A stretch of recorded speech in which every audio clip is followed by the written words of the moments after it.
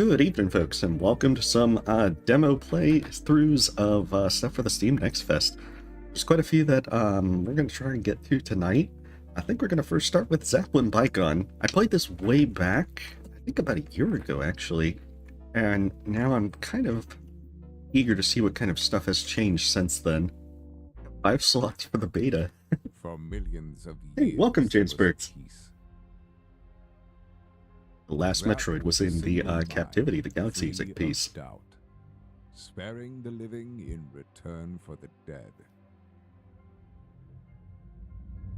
Okay, But the well, you have a wonderful parasite night, James grew from Burks, within, with whatever a you're working on. fragment of psyche, Welcome, Stardust. hell-bent on destruction and greed. The parasite consumes all that lives, leaving nothing behind. Oh, Soon God, the parasite an actual took over, introduction. and Zap took to the stars in search of knowledge. Zap hopped from planet to planet, consuming the corpses of fallen civilizations, looking Hey, to welcome, Red. find anything that could end the war. Until it found a world unmapped and unnamed, somehow hidden from view. Oh, you are Starbucks. I'm sorry if I called you Starbucks. In a last-ditch effort for survival, it sent a small piece of the hive mind down to investigate. A Zapling. Oh, come on, title drop it. Oh, they've actually got a really nicer UI. Okay. So then there should be our skull here. They definitely have changed things up.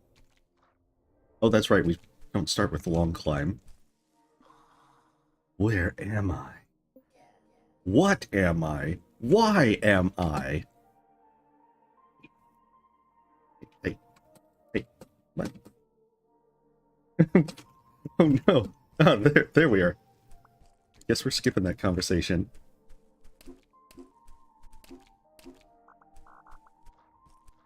I think it would just like freeze up there. Maybe I was just pushing the wrong buttons. Oh, we can kill the birds.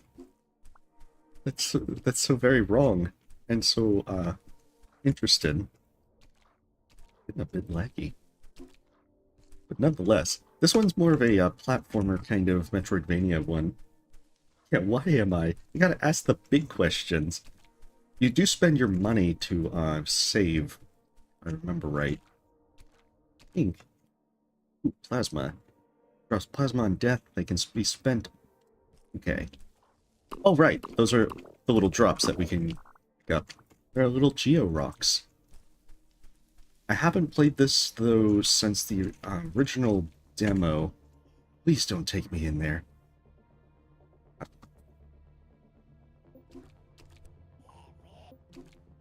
I don't know if I'm... Like, it's saying that space is the one actually put me past there, but space is not doing anything. That is unfortunate. I don't know if that's the only thing, or if it... I guess we'll find out as time goes on. Winging Gardens. Yeah, this was what was in the original demo.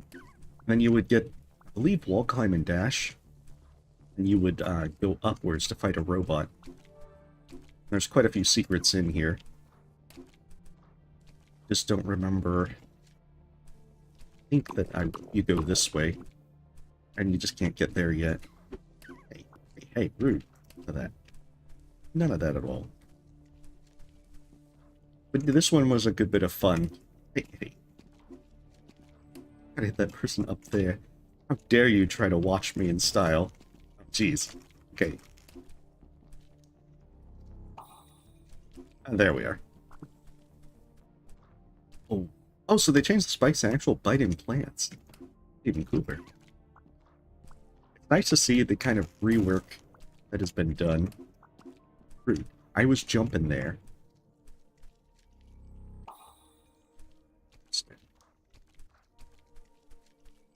Just seeing how some of it has changed is very curious. Okay. I think we were being watched. Okay, for some reason it doesn't let me actually do the dialogue. It's gonna be very unfortunate. We won't find out about the deepest lore. It's okay. But apparently, if I remember right, in the original demo, you had it to where you spoke with your skulls that you got. Ride the mines! Ride the mine carts! Minecart platforming! See, rewind on this mine for death rock, the only cure. Oh, good! Okay, jump does move it, if you can call it that. So those ones just must have had a single thing. Oh, chat's not on stream? That might be my fault. I'm sorry. Oh, there it is. I fixed it. I was recording observation duty earlier today, so I forgot to change the settings back. Should be all good now. It should show up in a moment. Yeah, the character designs have that kind of alien, kind of blob that then uses skulls. I think the skulls kind of work sort of like crest, at least what's supposed to be the intended crest things for it. Warden Council sent raiding parties to clear the infestation. There's a fine line between courage and desperation. In that, you can get a variety of different charm kind of stuff. They save there. Hey, rude. Oh, that's right, those guys take 2 hits. We can actually pogo. Oh, and then I see. I see the little charge there. We have to use the 3 things to heal. Wonderful. Can I pogo? Oh. Got the right idea, just the wrong implementation of it. Maybe I can do it with just that one. Beautiful. Oh, I don't think I'm getting through there yet. I need to get more stuff. Hey, welcome, Ukwe. Hopefully your day is going well. Yeah, we don't know what Death Rock is yet. Maybe one day. I believe we have to fight, like, a boss that gives us... There it is. That's the boss. Oh, hey. I want a pogo.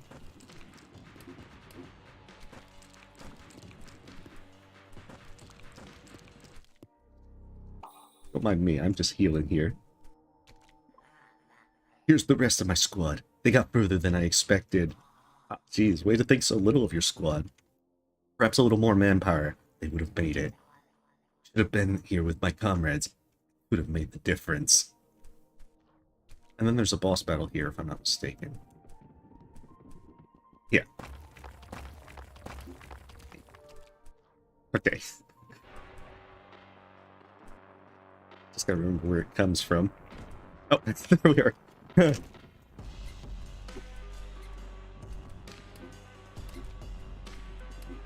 Okay. Okay, and then the tail flick when it does.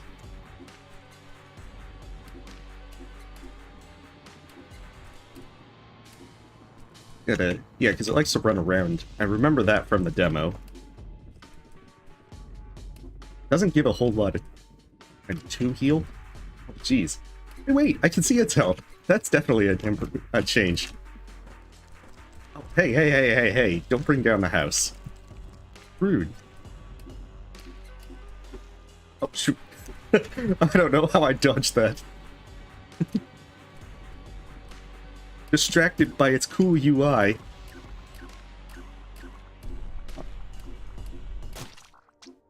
To destroy it until it explodes. Just like real life. I know, that is a very zoom-in rat. I think we get the Rat King skull. Oh, we're not ready to go that way just yet. We need to go up here. Because... Skull of the Rat King. It seems the rats have mistaken you for their late master.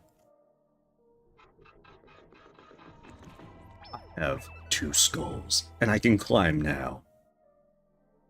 Just like Rat Kings. Power of Rat Kings. Don't worry, there's always more rats. I think we can slide... Yeah, we can actually... Oh, it grips the wall, because I remember that you slid down normally, which made some platforming a little annoying at points. I think that was a suggestion that folks had made. I don't... Yeah, those ones I can't climb. Okay, so those triangles are actually important. Maybe they're just a collectible. That's not at all what I expected. It's way less lonely. Just hanging out with a bunch of skulls. Is that a picture? Give me some pictures. I will view all the memories. After that, things got complicated.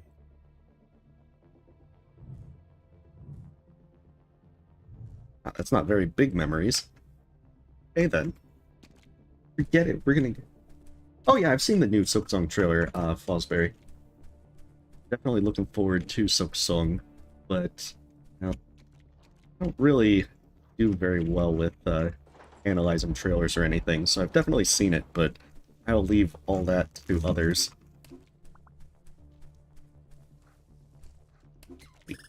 Rude. I'm trying to platform here. And here you are.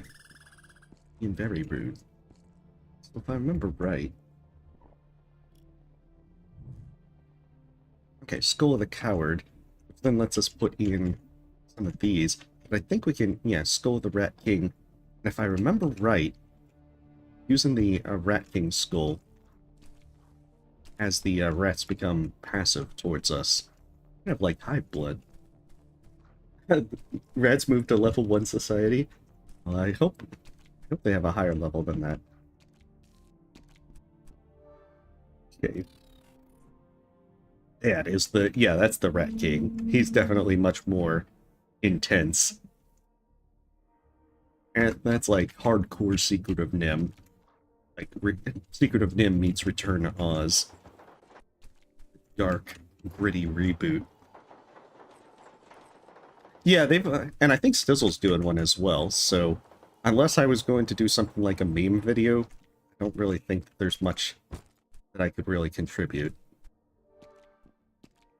Oh, I think that I need to go through here. No. Hey, hey, hey. Making my platform a difficult, man. Jeez.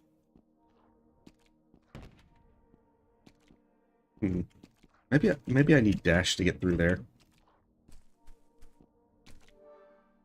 Hey, hey. That's rude. How dare you have green barriers holding me? Okay, so I see how that goes. And then we can actually go towards the right this time.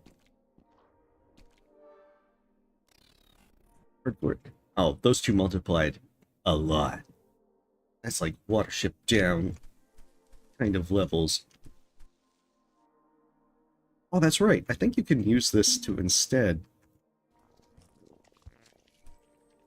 Yeah, once you unlock it, then you're able to use it indefinitely. Oh, okay. Well, then that's also good to know. Yeah, I am not very good at doing that stuff, so...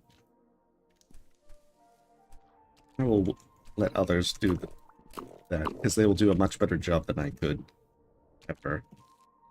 So yeah, now with wall jump, we should be able to go up this way. See where this takes us. There's a couple of other games we're going to be trying to get to besides this. Okay, that's upon getting damage shoot at thorns. Mutations multiply and enhance Zaplin's ability.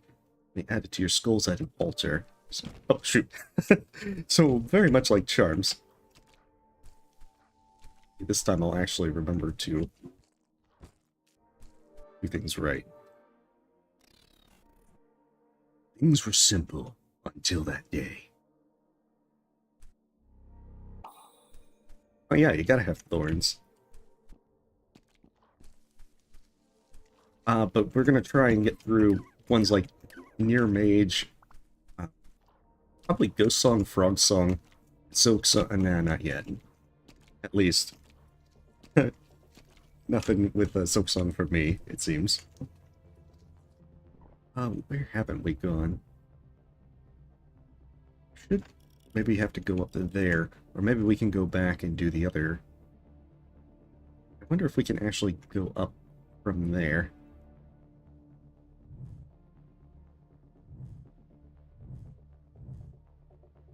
And we'll see if that will do. Oh yeah, wall climb, it just depends on it. I mean, some games get double jump, but not wall climb. Some use wall climb, not double jump. Really interesting to see what folks do with different platforming abilities and how commonly they're given out. I think there was something holding me back from going up that way. At least I'm pretty sure, and I'm probably just being, like, super not remembering. Because if I remember right, you go up to the mountains, and that's where you fought the, boss. Oh, that's why. Yeah, that's why I can't get up there. Okay, so then we need to go back all the way towards the beginning, I think. Maybe we can actually get up here. Assuming this was the new spot. End up seeing where we can get to. But yeah, some like Near-Mage and such are more narrative ones. It's a sort of semi-sequel to Gibbous, which is why I'm looking forward to that one in particular. I really enjoyed playing through Gibbous, and shame that I put off playing it for so long. Where he can rule forever. Oh yeah. They're pretty common abilities. I think there was a dash, though, as well, and I might just not be remembering correctly. Or maybe there was that one platforming segment where I was just being very bad. I wonder if I can actually get up there like doing that. I don't remember. Yeah, I can. Oh, dang. It's just another green wall. No. Okay, so I guess we're not going that way just yet. But I wonder, I think there was a few places I could go up, now that I have wall climb over here. I wonder if the game is going to push me that way. Aha. Oh, you're definitely new. That must be our mothership. That's right. Ooh. That's it. Make yourself comfortable. You seem like a a very nice and trustworthy fellow. Okay, okay. This is nice. Why do you have your hand in my eye socket?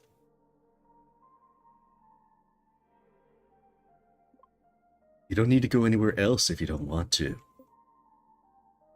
You seem like a very trustworthy person, but please get your hand out of my eye socket. Stay with me. Seems like a very hands-on person.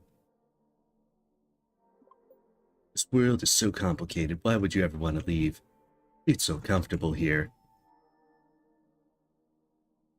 Hey man, this is where you belong.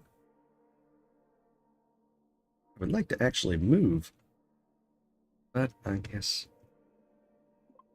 you don't belong anywhere else. This bench is really comfy. Hey, welcome, Gut here. Hopefully you are having a wonderful night. Life is better on the outside, observing it all. We're not them, not better, but different. Right now, you can't be hurt here. It's safe with me. Just appreciate this fella getting his hand out of my eye socket. We are all we need. After all, I guess the screen is going pretty dark because, you know, he's got his hands in my eyes. Sleep now. Get some rest. His name is Creepy McCreepson. Yeah, I haven't played Zapling Bygone since, I haven't played Zeppelin Bygone since the very first demo. I think I played a little bit after. I think it was a contest they were doing. Forever. Well, maybe not forever. Oh, shoot. You got an ending. I know, he spiked our tofu. I remember that there was more to the demo. Maybe this was a smaller one for the Steam Next Fest.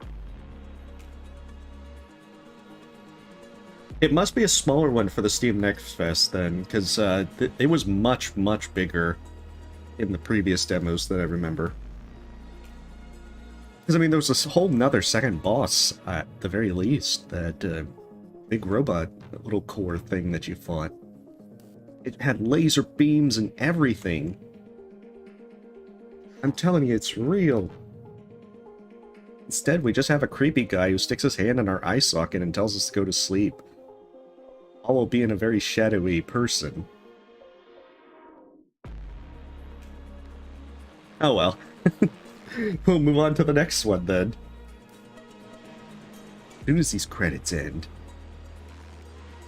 Well, while these credits end, I'm gonna get for the next one. I wonder if you weren't supposed to go that way just yet. And then that it's supposed to end there.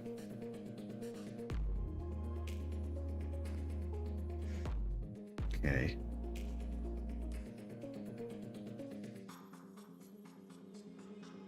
I wonder if there's anything else after the credits. But the memories were a new thing, because I don't recall that being there. They've definitely improved the UI a good bit.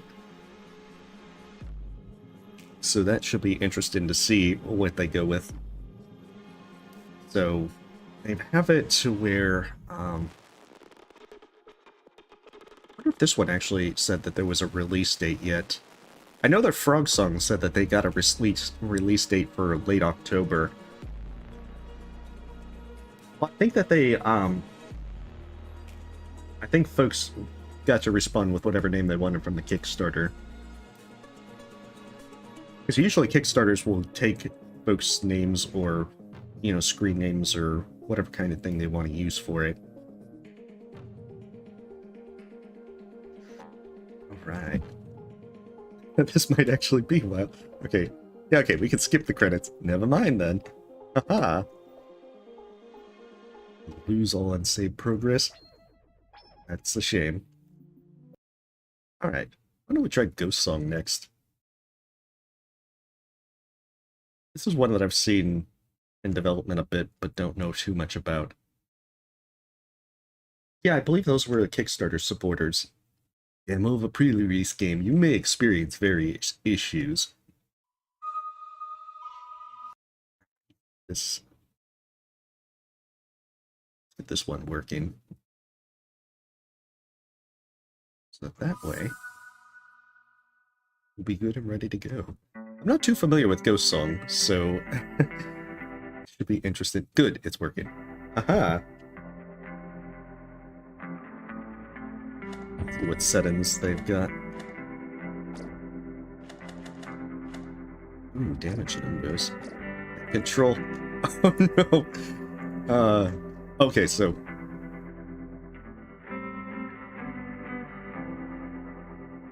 I'm not gonna remember these.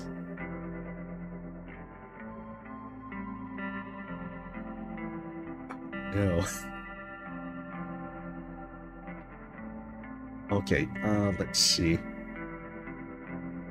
Oh good, at least dash, attack, and that is all decent.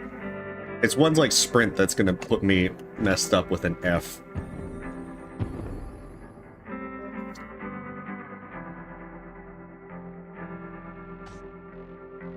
Okay.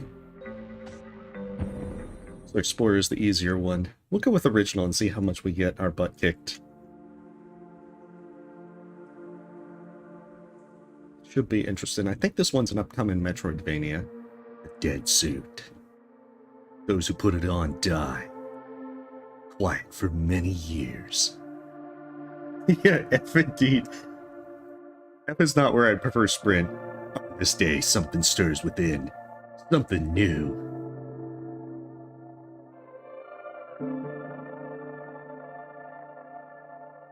What kind of new things are stirring? The Pluto.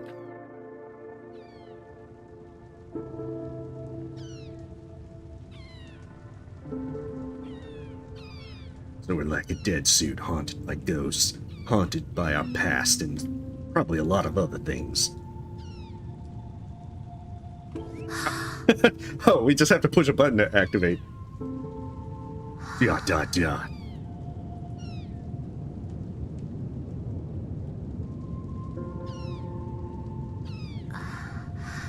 Hello?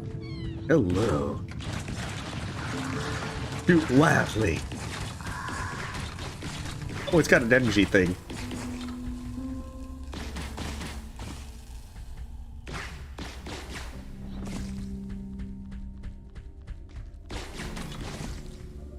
Okay, fire basic blaster.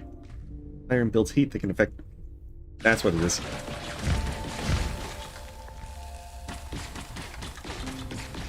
Doesn't show a heat bar, though. I did see that it was losing power if I shot repeatedly. I know, now we got, like, ghost mecha folks. And they're just hanging around. Stats and tab for menu display. Mapping unit. Class is Lost Soul. That sounds pretty cool. We're level 4. We're a level 4 Lost Soul. And everything's a-okay. Looks like it definitely has that kind of Metroid vibe.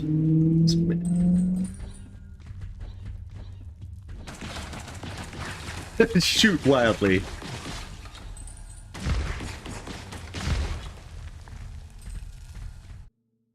My accuracy is very bad. A flower? How'd you grow so fast, flower? Take that, nature.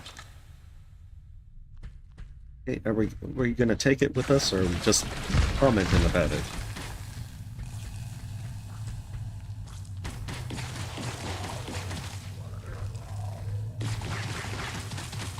You guys are pretty tanky. Oh, you can see how they do more damage the closer you are. It did say that. I didn't know if it was going to be one of those kind of minor boosts or not. Guessing that that's not a good place to go.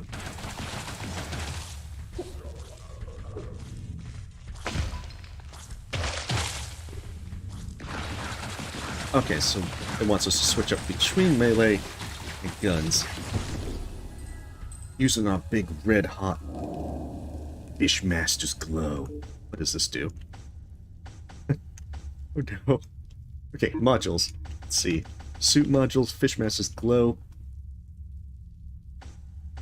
You must first shut down dead suit to change module loadout. Causes healing injections to also regenerate energy.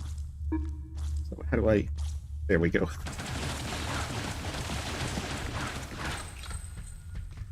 Just like, oh, that didn't pause things. And this guy is just menacingly walking towards me slowly. Everyone knows flowers don't need to know the quadratic equation. Oh.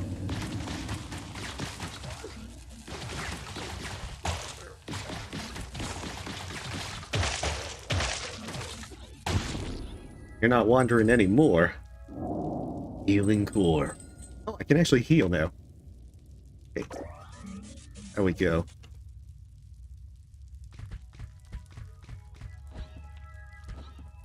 Hey. Hey, give me a hand. Let me up there, buddy.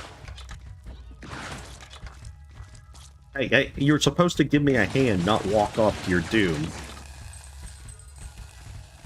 You just can't find good help these days.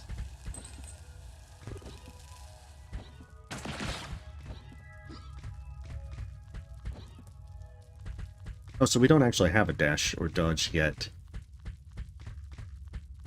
So that's unfortunate. But do we have a sprint? We do not have a sprint. This is most unfortunate. So I wonder if we are supposed to go down now. Ah, we are. The game was directing us to get heals so we could learn to heal ourselves and not be bad. Oh, hey. You seem like a friendly mutant robo-person. Norberg Laboratory. Oh, Level up.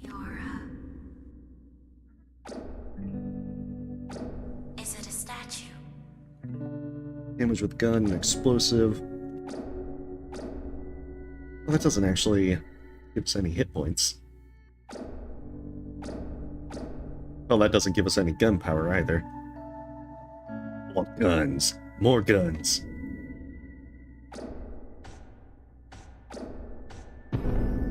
Give me more gun power.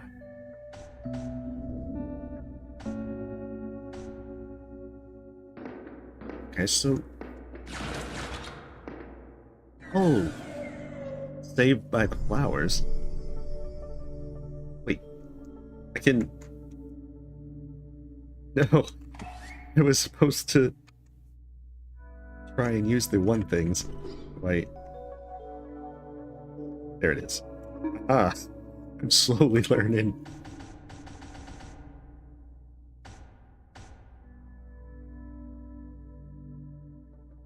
Okay, power cost, power available.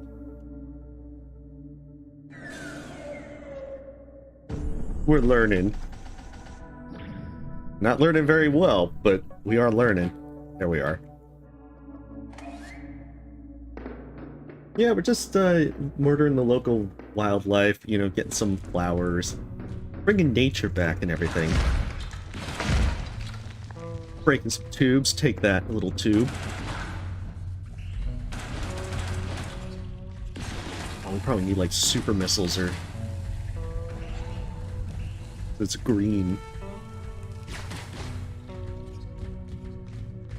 This has some very nice Metroid vibes to it. I haven't really played much of Metroid in a very long time. Mosquitoes, shoot wildly!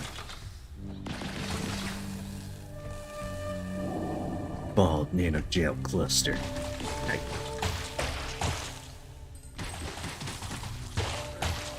My very hot gun barrel. I'd like to have words with you.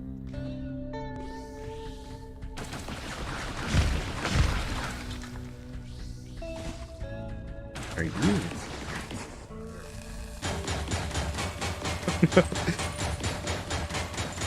Oh yes, little robot, I would like to shoot you until you literally explode. Sweet, sweet nanogel. I don't think I can go that way just yet. Yeah, you gotta make sure that the bugs go. You're undoubtedly going to do bad things. You can't trust them, they have shifty eyes. Shifty bug eyes.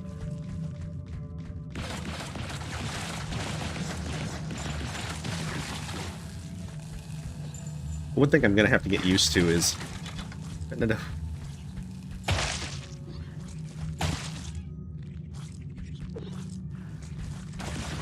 One thing I'm gonna have to get used to is that the jumping seems to push you forward slightly to the direction that you're facing.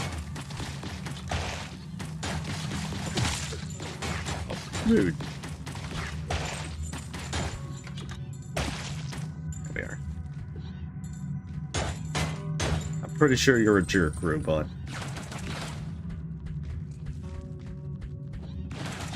But yeah, it's been a long time since I've played Metroid-ish kind of stuff, since I was like a kid playing like Super Metroid. I don't know why, I never really got into like Metroid Prime or anything like that. I think I had the opportunity to play such. For some reason, I guess once I got older, I kind of just like didn't really have as much of a desire at the time. It's a shame. Oh, hey, hey, hey. Rude.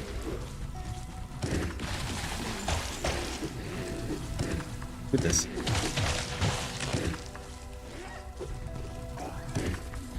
Don't mind me.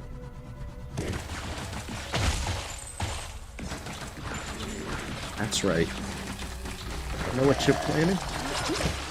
Shoot, they can shoot at spines. They can take other forms. They become acrobats. My one weakness. There was the one fella over here. Like one of those fool me once kind of things. They don't seem to have a lot of health compared to the others. Jeez. Okay, so I can't really go that way. I think there was a map. Yeah, map. So I can't really go there. Wait. And it looks like a way down. Maybe there is, in fact, a way down.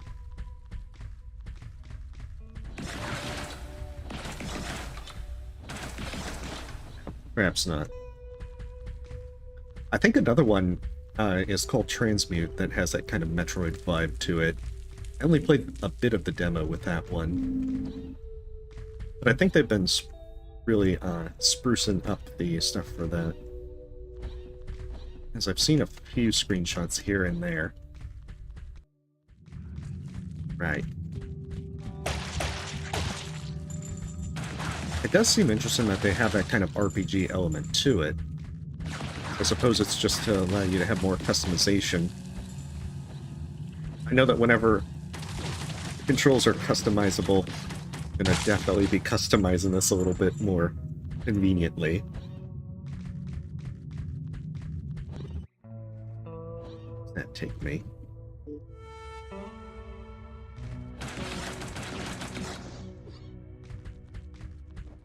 The downside is the map looks like that there's ways to go, but I don't know if it's ones that I can just like jump through or break the walls or...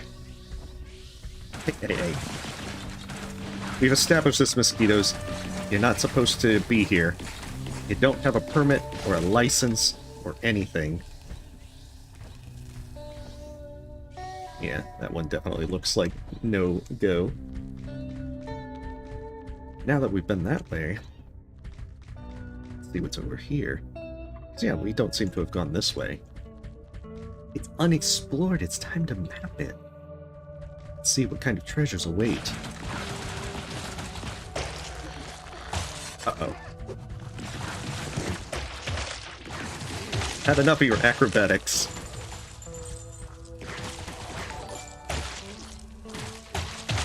There we go. I feel like I'm kind of waiting for the dodge. Hey, random place, thank you for the sub. I feel like I'm waiting for the dodge because that way I can feel like, immunity frames. Precious, precious immunity frames. It's like... oh. Thought he might have been trying to throw a boulder or something. I guess there is a benefit to killing these guys, though, since you can use these to level up. It did say with the easier difficulty that it does have it to where you lose less nanogel on death, so I guess the real question is how much is actually lost on death. I don't think I want to go that way, because that leads back the way I came. So then... oh, okay, I can actually... It was deceptive. I didn't think I'd be able to make that jump with my current jump height. I gotta find some high jump boots. Maybe some screw attacks and whatnot. Oh, hey.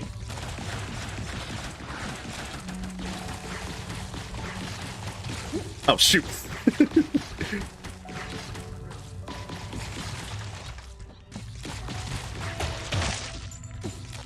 Crap.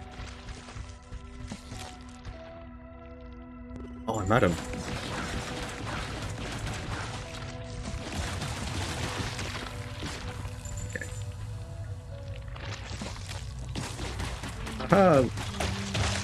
loopholes. I must be out of the little healing injections. I guess it's because I haven't been to a save point. This could be very bad since I'm low on health. I guess I'll be finding out soon how the nanogel loss on death works. See mosquitoes. Shoot. Hey.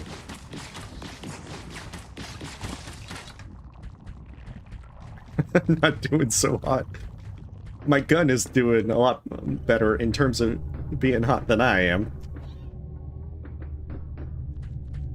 Ah, jeez. Norberg Laboratory. Back here through the tunnels. Okay, hopefully there's like a save point up here.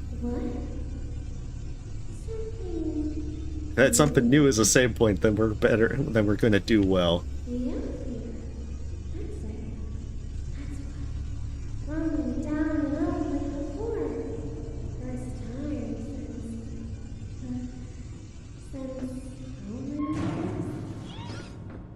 I don't know. Let's put a number on it.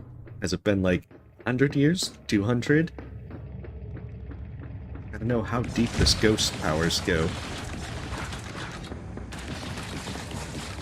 Now we gotta play very conservatively.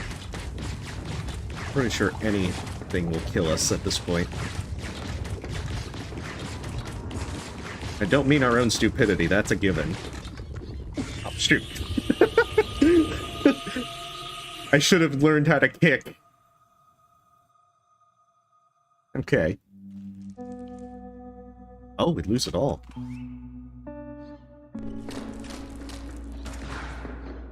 Hope that it's not like that we... all our progress lost.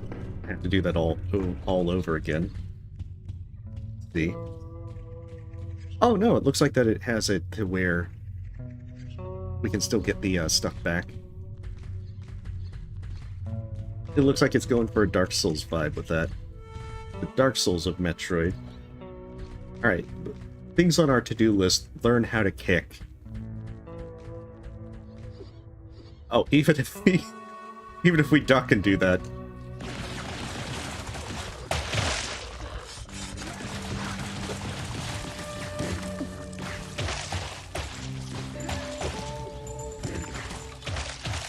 It'll be interesting. So it looks like that, yeah, it's basically Dark Souls with that. Just punch people in the face. Take the nano gel. Wonder if it's that it is like full Dark Souls, or if it's like that part of it's lost forever. I guess we're going to find out. Unless we die along the way, in which case that's going to be even funnier.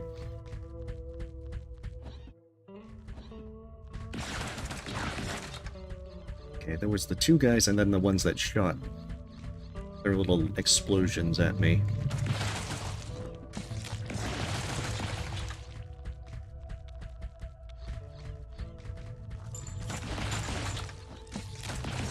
That one. Move back for that one.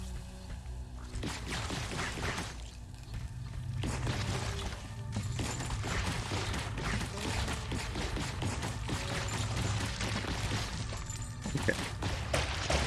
We're learning. Maybe not very well, but we are learning. Shoot. except how to jump up there. Jeez. We died because we ran out of all our healing, and also we don't know how to kick. We have firmly established our lack of kick power.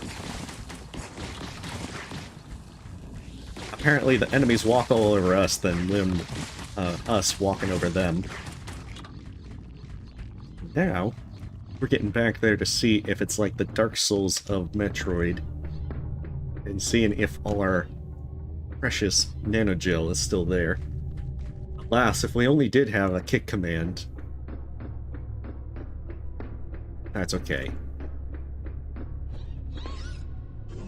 I saw that we were able to do like 2 healing injections. Maybeck. Probably.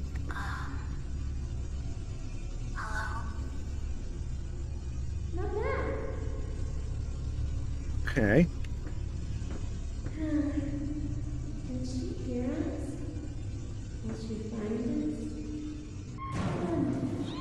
No, not likely. Then we had the little...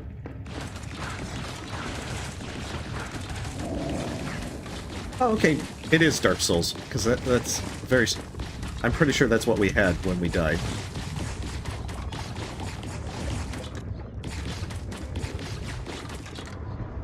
Okay, so that must be like bombs or missiles. Whatever the equivalent of this is.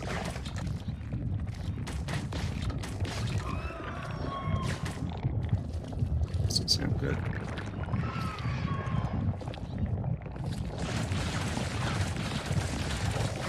were just, like, kicking everything in their nest.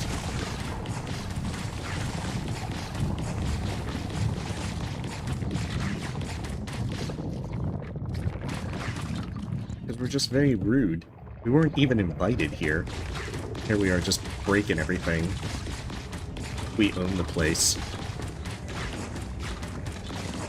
They're just like, this is the third person to come here. Phase dash. Invulnerability effect has a small cooldown. You must have died a long time ago. It was actually like 5 minutes ago. Okay.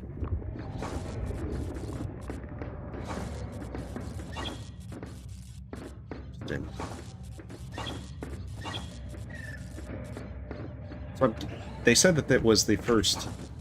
Okay. Don't know why I'm running on air though. Does seem a little silly. However, still gonna be all fun. All fun and games. What's this? Small nano gel cluster. Does this mean I can get up that way? Because I don't. Shoot. Platform is my one weakness. Okay, whoever's up here seem very angry. Like, very angry. However, it doesn't seem like I can get there just yet. Emphasis on just yet. That's where I want to go. So where else was available then?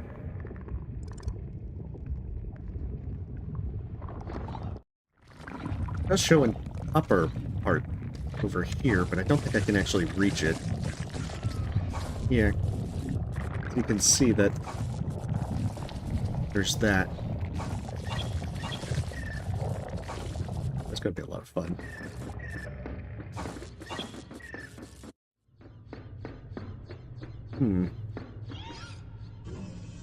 Warden, Blueberry, say hello. Don't be shy.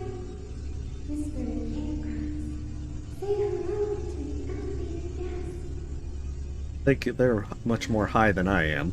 Say goodbye sometime. Be perfectly warm. Hello? Hello? Hello? It's one of those things where it sounds like that you should respawn, but you're just not going to. If I go down, does it take me? The hell? Oh, there is fall damage, apparently.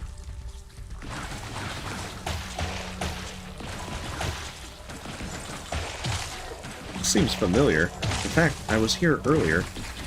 Shoot, it's a pretty cool slide. Excuse me. Can't let anyone do cool slides like that. Okay, so I think there was a thing I could dash to when I was going this way. So maybe... just maybe, this is where we need to go. Yeah, see? Maybe if we do it a little bit better. Like that. Favorite rock, blueberry, meet Hector? No. I choose to punch it. I feel like a lot of this is going to end up being like, I choose to punch this. That's not going to get annoying at all. I feel like that if they want it to be like that, they probably should just make that and then you could just like go down through it. Ooh, is this a save point? It is. Glorious. However, I don't think it's an upgrade bullet person.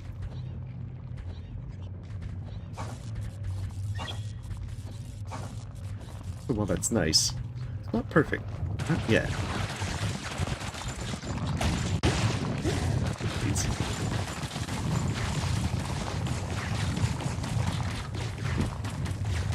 Not this time. Not today, Satan.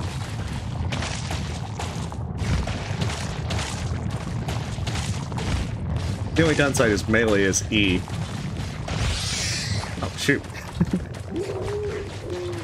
Run for the hills!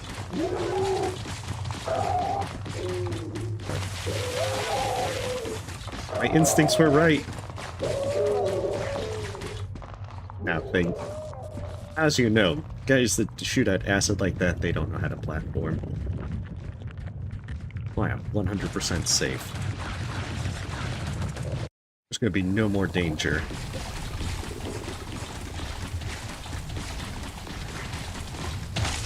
Come on.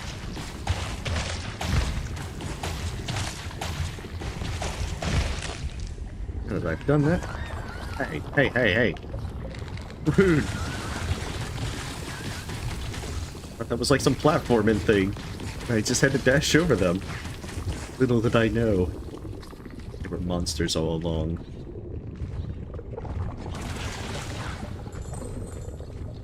Definitely does have a fun feel, although it doesn't seem like it has much music yet. I suspect that's something that will change as we get closer to release.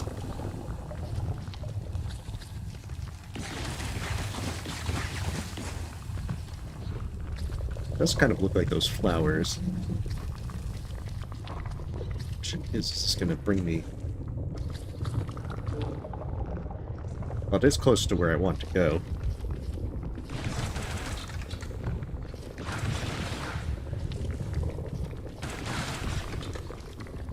I see you. Here we go. That's probably going to pop up. So I have bad feelings about it. Many bad feelings. In fact, the fact that I'm going down instead of up towards the thing makes me think these are more optional areas. Yeah, that's not destructible. Oh, hey, welcome, Max. Hopefully your life has been going well, and that things are treating you good. I've been doing pretty well. There's quite a few folks. There's usually Dina, Puppy, and others.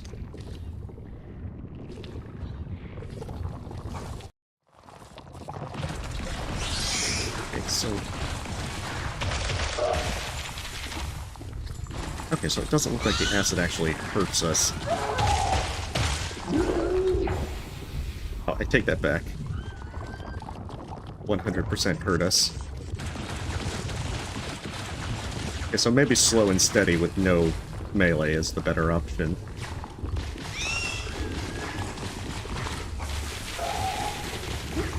Hey, hey, ooh.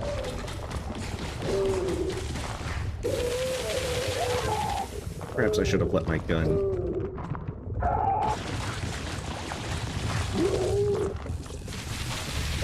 Haha. There we go. Oh, that's what it is. It also has this fella. Ah, isn't he a little cute guy? He tried to jump to my face.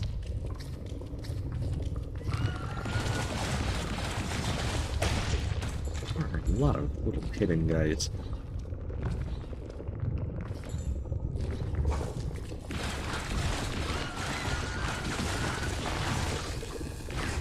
Pretty fast moving too. We did Zapling Bygone, but the game appears that it was a shorter demo than the one that I've played before, as we got done with it pretty fast. There wasn't even the second boss from the original demo. So that's unfortunate, but nonetheless, we will move on. It is a very pretty design for this. It does have kind of like that Bygone feel, except that it's more of a realistic, I suppose, than cartoony kind of thing that Bygone had. Stuff Bloom. Hey, an actual person? Hold up, let's talk. Hey. You seem like an honest and trustworthy fellow. You friendly? I'm not sure. That sounds like someone you can trust. You don't know if you're friendly? How can I tell? Do you intend to kill me? No. Well, then you're friendly enough. More than most of the stuff I meet out here. I'll be heading back to camp soon. It's not far. Just up on the surface. Should come. We can talk there. It's safe. We have food if you're hungry. Not much, mushrooms and roots mostly. But you're welcome to join us. Okay. Nobody should be alone. Right. Is it up this rope? This rope that I conveniently can't climb? Hello, animal. Nice. Animal. Remembering things. I love the way they say that. I have always been fond of animals. Nice. So I wonder if the entire thing is recovering our memory as to what we're doing here. Yeah, it looks like it. At least so far, time.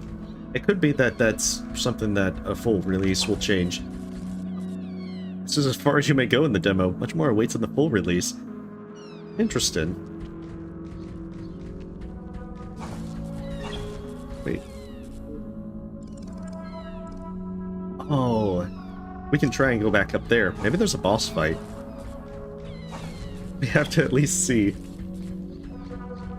I mean, it's not too uncommon to have certain things be voiced, but have other stuff not have it predominantly be text. Especially for more wordy kind of games. Especially like the old RPG kind of things like Baldur's Gate. Okay, so we're gonna go back and see if we can make our way up. See if that will let us reach a boss fight or such. That nice little target on our list. I'm genuinely curious now. We can go there. We can fight something. Rough it up. Take its lunch money. Probably the opposite, but, you know, we can believe. After all, we're just a loner robot person. We have dreams. Probably not very good ones, but I'm also going to look forward to being able to remap keys, as melee is in a pretty awkward position. Okay, so yeah, this takes us upward. We need to find out what that is.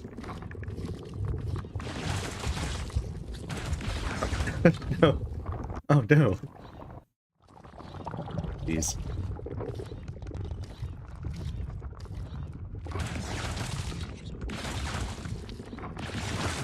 I have to remember that it does that. But it kind of like pushes you forward as you jump. Oh, it can stop our fists. It can definitely stop our fists.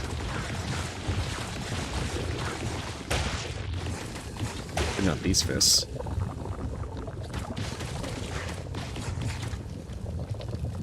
Unless they do that. Because after all, our feet are the weak spots.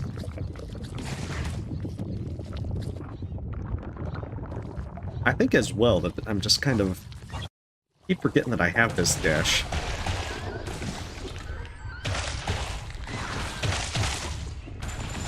It's kind of nice. It does a stagger.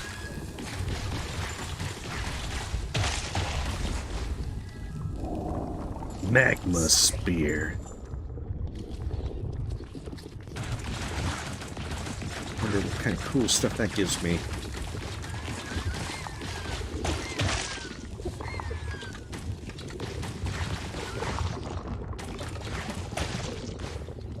Let's find out. Okay. Useful for managing groups.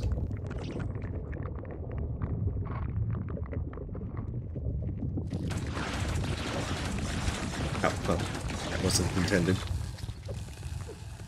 Oh, it's a new melee weapon. Oh, come on.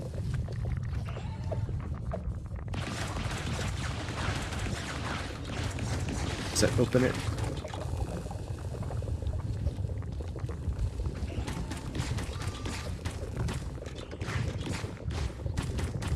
Ah, shoot. Like, come on, man. I can't go that way. Oh no. How will I ever get up there? Won't be able to fight the boss. Okay, so then I guess that you can't get up there just yet in the demo. Unless I'm very bad at this. Alright, so that will be everything that it looks like that we can do in this. Where's the thing to quit?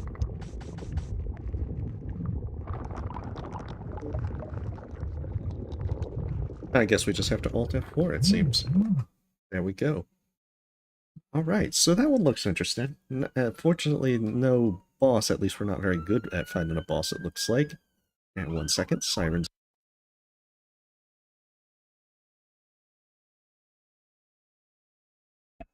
There we go.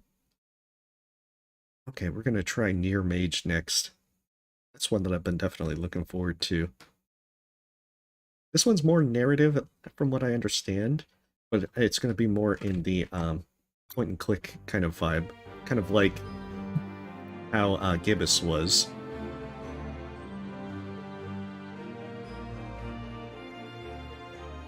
There we are. Yeah, we win by the power of Alt F4. Delete our enemies by deleting the game. Okay. Doesn't reflect the gameplay mechanics of the full release, where you'll be able to craft spells and cast them to complete quests, and switch between such and such on the fly. Please consider everything in the game as a work in progress. Have fun! Ooh. Illy, come down here, we need to talk! Sorry, Mom, I'm playing a platformer for the Steam Next Fest. This is my life now. Oh god, not need to talk again. Ooh, procrastinate, stall. How about both? I'll be down in a minute, Mom. I don't want to hear it, just come down here. Please, just give me a sec, alright? Where's that checkpoint when you need it? Let's see. It's Linsa Russia. Are you playing video games again? Come down here this instant. It can't be serious, because they're not busting at the middle name. Ooh, lie. Just like 3 minutes, Mom. Don't make me come up there. Oh, man. I presume that this will be voice acted as well, since they did have voice acting for Gibbous.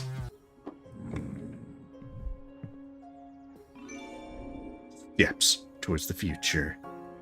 Wardrobe. There's no lions or witches inside. Oh, okay, so you can change all your stuff if you want. I think we'll just go with default.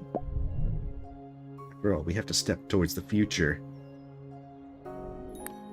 Go downstairs and talk to your parents. Ugh. Okay, press escape or start on your controller.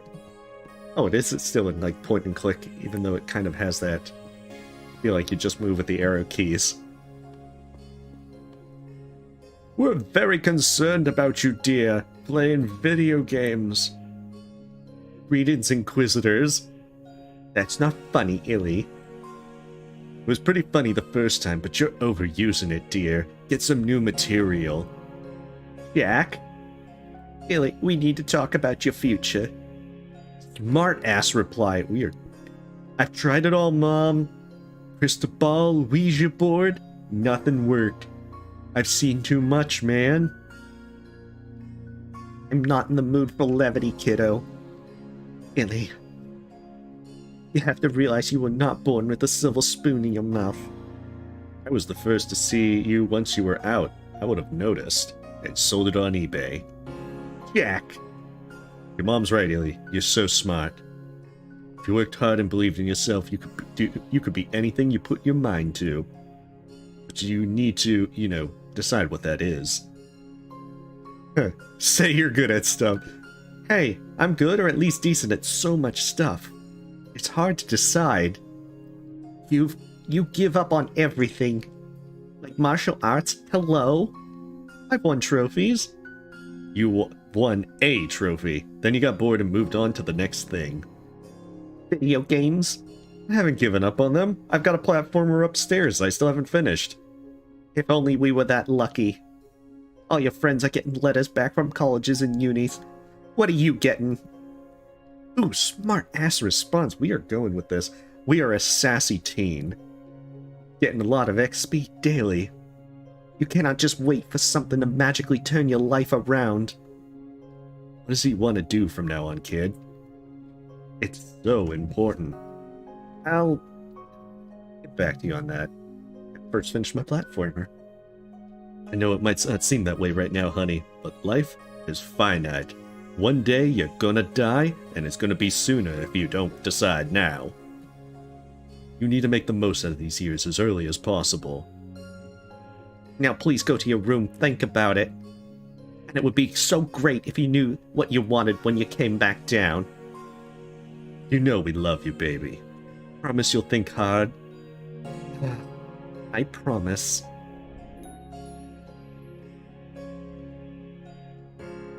Go back to your room and play video games. We're thinking hard about our life. Become a Twitch streamer.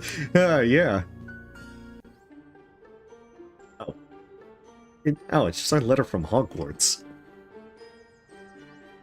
Hey, that's how things work, Spyrotechnics. You just go up one day, and then suddenly a letter from Hogwarts appears. How'd this get here? Ilinka. I think it's Ilinka. I was so pleased to see that you graduated from high school. My congratulations. I know the world has so much to offer now. But do you know how lonely your great aunt gets? Come spend the summer here in Transylvania, child. It might help clear your mind and make it easier for you to decide on your future. You'll find my address and useful details in the envelope. Love your great aunt, Domnica. Summer in Transylvania? I mean, that could help put my thoughts in order. Dude, this could be so cool. Or I could finish my platformer. Think about it. Decide to go. Well, that's part of the plot, so I guess we're gonna... Europe? No mom and dad? I'm so doing this. Should book a flight and then pack my bags. No, don't even worry about that. Just jump out the window and then go to your ticket. You gotta be like, yeah, you gotta be a wizard. Book a flight.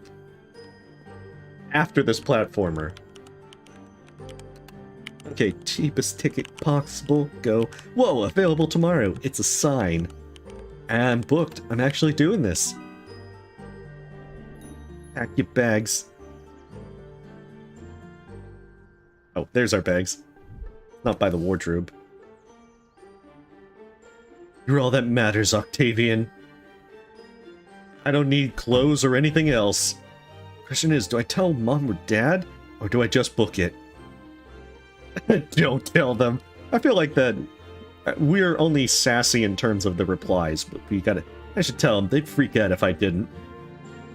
Unless if by not telling them, we could put like a dummy right there and just keep playing the video games so that they think that we're thinking about life.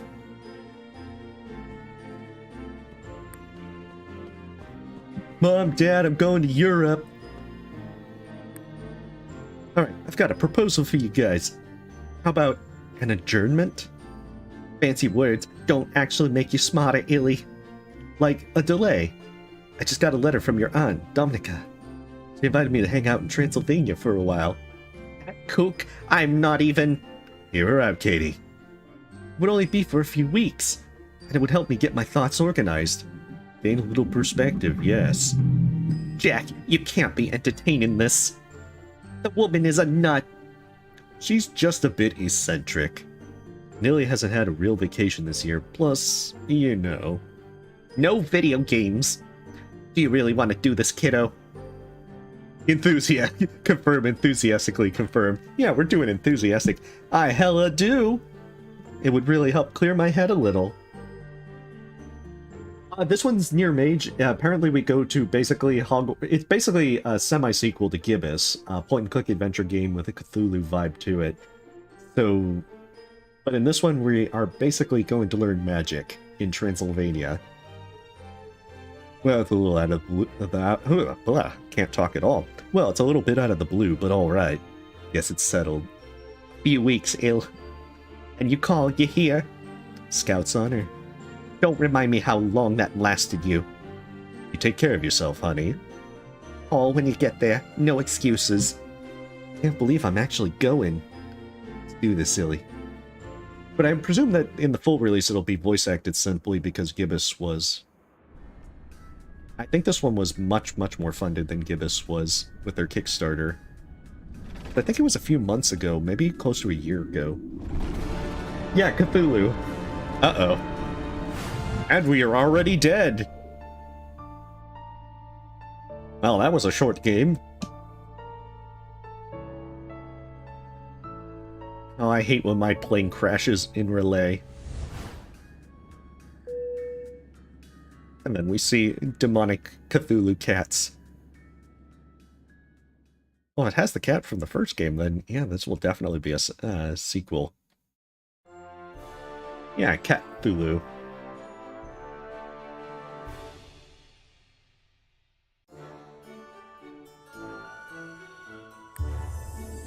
Yes, can I help you?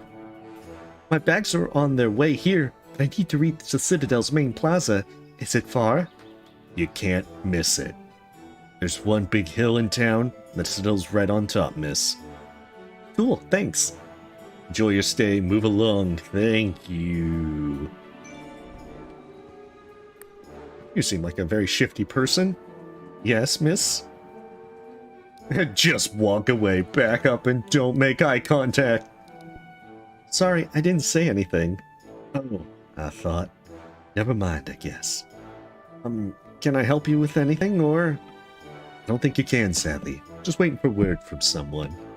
Alright, good luck. Back away slowly.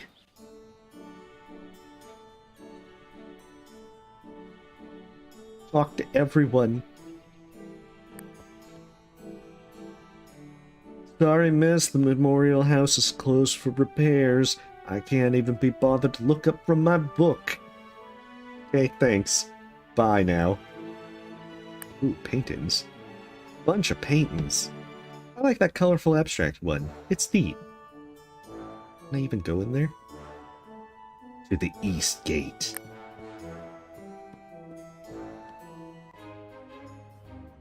Ooh, it doesn't concern me. They're overly gossipy. Let's break it to that house. Road out of town.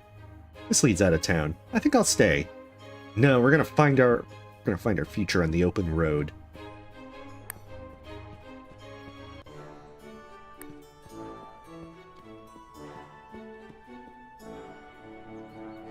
Very colorful. As opposed to where Gibbous was more of a Gibbous was much darker with the kind of Cthulhu theme, even though it was much more comedic. It's closed. Should open soon, though. I'll check back later, like when the full game releases. Ooh, plants. Auntie has quite the garden here. I've never seen some of these flowers before. Then again, I've never seen a garden before. The northwest wall. It's definitely very pretty. Ooh, the rustic household. Someone's in there working in the kitchen by the sound of it. And the smell. We're checking all the gates. There's dogs. Pet the dogs. Aw, look at the cute doggies. If this wasn't just a prologue, I'd probably pet them a bit. No! That's the worst thing. If you have a prologue and you have dogs, you have to pet them. Alright, 5 out of 10. It goes down by like half. That's like half off the score. Trying to get her bearings the old school way. Isn't that cute? This guy and his cat seem to be in sync. Barrier fields. So quiet and peaceful. Why am I feeling a bit uneasy? This leads way too far out of town for me. A wooden barrier. A lone wooden barrier. Blocking off what? There's nothing behind it. Transylvanians are weird.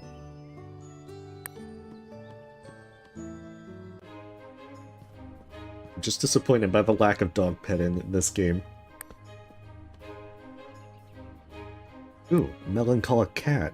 Hey, kitty. Woof, woof. You just bark at me? Barks at me and I still can't pet it. I'm very disappointed. 4 out of 10. Kitty, is that you, dear? I'm in the living room. Come on up. Well, if I'm ever in the mood for reading, Monika's got me covered. Okay. There you are. Great Aunt, it's good to meet you. Great Aunt, I'm not that great. Please call me Auntie or Dominica. Welcome to Romania, Illy, my dear. My letter may have come as a surprise, but how do I put this? I sensed you were in need of a change of scenery. Oh yeah, my parents were driving me crazy. You know, having to decide my future and that kind of shit stuff. Such a wonderful age, and difficult too. Well, no matter, try and forget about all of that for a while, and enjoy so sorry. Oh goodness, I can't pronounce that. I'd have to, like, take an actual effort to try.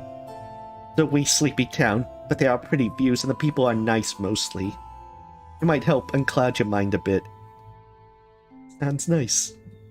Good, but first, your room is upstairs. There's a library on the first floor if you're feeling studious, but I know you rebellious teens don't do anything of that sort. Hey, welcome in, Code. I'm in here most of the time, either by myself or playing cards with my coven of old witches. You need anything, come talk to me. I barely ever sleep. They'd have to animate it if they did. Great. Go upstairs, settle in, and then go out. Explore the town and have fun, little Illy. Oh, wait, I've already explored the town. Nice try, Auntie. Books, chalices, strange statuettes. All sorts of knickknacks. Like a cabinet of curiosities. Dominican's got eclectic taste. Oh geez, that is a pretty impressive room. What a view! This place looks incredible! Guess it's time to settle in. I only brought one little plush doll with me, so I mean, it's not like I have a lot to unpack. But it does look very pretty. This one's Near-Mage. It's kind of like a semi-sequel to Gibbous, a point-and-click comedic Cthulhu kind of an adventure game. So this one is just like a basic prologue that it will be another point-and-click adventure game. All good. Is the room all right? It's great, thanks. Auntie, I thought I'd ask you a thing or two about my mom. Oh, child, there was little I could disclose about Catherine without her knowledge. Oof. Your mother's a fine woman, and I bet she loves you like no other, but there is no living being that is not flawed in some way. She has great potential that she refuses to tap into. Tell me about her gifts in the mystical arts. What potential would that be? You know what? I have a feeling you will find out soon enough. Have faith in your child.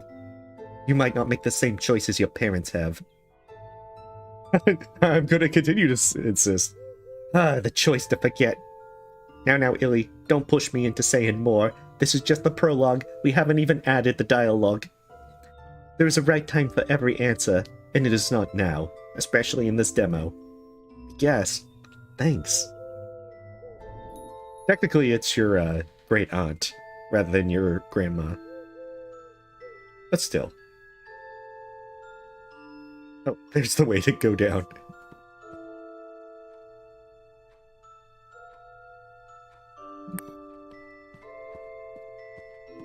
Sure, why would you push Granny? That seems rude. Seems very rude. I think we went through most of these areas, though. So now the question is, something yummy's being cooked in there.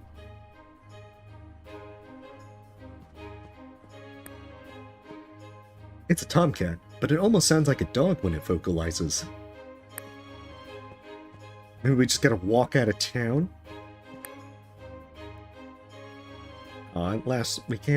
We still can't pet the dogs. Oh, push her from our info, not like physically. Hey, that could be, it could be that you're trying to insist in a very forceful way. Okay, so these are still the same people that we've talked to, or at least examined. We came here, blocking off empty air. Leads way too far to town from me. So now we have to try and find out what in town we are trying to explore. Unless we want to push Granny, in which case that's always on the table, I suppose. You look about as lost as I was last week. He's got sunshades, so you know he's cool. What? No, I'm not lost. Alright, sorry to butt in. No, you're good. Who are you, mysterious stranger? Tourist? Sort of, yeah. I'm Zane. Illy. Pleasure. Yeah, I think I saw you around the Citadel. You backpacking? Nah, visiting relatives. Cool, cool. You said you were a tourist, sort of? Yeah, see? My great-grandfather, Whipple, visited here more than a century ago. Never came back, just disappeared. Wow, so you're investigating? I mean, if you can call it that. Tell me more, I'll push you down the stairs. That's basically how it works, Stardust. Seeing if there's a chance I can figure out what happened to him. Do you know much about your great-grandpa? What I do know sort of complicates things, if anything. Old man Whipple Derleth was an occultist. Looks like he came here to look into vampires? Nah, apparently his thing were curses. Man was obsessed with that kind of stuff. Make fun of him. So he was a bit of a kook, huh? Sounds like it, but I'd still love to know where it is that he ended up. So, how's research going? I mean, I've been here a week and I've already exhausted all my options. National Archives, all these records, talking to all kinds of people around here. Nothing. So you're giving up? I think I'll give it a couple more weeks. Tell you the truth, it's more about the town. I kinda like it here. It's real quiet. I'll just wait here for the answer to fall right out of the sky and into my lap. Tell us so you're never getting your hands on a copy of Frogsong? Oh no! Good plan. So did you find anything interesting around? Let me think. I got my portrait done by that old painter over by the tower. Sweet guy, but he kept mumbling and it's like, something about magic? Ooh. Frankly, I think he's off his rocker. And there's the deer head. But I'll be honest, I didn't stick around for long. Barmaid's nice, but there was always this old bastard in there giving me the evil eye. I had to get out of there. Alright, Zane, I'll see you around. Yeah. Aw, now his quest is our life quest.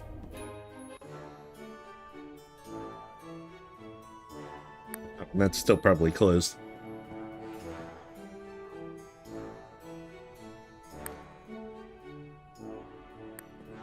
Oh, maybe we can talk to this guy now. Haha. Hello. Oh, hello. Are you interested in a painting, young miss? Yes, actually, I like that one over there, the abstract one. Oh, that one. I can sell it, but that one carries a terrible curse. I'm afraid that one is not for sale. Insist. Why display it if you don't mind me asking? Well, I mean, you have to keep in mind that you don't want to give a release date and then end up pushing it back even more. It's my fault. You see, I'm old. Oh, come to think about it, I guess that's why they all say I'm a bit nuts. Because of things like this. I didn't paint it myself, you see. Reminds me of the author. I look at it now and then. I see. Oh, you know what? Do you really want it? Well, you're selling it, yes. I've been holding on for way too long. Consider it a gift. A cursed gift. No, that's not... Please, you're doing me a favor. Now we can summon Cthulhu. Alright, thank you so much. You won't be thanking me by Act 2. Wonder if there's anything open in town. Like, say, the shop that was closed and was going to open soon.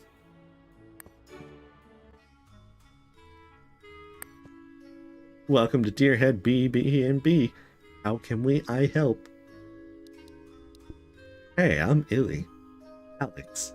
New in town? Need a room? Yes and no. I'm staying over at my great aunt's right next door. You're Dominica's niece? Ignore him. He's always drunk. So, this is cool. Your aunt? She's something. Yeah, she, an eye of fire. Oh, yeah, it did have that kind of abstract kind of feel to it. I should tell you, it sounds nuts, but I don't really know much about her. I think she's cool as heck. Doesn't take crap from anyone. And when she's in here, that's pretty rare, she tips royally. What other folks believe about her, I mean, it's ridiculous. She trades in light and darkness. She knows the way. The way there. Cut it out, finger. See, this is what I mean. Lousy drunks. So tell me, Alex, what's life like around here? Alright, you have a great night, Encode. Thanks for stopping by. You walked in here, you could just feel the thrill and excitement, right? I'm not saying it's not exciting at all. Actually, I think that it's probably a piercing. It definitely looks more like earring. But maybe it is a hearing aid. It's death made life, you know? Can't leave this place soon enough. What was that guy saying? Some people around here are stuck in the Middle Ages. Superstitions, witch. Rico... Legacy? Probably butchered that one. And alcohol. Never a good combo. You'd never want to deal with a drunk witch. Or wizard. It's not the drink, you twit. You repulse me. Pay a tab and then talk smack, okay? Alright. Can I get you anything? Maybe later. People say my aunt is strange somehow? Oh, hey, welcome, Small Duck. Hopefully your night's going well. And welcome. Just playing a bunch of demos and just kind of relaxing tonight. Me and her friends, they all play cards. People misinterpret that. Well, that's what happens when you play poker with a tarot deck. Misunderstanding turns to ignorance. Ignorance turns to... well, hate is a strong word. Excuse me just a sec. Alright. How dare you be drunk in my presence? Oh, she approaches. I'm not afraid. Do I look like I'm afraid of you? Maybe I should be afraid of you. Ellie, you're wasting your time. Go back to walking around with your eyes closed, you lemon. Ooh, Markham. Yeah, I'm the lemon. For now you are. The hell are you on about, man? Arrakis. Arrakis? That made up. He's drunk after all. Don't expect me to spoon feed you answers, brat. Ooh, dig deeper. We're gonna dig our grave. This one's called Near-Mage. It's a point-and-click adventure game that is a semi-sequel to Gibbous, which was more of a comedic Cthulhu point-and-click adventure game. And this one we are going to Transylvania to learn magic. Tell me about Arrakis, old man. No need. She'll tell you. She'll turn your life upside down, just like she did this old man's. Just you wait and see. Yeah, whatever. Go back to drinking. Arrakis, send my regards. How drunk is this guy? Arrakis, is that a place nearby or something? Not that I know of. I mean, you can look it up, but it's most likely it's just one of his delusions. It's something he heard from his friends Jack Daniels. Plenty where that came from. What's this fingers deal? He really hates your aunt for some reason. The rest, alcohol or mental issues or both. Kind of sad actually, but he's an asshole to everyone. Nothing any of us can do about it. Done the quests.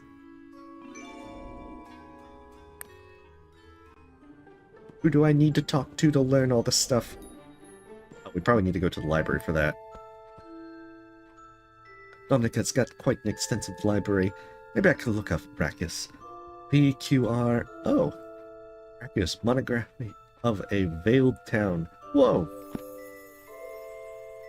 Reading. Oh my goodness. Lore. I don't have time for this. Okay, place of magic and wonder hidden from the view of most mortal beings. Barrier of magic placed behind a wooden barrier of old. Veils Arrakis from the prodded eyes of Arcanines. Mere human focus known or not be not ready for the wonders of the earth. Oh, so that's what that wooden barrier is outside of town. Proof of blood be upon them. Be in writ, form of writ or coin, gold with sigil. Rider guard the entrance. Woe be upon them that anger them. Be thusly warned, traveler. Enter the town, you take a right towards the Starlit Plaza, place for shopping, lodging, congregating. Interesting. Right, a hidden magical town right next to this one. Might as well see what Auntie has to say about this nonsense. You're finding out too much too soon, my dear. Aunt Dominica, I'm gonna ask you a silly question. And expect a silly answer, dear. I've read a book about this place called Brachus. You have? And what did you think? I don't know what to think. Oh, hey, welcome, Aunt Night. And Lord of the Night Wolves. Hopefully everyone's having a wonderful night. We're playing through Near-Mage, which is a semi-sequel to Gibbous, a point-and-click Cthulhu comedic adventure game. This one still is just the prologue at the moment, so it doesn't really have voice acting yet. But it looks like that it will probably have that. You agree it sounds a bit nuts, right? Anything can be nuts until it's right there before you. The question is, would you visit Brachus? Sure, why not? Hell yeah, I'm 18, got no better time for craziness than magic villages. That's my great niece. Now where did I put the, here? And that's the coin that we needed. Now, if you don't mind, Auntie, we're gonna go get loaded on magic dust. This coin is immensely valuable. It is your coin now. It always has been. But before I hand it over, I want you to answer one question. When faced with adversity, we all have one thing we do. One thing like a special power. What is yours, Illy? Ooh. I close my eyes, and there's this place I go to. A dark, huge, and quiet place where I can hide. And I can hide anything there. Yes, yes. Thank you for sharing that, child. Never forget that place. Now, where were we? There is a barrier outside of town to the southwest by the main road. Have the coin on you and say the words Z Dingir Ana Kanpa when no one is around. Guess I'm giving up on common sense. Auntie, you are so weird in just this wonderful way. You know, I will actually go there and say that crazy crap. The Dingir Ana Kappa.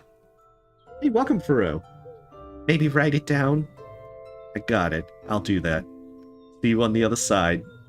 No, no, no. I will stay right here. Good luck, child.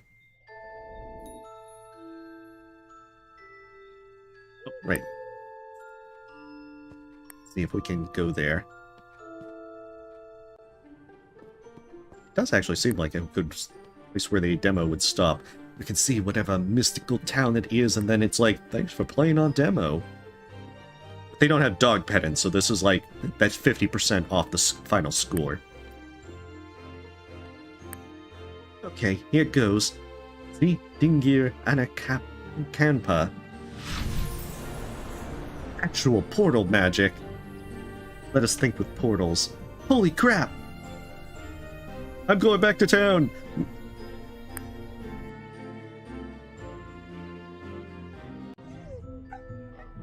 Ah. Holy shit! Salutations, traveler. God damn, wow, First time out of your pocket of reality, is it? Yes. Ah, that is adorable. It actually seems like you should be able to pet that too. You don't smell like a threat. Got any documentation? I've got my passport right here. Anything to show? Help me decide if I'd let you pass. My aunt gave me this gold coin.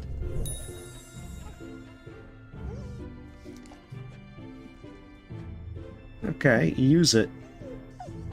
You young ones show up earlier and earlier. Well, if there's nothing you want with me, Rakkus is that way. Be warned, the town's easy to get lost in, especially for someone in your condition. My condition? Recently exposed to worlds you did not know existed. Take a right at the split, towards the Starlit Plaza. I think the Damp Petal Inn might be open. You can ask for directions there. Safe travels. Hey, sorry if I came across as an idiot. It's all a bit overwhelming. You're doing fine compared to most. Last little children threw a book at me, and rocks and all that. We've had fainting, puking, seizures, even a death or two. Ooh, Askewald, I don't suppose you can explain all of this. I'm just on the clock watching the gate. Whoever lifted the veil off of your eyes should probably be doing the explaining. Yeah, that's fair. I just guard the gate, that's my whole deal. You just stand watch? Is someone employing you? You'll have some adapting to do, young human. This isn't akin to where you're from. Some lust after riches just like your kind. Some don't. I am the 314th keeper of this gate. There is nothing else I care about in the world, except my book. Wow. Is there like another shift? I haven't left my post in what would be decades for you. Amazing. One should not take a job unless they're serious about it. Ooh. Can I ask about the, animal? He's a chimera. We've been together since birth. Your birth? His and mine. That's how we're paired up. He's got heightened senses that I lack, and the other way around. Is that why your face is covered? Filter out his smell so I can sense all others. Neat. What's his name? We don't need names. I'm sorry, I can't stop staring at him. Yes, they're not just great guards, they're lookers too. Yeah, they sure are. I can see you're a bit scared. Don't worry. Rakkus is pretty safe as long as you behave. I'm a teenager. I will definitely not behave. You won't see any chimeras walking around town. Actually, you won't see much of anyone now. Speaking of which, maybe it's time for you to move along. Alright, I'll be on my way. Remember, take a right towards the Starlit Plaza. You'll find the inn there. Good luck. Definitely should be able to pet that. I need to pet all the animals. The place looks and feels deserted. Strange.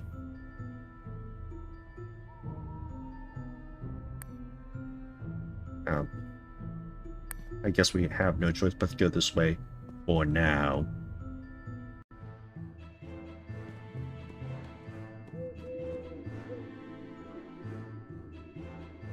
Wonder if we can actually go in the shop.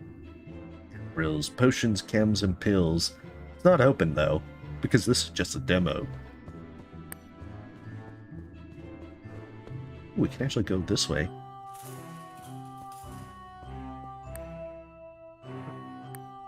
This guy looks busy and like super focused, whoever he is. I'll just let him be for now. Early bird, huh? Yep, got to beat them all to it. We share a bit of wisdom. No one likes an overenthusiastic greenhorn. You'll toot your own horn enough when you're officially special. Cool it for now. What can I get you? Give me a drink, bartender. I'll have some ale if you have it. Money on the table first, kid. I only got this coin and I'm not sure I should spend it. You playing dumb with me? Just following your lead. Alright, you have a great night, Stardust. Thanks for stopping by. Well, you got spirit, I'll give you that. I'm Harlem. I own the joint. Welcome to Arrakis. Okay, you have a great night, Lord of the Night Wolves. Thanks for stopping by. Elinka, pleasure. I wonder if special means the same thing to the two of us. Don't try to twist my words, kid. You go ahead and study that shit. I ain't got a problem, but you ain't better than anyone else for it.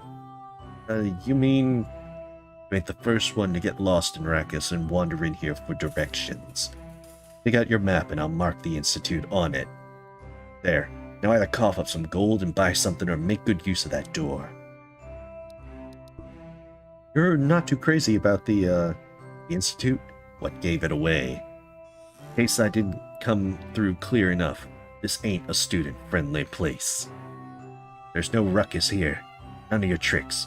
People are sleeping upstairs. I'll be on tiptoes. This place is pretty litty. Come again. You don't see a lot of inns with so much indoor vegetation. I like it damp, moist. Reminds me of home. Cool. So where's home? We ain't close enough for that talk, young girl. You gotta get like 2 hearts of friendship. I was just being nice.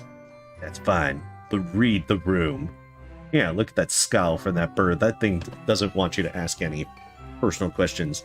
The room's literally empty. You know what I meant, smartass. Can I ask the innkeeper about why the town's so empty? Or are you snapping at me again? Ha, you got guts, girl. Like I said, you're awfully early. They won't start him rolling for a while. No one's here yet. I'm probably the only business open already, just because I get bored waiting. Also because it's a demo. Noted. I'll be right back. Suit yourself. We can't go up there anyway. There we go. We've exhausted dialogue. Now we must move on and see what kind of stuff awaits us.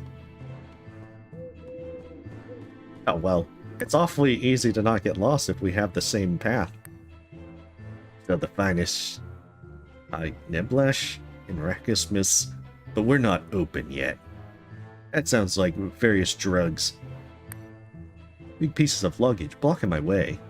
Looks like people are on their way here soon.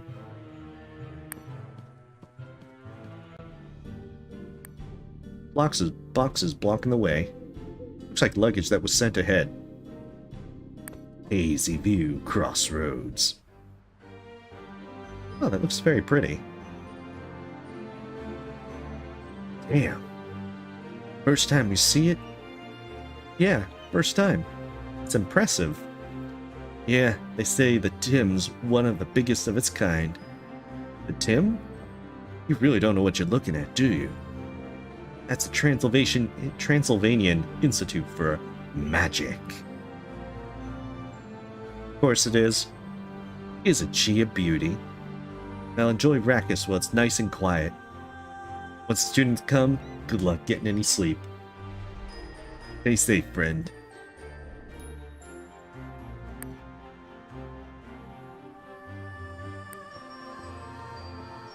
Alright, I've got my letter for Hogwarts. Hi, hey, hello. Yes? I want in. I'll take your keys. I'd like to visit if possible, please. What is this? Who are you? No way did you show up this early for enrollment. What are you, a human? Yep, human. You should be able to read a calendar then. I promised myself I won't repeat this, but you folks never learn. I know time flows differently here than where you come from, but showing up early does not help. Return on the specific day you were instructed to. I was given this coin. Maybe it means something to you? Ooh, pretty. Well, this... Oh, huh. I did not expect to see this coin ever again. Please wait here, miss.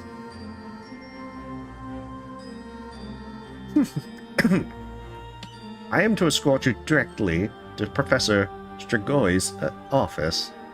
Whoa! Let me closely and do not stray.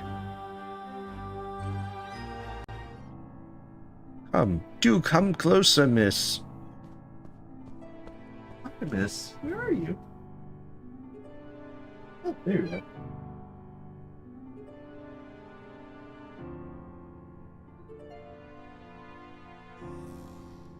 Sorry, cat aggro. Just 1 second.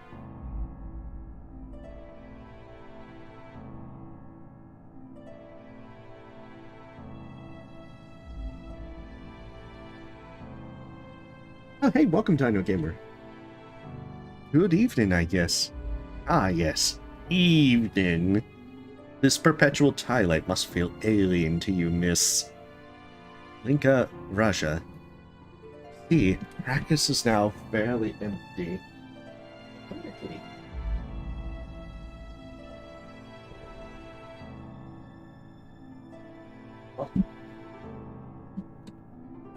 Normally, it's teeming with day and night walkers, and perpetual near sunset makes for a fitting compromise.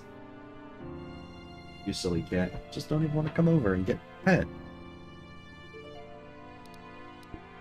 Oh, I'm all about that golden hour. This suits me just fine. It pleases me to hear this. I'm not even sure where to start, but this coin belongs to someone in your family, no? Seems it's mine now, but it did belong to my great aunt. It is indeed, then, proof of blood. I am delighted to welcome you to the Institute. Domnika's tragically short stay with us is fondly remembered by many. My auntie studied here? This is so like her. She has not told you. Strigoi, sorry, could you just spill the beans already? This has all been a bit much, and I'd love to understand what's going on. I fear that it's your aunt's story to tell, not mine. Fair enough. Proof of blood? Miss Raja, you should know that we highly value lineage within these halls. Really? Well, where I come from, it's not who you're born to, but what you make of yourself. The human world. That is definitely not my impression. Well, at least in theory. Thankfully, you have nothing to worry about. Admittance in the Institute's summer program is conditioned by being of blood. Of blood? And he's got a lot of questions to answer. The innkeeper I talked to, your groundskeeper, everyone mentioned me being early. Early for what? As you might have guessed from the name of the institution. We train the offspring of selected families in the high art of magic. We are a short while away from the commencement of our summer preparatory school. Hey, welcome, Jack. It's going pretty nice. Wait, you train kids to be mages. Initiation in the arts of spellcrafting and spellcasting. And following an examination, admission into the Transylvanian Institute of Magic. Ooh, be cool. Sounds nice, at least for summer school. Not disguising one's confidence. Good. I sense in you a preparedness. You may have felt it too, and never known its purpose. I hope to see you again soon, when enrollment commences. I'll get back to you on that, Mr. Strigoi. Be taking my leave. Be sure and send my warmest greetings to your great aunt. Alright, Auntie, you owe me an explanation here.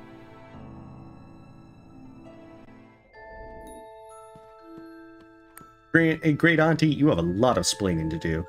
Why, it's my favorite niece. Please don't favorite niece me. I don't do drugs and I don't drink, and I'm pretty sure my mind is all there, so you better explain what is happening to me, Auntie. You saw it with your own eyes, haven't you? I did. Chimera, Cyclops, Strigoi. God knows what else I've seen. There are more things in heaven and earth, Ratio, than I've dreamt of in your philosophy. Please, Auntie, tell me why you've revealed all of this to me. There are pockets of magic hidden all over this world. This is one of them, and it is a hub. Certain beings can travel to and from it, from their own secret abodes. She just forgot to get different colored books. That is why it is host to an institute of magic, which you are entitled to attend by blood. Tell me that by blood doesn't mean what I think it means. Magic runs in our family. You're a witch, Ilinka. I'm a witch. You are. Wait, how am I a witch? I can't even do card tricks. Magic is a delusionism, Illy. Think of magic as wheat. What? Most people are gravel, you are fertile soil. You just need teachers to sow that unearthly seed in you. A school for magic, and I'm a witch. This is a bit much, Auntie. I think I'll sleep on it. A wise choice, dear.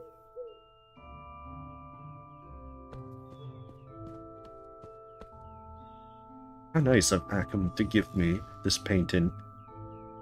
I'll hang it right up here by my bed. It'll help me summon Cthulhu.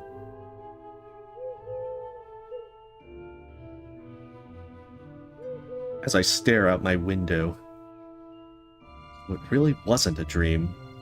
This place really exists, and I'm really an actual witch.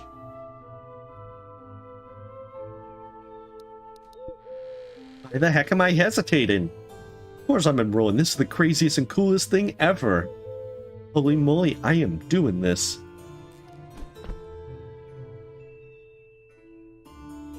And with 50% less teenage angst. Aunt Dominica, I've decided to enroll in the Institute for Magic. Called it. I mean, I knew you would, Illy. That spark in your eye had the very same when I was your age. Yeah, maybe we should see an optometrist, or a shrink more likely. I know it's a crazy situation to get used to, but get too used to it you will. You say so. Now shoo, run over there and enroll. You've made your auntie proud today, Ilinka. It's good to hear that. I'm off. Oh, you mean I actually have to go there and enroll? Not even by cutscene or anything? I've gotta go with, like, teenage angst to get me through everything. They don't even let you pet the dogs. It's terrible. Oh, I just left the portal open as well. This place got lively all of a sudden. Look at all these people? I don't have time to talk with you, though. I have to go and enroll. So I can be the first person. We even got flying people. Ooh. I'm telling you it is! It's a shadow fox! Well, hopefully I can at least pet the shadow fox, dagnabbit. Hey girl. At last! I can pet something! Alright, the score is restored. She chose you, miss. What an honor! Shadow foxes will always show you the way. You have to name her now! Quickly!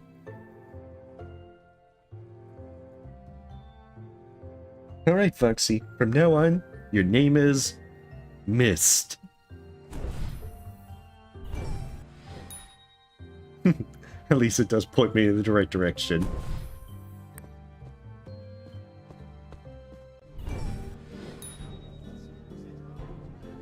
Very good. You can point me in the direction that I've already knew that I needed to go in. Hey there, I'm Illy.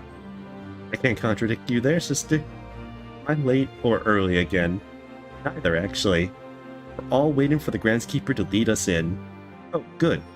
Nervous? A bit. I'm only asking because, no offense, there's a waft of Arcanal around you. Of what? Non-magical being. To tell you the truth, I'm not too clear on that either. I guess that's why we're here, right? To find out. Here he comes. Settle down, everyone. We will now enter the Institute. Walk, crawl, or whatever your locomotion is in a calm and orderly fashion. Professors Deus and Strigoi will officially open the ceremonies and provide you with all the information you need. Do follow me now.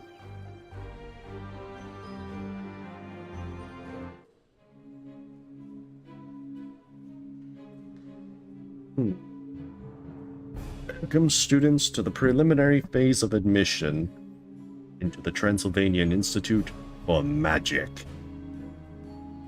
You are hereby officially enrolled in our summer program as Near-Mages. Aha, title drop!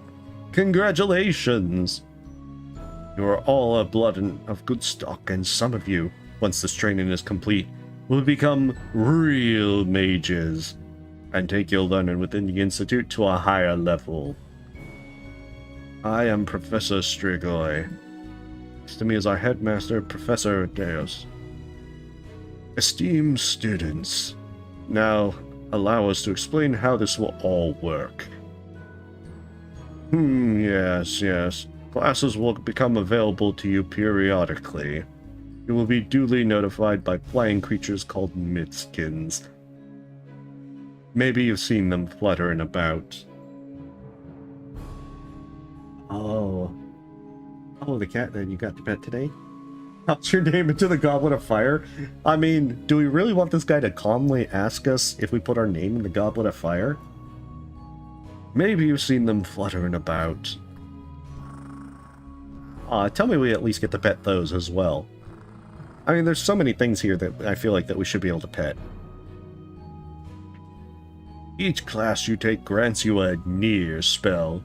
It's like a spell that only works 50% of the time. Combine 3 Near spells, and you can craft an actual spell. That is about the extent of it. If I may expound upon the concept, Professor.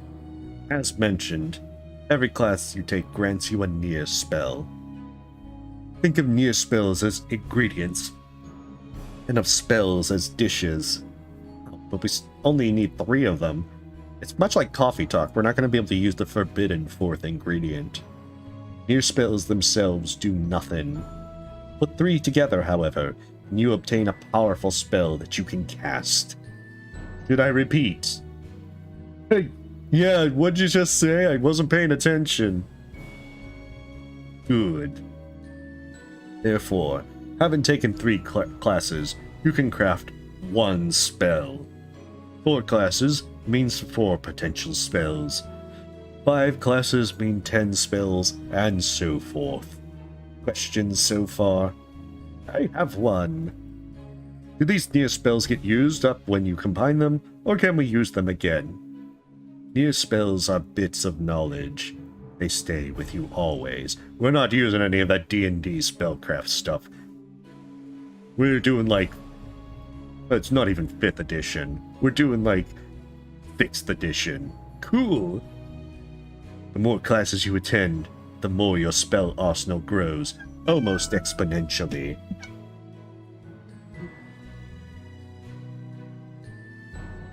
That's very easy for attention tonight.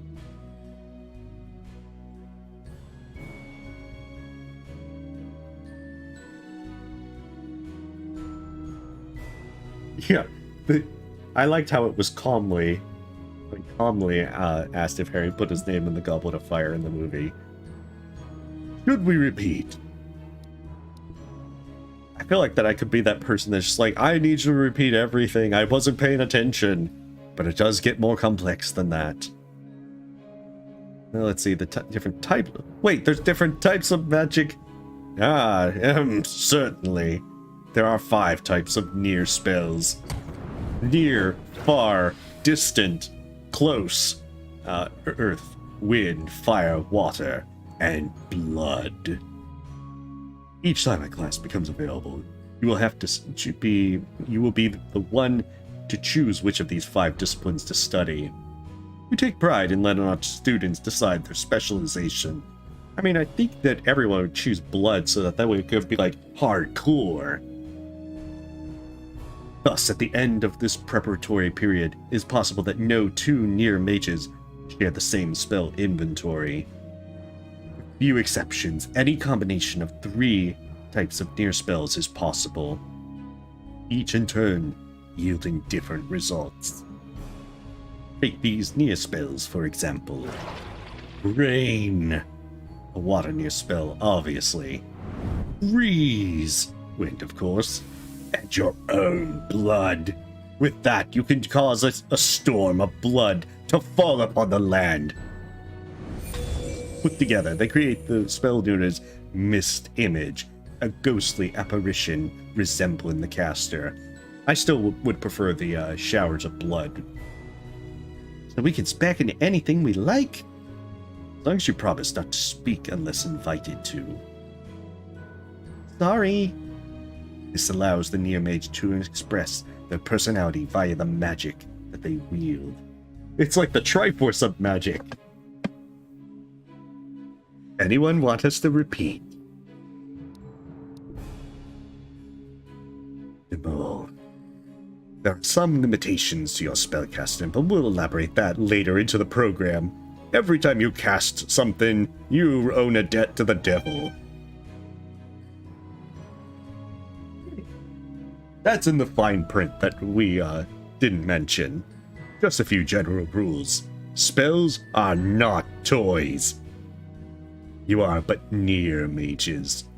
Due to lack of experience, the results of your spellcasting can be unpredictable. Also, spells stay in Rakkus. Absolutely no casting them in the human world. Students, take magic seriously. It is a great and ancient responsibility that we are laying on very young shoulders. My God, I can't talk at all today. And with that, we welcome you to the Transylvanian Institute for Magic. Near-Mages, time to prove yourselves. Dismissed. Oh, well, I was hoping that they were going to, like, some smoke bomb and disappear. You've reached the end of the narrative prologue. Ooh, create homunculi. Okay, craft your own spells. Solve puzzles for a world affected by your action. Looks like that it should be pretty fun. Fire and ice. Burn and freeze everything. Looks like that should be interesting. It's like the Triforce of magic, you know? Okay, so that one's Near-Mage. I think the next one we're going to play is Frogsong and see what kind of things have been changed with the demo.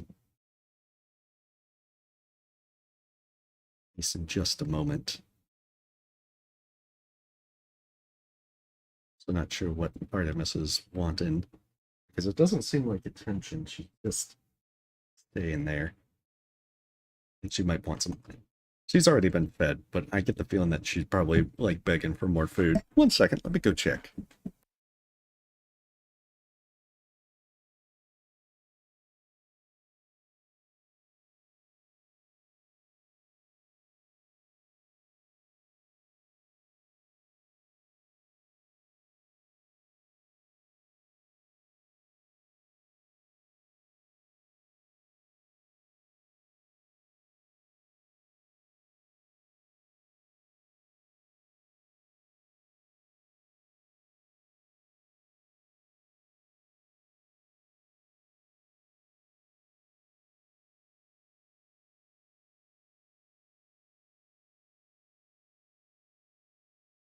Okay, there we go.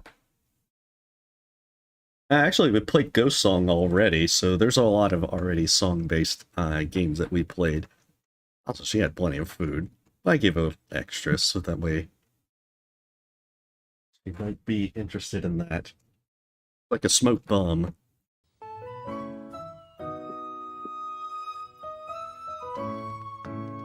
We don't need that. Oh. No, I don't think I can configure the stuff. Okay, so that is swing. That is dash. I am not going back there. I stab everything. Stab everything and everyone. Oh, and X is interact.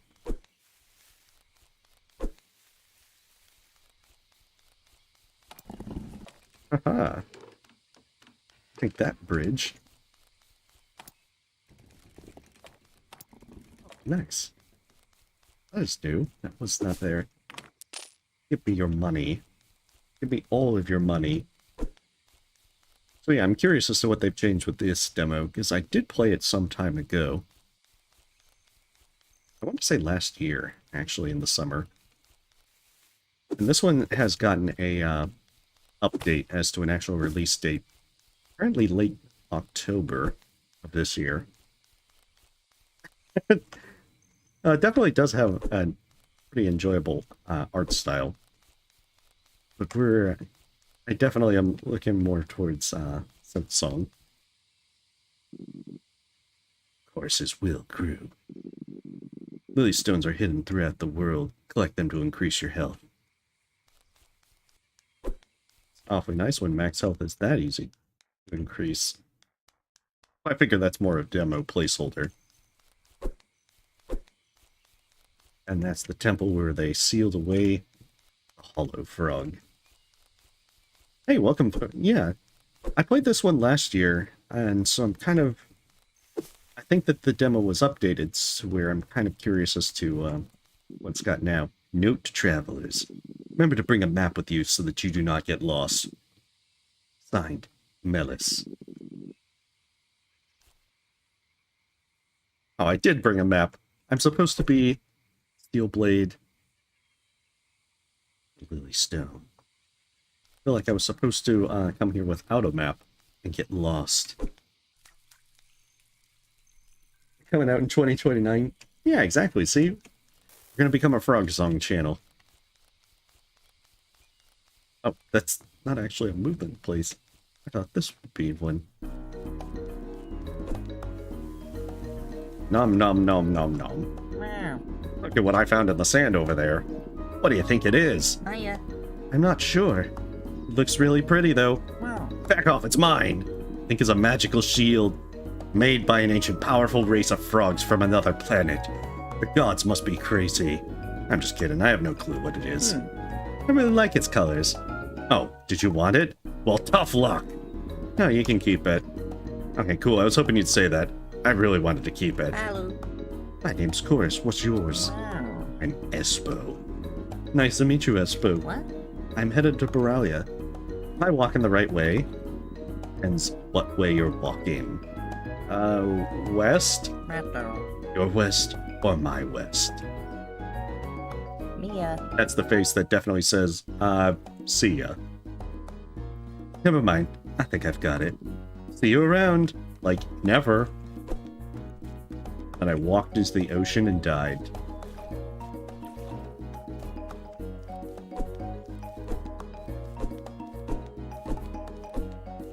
Oh, I think these were the same... No. I think they were the little glowing things that were the save points. Get ourselves some money. Hidden money. I remember there being hidden chests in the grass, so maybe that's one of the new developments. Oh, hey, welcome, puppy. Yeah, we're playing Frogsong, as we don't have Silksong. East, the Glowman Grove. West, Boralia. Further east, the Swamp of Gloom. So if I remember right, there was one boss in the demo. everyone hates us because we are a small little frog that's like, I am not good enough to be a fighter. Hello, are you Elder Bufo? Oh, hello there. Everyone, I'd like to introduce you to the new Defense Guild recruit. Oh. Really? What? Nothing. You got something to say, I want to hear it. I'll stab you in your sleep if you stay silent. Well, it's just, we heard there was someone new to come in to train with us. We expected a bit more muscle. Don't say things like that, Basalt. Why not? It's true. Pipsqueak here is smaller than a skitter bug. But hey, at least I don't have a messed up eye like you do, even though that you look pretty cool with it. Because we're like a tiny frog, and we want to be the greatest warrior in the land. What good is that going to do us if we get attacked by monsters? Have you know that I've seen some pretty fierce warriors decide a Pipsqueak here? I might have been high while that was happening, but I'm pretty sure that actually matches up with reality. One almost killed me in the war. How do you think I lost my leg? Really? We're friends now. You're friends with no one, old man. Get lost. Now, why don't you introduce yourself? I'm Chorus. The non-binary because I wanted to join the Defense Guild for a while, so I moved to Baralia to train. Hopefully, I can learn lots here. Isn't that a holy name? What's someone like you doing here? Just told you. Assault? Fine, I'll give them a shot. I've seen weirder things happen. That's the spirit, I guess. Of course, I have already started today's lesson, but tomorrow we can begin. People of the village of Baralia, please welcome His Imperial Majesty, Lord Lithos of the Taural Empire. You've got to be kidding me. Good evening, people of Baralia. I hail from the Taural Empire. We're a powerful and vast realm, with cities spanning halfway across the land of Salia. I just happened to personally come out here so I can create division and have you join us. I am His Imperial Majesty, the mighty Lord Lithos, ruler of this powerful domain. Yeah, he looks like an antagonist. He probably has like red bloodshot eyes as well. Oh, he doesn't have that in this character portrait, but I assume that he's got red glowing eyes whenever he opens them. I come to bring very serious news. Reason to believe there is a major disaster on the horizon that threatens your village. What are you talking about? I am still looking into the nature of the disaster, but it has the potential to wipe out your entire village. But worry not, friends, for I have an offer for you. Join me or die. Wait, The Taural Empire is very strong. We are more than capable of protecting Baralia. Your quaint little village... Oh, I feel like it should be like, your beloved little peasant village joins our empire. My soldiers shall do what they can to protect you. Are you serious? Hit the road, creep. Are you the elder of this village? No, but... Then you aren't the one I wish to discuss this with. Excuse me, I am the elder here. Excellent, we can begin discussing the arrangements for... We don't intend to join an empire. We're like... Yeah, there's a disaster coming. It's me!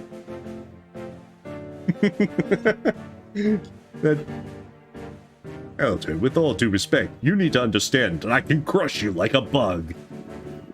Well, you dried out as a tadpole. We said we don't want you here. Piss off, you oversized frog. Assault, let me... 1 second.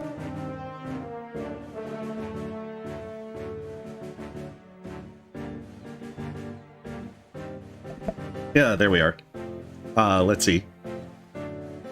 Had a bit of cough fit, sorry. Okay, I feel like that it would be like, first guy's rude, and then he's like, Basalt, let me handle this. Piss off, you overgrown. Jeez, I can't even get my insults right. He's right, though. We do not need protection from an empire. You're making a mistake, Elder. As he's going away, he's going like, a mistake! Baralia is home to the best defense guild members this side of Salia. I think we can handle ourselves. And whatever happens to your village is your fault. Goodbye, Elder. Forever. Yeah. We are the storm that is approaching. creep. Are you sure that was the best idea? You mentioned a disaster. If something bad happens, wouldn't we want more help? There is no disaster, Pipsqueak. Did you hear how vague he was about that? That's like some fortune teller bullshit. Yeah, but it's okay, Chorus. You're young and stupid. You're not old like me. I get the feeling Lithos is trying to trick smaller communities into joining his empire. I suppose I'll have to warn the other elders during our next meeting. Okay. Meal. I'm gonna cut today's lesson short, everyone. It's time for my nap. Chorus, a little bit north from the village is a training ground we've got set up. Why don't you head up there and practice for a bit, and then join in our lesson tomorrow? When you're done, you can get set up in your new home that we built for you. To be easy to spot, it's smaller. If you have any questions or get lost, just stop by my house. I will be happy to help you. Tomorrow. Alright, thank you. I'll go check it out. Ooh, really going through this Pipsqueak. I'm gonna prove I can be a good warrior. You're whatever. Have fun at the training grounds. Pipsqueak.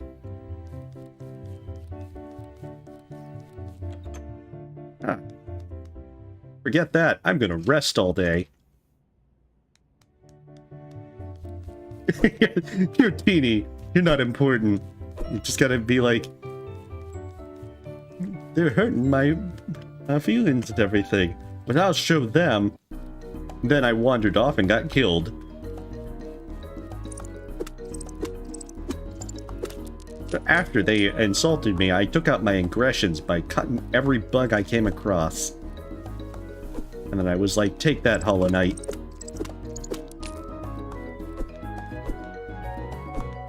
Okay. Oh, I don't remember this guy in the demo. Hello. Oh, hello there. Are you from Baralia? Yeah, I just moved here. What is that thing?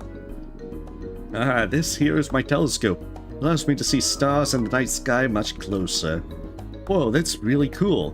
By the way, why is it taking you so long to find what you're looking for in your backpack? It really is. My name is Barlow. I am a star seeker. I'm currently mapping out the night sky and tracking the movement of the stars. Yeah, it's like the conifer of this. What do the stars look like up close? Really hot. Almost the same, but there's more than stars up there. Strange clouds of color, streaks of light. Actually, come back in a few days. Come at night. There's something really fascinating up there I'd like to show you. Alright, I'll see you around. As in, not in this demo. Oh, that's right. Every sunbeam we can actually just sleep in.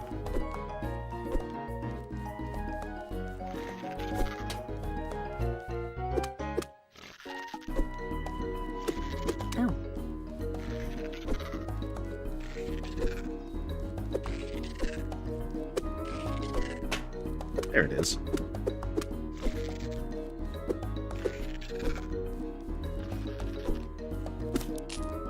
Interesting. Okay, so I'm not sure if we get immunity frames from the dash this time. Let's see. Okay, guess not. A good time to learn. Because I do remember that in the original demo you didn't get immunity frames from it either. Okay. Oh, that's right, these things... I don't remember that we could actually really hurt them. Okay. I think this might be the way to the training grounds.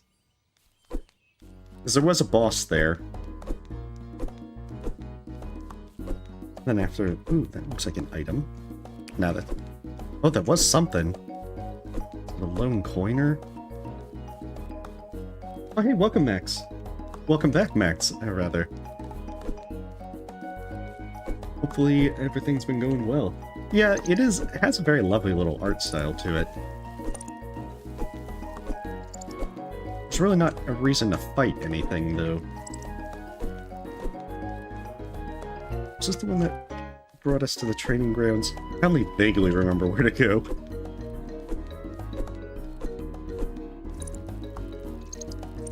But yeah, the fact that you don't have any iframes from your dash, it kind of makes it a little annoying. Ah, take that. I seem to have jumped off that one without taking damage, so I don't know if it's just that you have to... Oh, I can cut these. Haha, take that, thorns.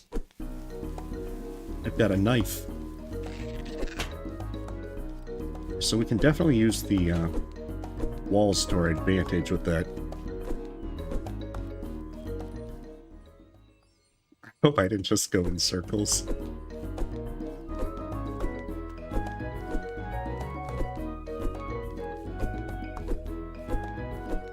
Oh, I don't think that's so, because this was different. It looks like I can go across these stones. They definitely changed the woods, because I don't remember some of these things. Those bigger bugs, those are new.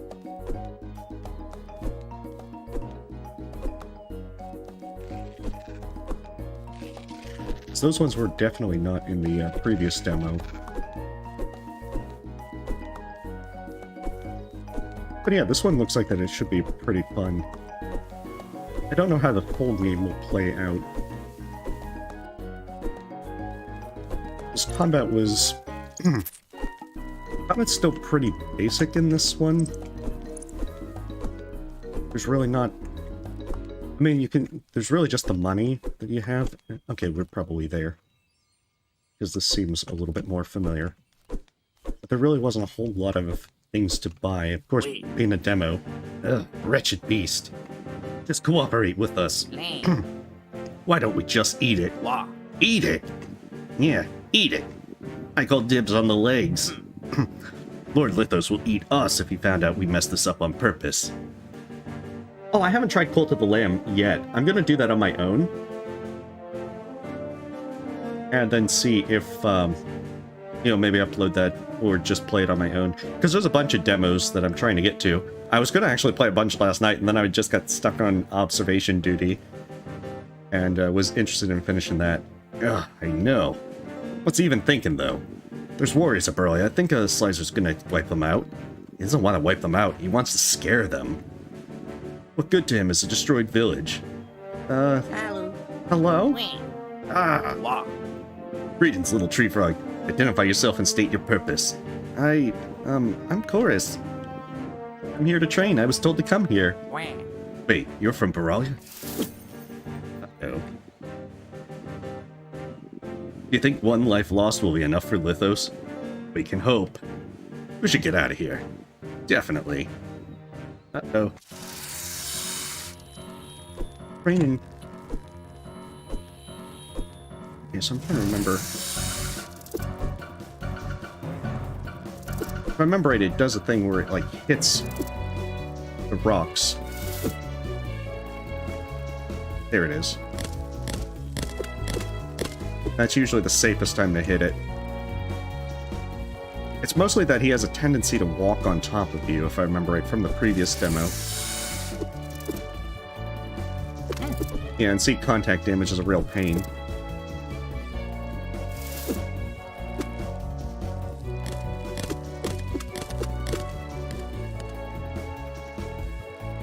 I think we could probably do things where it does a swing.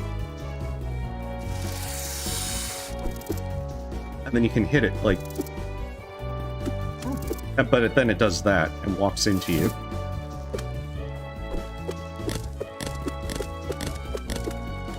That's a little annoying.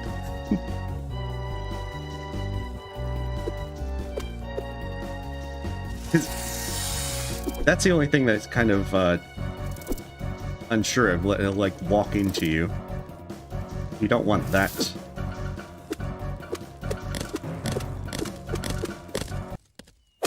Oh, come on, that was my kill. Whoa! What are you thinking, Pipsqueak? You're lucky Buffo sent me to show you the ropes. Hey, I had that on the ropes. That slicer was huge, could have gotten yourself killed. I just about had it, I could have handled myself. And quit calling me Pipsqueak. Whatever, this is too dangerous for someone as small as you. I mean it. Get back to Baralia. What's a slicer that big even doing here? Like they didn't live this far north. It was that Lithos guy. A couple of his soldiers was trying to drag it over to Baralia. Yeah, it's a pretty fun game, although it's just that entire thing with this boss particular that the contact damage tends to get you. if you try to go when it's not doing the boulders. Of course that freak would try and pull a stunt like this. Come on, Pipsqueak, we better go tell Elder Bufo about this mess. Oh, that's still the end of the demo. Aw. Well then. I'm kind of glad that I played it on stream then. And just, did that. We've done 2% of the game. Yeah, it still looks like a pretty fun little game. Okay, so after that, let's see what the next one is. I think the next one that I wanted to do was another narrative kind of game called Roadwarden. It looks like that it's going for more of a sort of text-based kind of Fallout vibe to it. So I want to see how that one is. And hopefully we'll have time for another game after that. I know, it is a very adorable kind of animation to it. It has lovely art styles with it. We admire the serenity of the forest, the silence in which it enshrouds us. Maybe it should have that load over there. Everyone knows to stay away from the wilderness. Most people would never risk a lonely journey. Road Wardens not only accept the struggle, they embrace it. They deliver messages, assist merchants, burn human corpses, and if possible get rid of the beasts and highwaymen. They live on the road, die young or retire early. Dangerous job, but a respectable one. And it pays well. Aha! Piss off, safe city walls.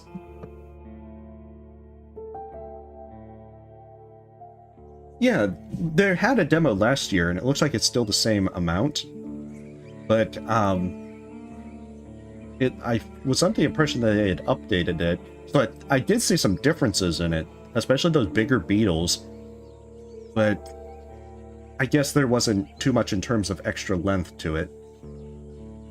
Still, it's interesting to see what kind of stuff. And since they gave a release date of late October, that'll be nice to see.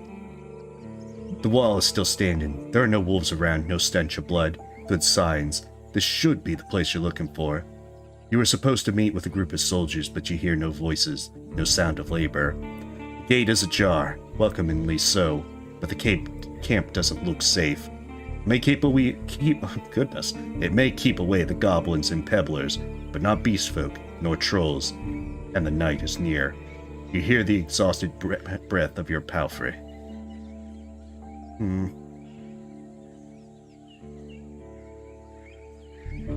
Okay. Let's try to peek inside. Ooh. The higher the chance you'll die in combat. Oh no. Ah, jeez. We're gonna so be dead. When your heavy boots touch the ground, you realize how tired you are after an entire day of riding. Tomorrow, your back and legs are gonna hurt.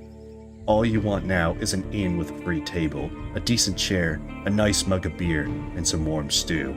Perhaps another time. With any luck, your axe won't be needed here. It's bright enough to help you avoid stepping on any branches. Despite your weariness, you have no trouble maintaining control over your shell. You know how to stay quiet. It's a military camp. It doesn't look the part. Much of the space is wasted, and there are barely any tents. No soul puts the firewood to use. Two people are sitting at the table, tired and disheartened. They're looking in different directions without paying attention to one another. One of them is holding a cup. After a moment, you notice a quiet humming.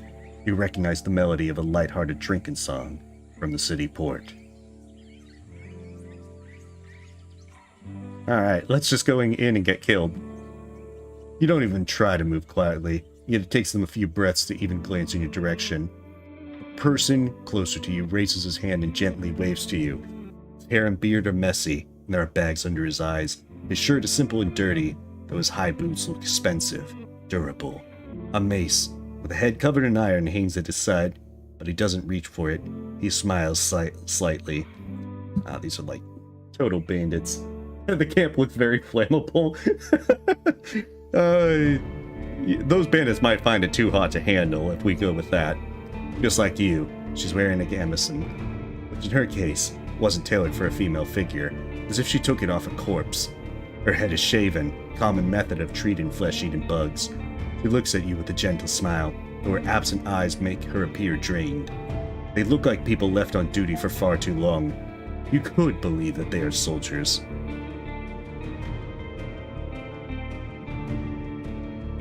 Let's see. It's nice to see an unarmed traveler in this godforsaken shithole. It makes me just a tiny bit hopeful. The bearded man's voice is strong, yet timid. You'll be staying the night with us, I guess. We're soldiers, he and I, answers the armored woman. Just a moment ago she seemed half asleep, but now she sounds soothingly calm, tranquil. We'll do our best to keep the camp safe, but if you take the first watch, it'll be a huge help. Travelers ought to help each other out, wouldn't you say? They're not lying. These are the people you're looking for. But there should be more of them. An entire squad. Okay. Fantastic. She rubs her hands together. I don't remember the last time I had more than half a night's sleep. The hours before midnight should be the calmest. Just wake us up if anything happens. The man flashes you a wide smile. It's easy to wake us up. Just yell. He drinks from his mug. Okay. Ooh, you wonder how to phrase your... you wonder how to phrase your question. Where's the one with her fist? Intimidating hint at a threat. Where's your little lieutenant? I need to introduce him to my fists. If you can't find him, I'll introduce you to my fists. Okay. Oh, this is going to be interesting for being able to do these different ones. Let's see. How you perceive can do their attitudes. We can also... Quick save complete. I'm curious of how these different ones play out. Okay, distance, hide your emotions.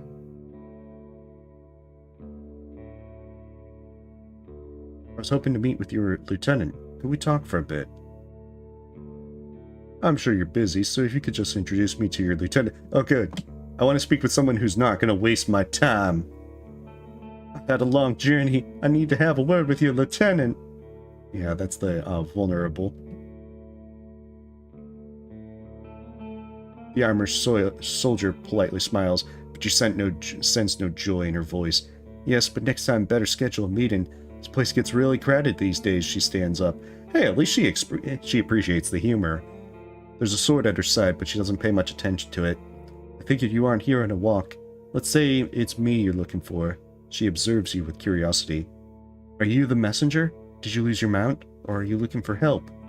Your new Roadwarden. My horse is waiting outside. Really?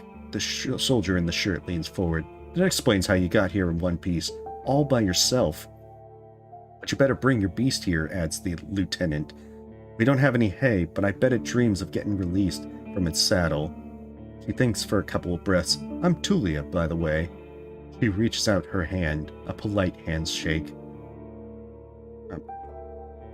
It might be a trap. Alright, we're gonna fall for the trap. Shake her hand. Oh, Leto. What is this, Dune?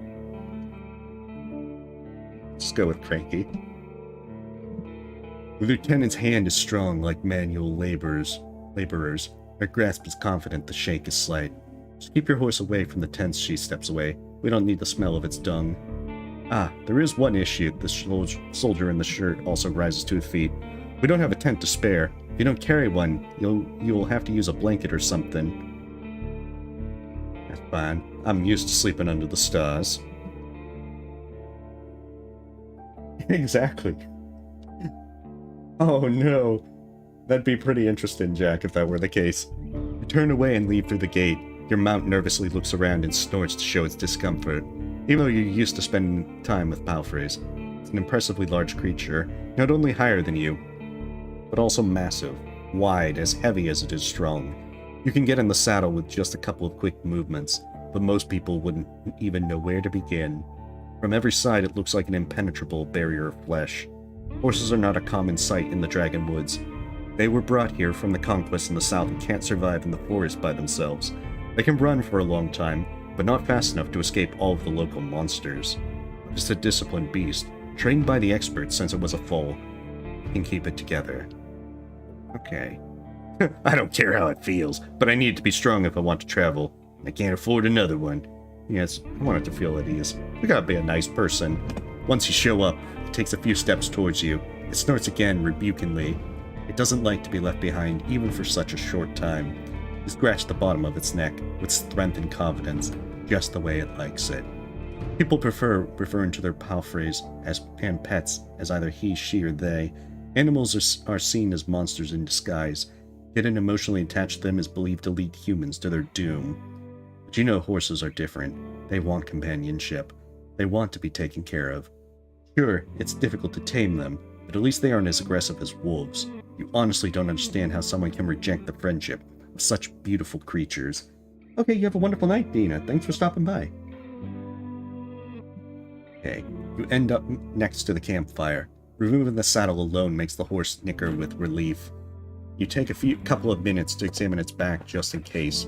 While the riding equipment is not that heavy for such a strong animal, with enough time it starts to chafe. You wish it had something better to eat than this shabby grass. You should look for an inn. Okay, pack my belongings. Oh, we get classes. You haven't packed that many things, fewer than you'd wish for. And you lost one of the sacks while fleeing Crimson Corpse Eaters. Worst of all, you have no rope left, but maybe the soldiers could share one. It would cost more than a dragon bone. Aside from the travel equipment, you own a few valuable possessions. Ones that are essential for your trade. Ooh. I think we'll just go with Fighter, because that will be straightforward. Okay, taking hits will damage your armor, and then fix it in various settings.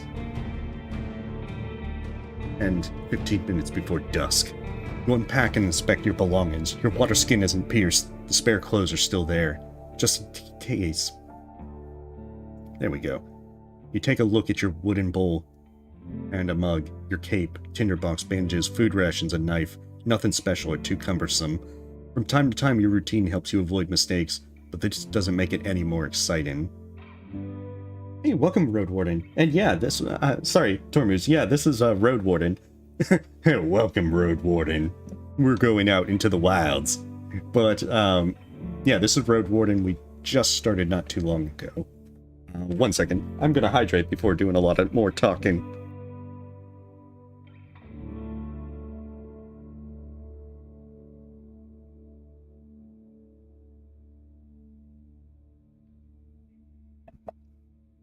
Okay, let's see. They're at the table again, observing you and quietly talking to each other, without trying to hide it. Stomach growls as you see them eating out of wooden bowls. One more bowl was put at a previously unused end of the table, as well as a wooden log that is meant to be used as a stool. It looks like that from my understanding, from what I've heard about this game, that it's more of a more modern kind of text-based adventure with it, as it has some graphics with it. But I'm afraid I know of the game, but I'm not too familiar on the full details of that. Okay. Completely ignore the meal. Okay. We're gonna be nice. Okay, starvation won't allow you to restore vitality while resting. Okay, it's a cold gruel, common meal during times of hardship. You've eaten it more times than you can count. This specific bowl is filled with water, hog millet, some strange-looking cereal, and blueberries. You enjoy the blueberries and only them. A meal of the poor, a part of you thinks, but you know better than that. To welcome you with something to eat, even with a humble dish like this, is a kind gesture. Soldiers live for, and with their companions, constantly on the move from one part of the realm to another, making sacrifices to protect their group as they face dozens of hideous creatures. Their lives are filled with discipline, hardship, and camaraderie. Roadwardens, on the other hand, learn how to work by themselves. Hey, welcome. They seldom engage in open combat, patrolling the same roads for years. They help the settlement stay in touch, but also maintain commerce, settle down, forge friendships. They usually follow their own judgment, different responsibilities, different lifestyles. She's focused. Oh, okay, so nourishment 3 out of 4, vitality 3 out of 4, armor 3 out of 4. Interesting. And it's night time. She's focused and carefully chooses her words. Whenever she pauses to gather her thoughts, she glances at something in the distance. For most of your conversations, she doesn't avoid eye contact. I'm afraid I can tell you less than I would like to and less than I should. She nods towards the other soldier. As you can see, there's not a lot of us left. At the beginning of summer, there were 8 of us, including our previous lieutenant. 5 are dead, 1 has run away in tears. We're also strangers in this land, adds her companion. Okay, any piece of information may help me do my job. The man leans forwards, his legs nervously shake. He sounds enthusiastic, like a kid who's asking a bard to sing one more story, tell a joke, or do a magic trick. Whatever it takes to escape from boredom. You realize his untrimmed beard hides a much younger face than you had originally thought. What did officials tell you when they sent you here? I expect not that much. No soul governs these lands. Let's see. Share what I consider to be relevant. You tell the soldiers how little guidance you've received. Since this area is too far away from Levin, keep it under control. You were warned that it's untamed and unknown. Who knows how many villages, bandits, or monsters may be found in these hills and forests. There are no maps that could help you, and you've just found the last military squad that was sent here. From time to time, new people come here looking for boundless opportunities. Most of them never return. Do they turn into walking corpses, or find what they're looking for?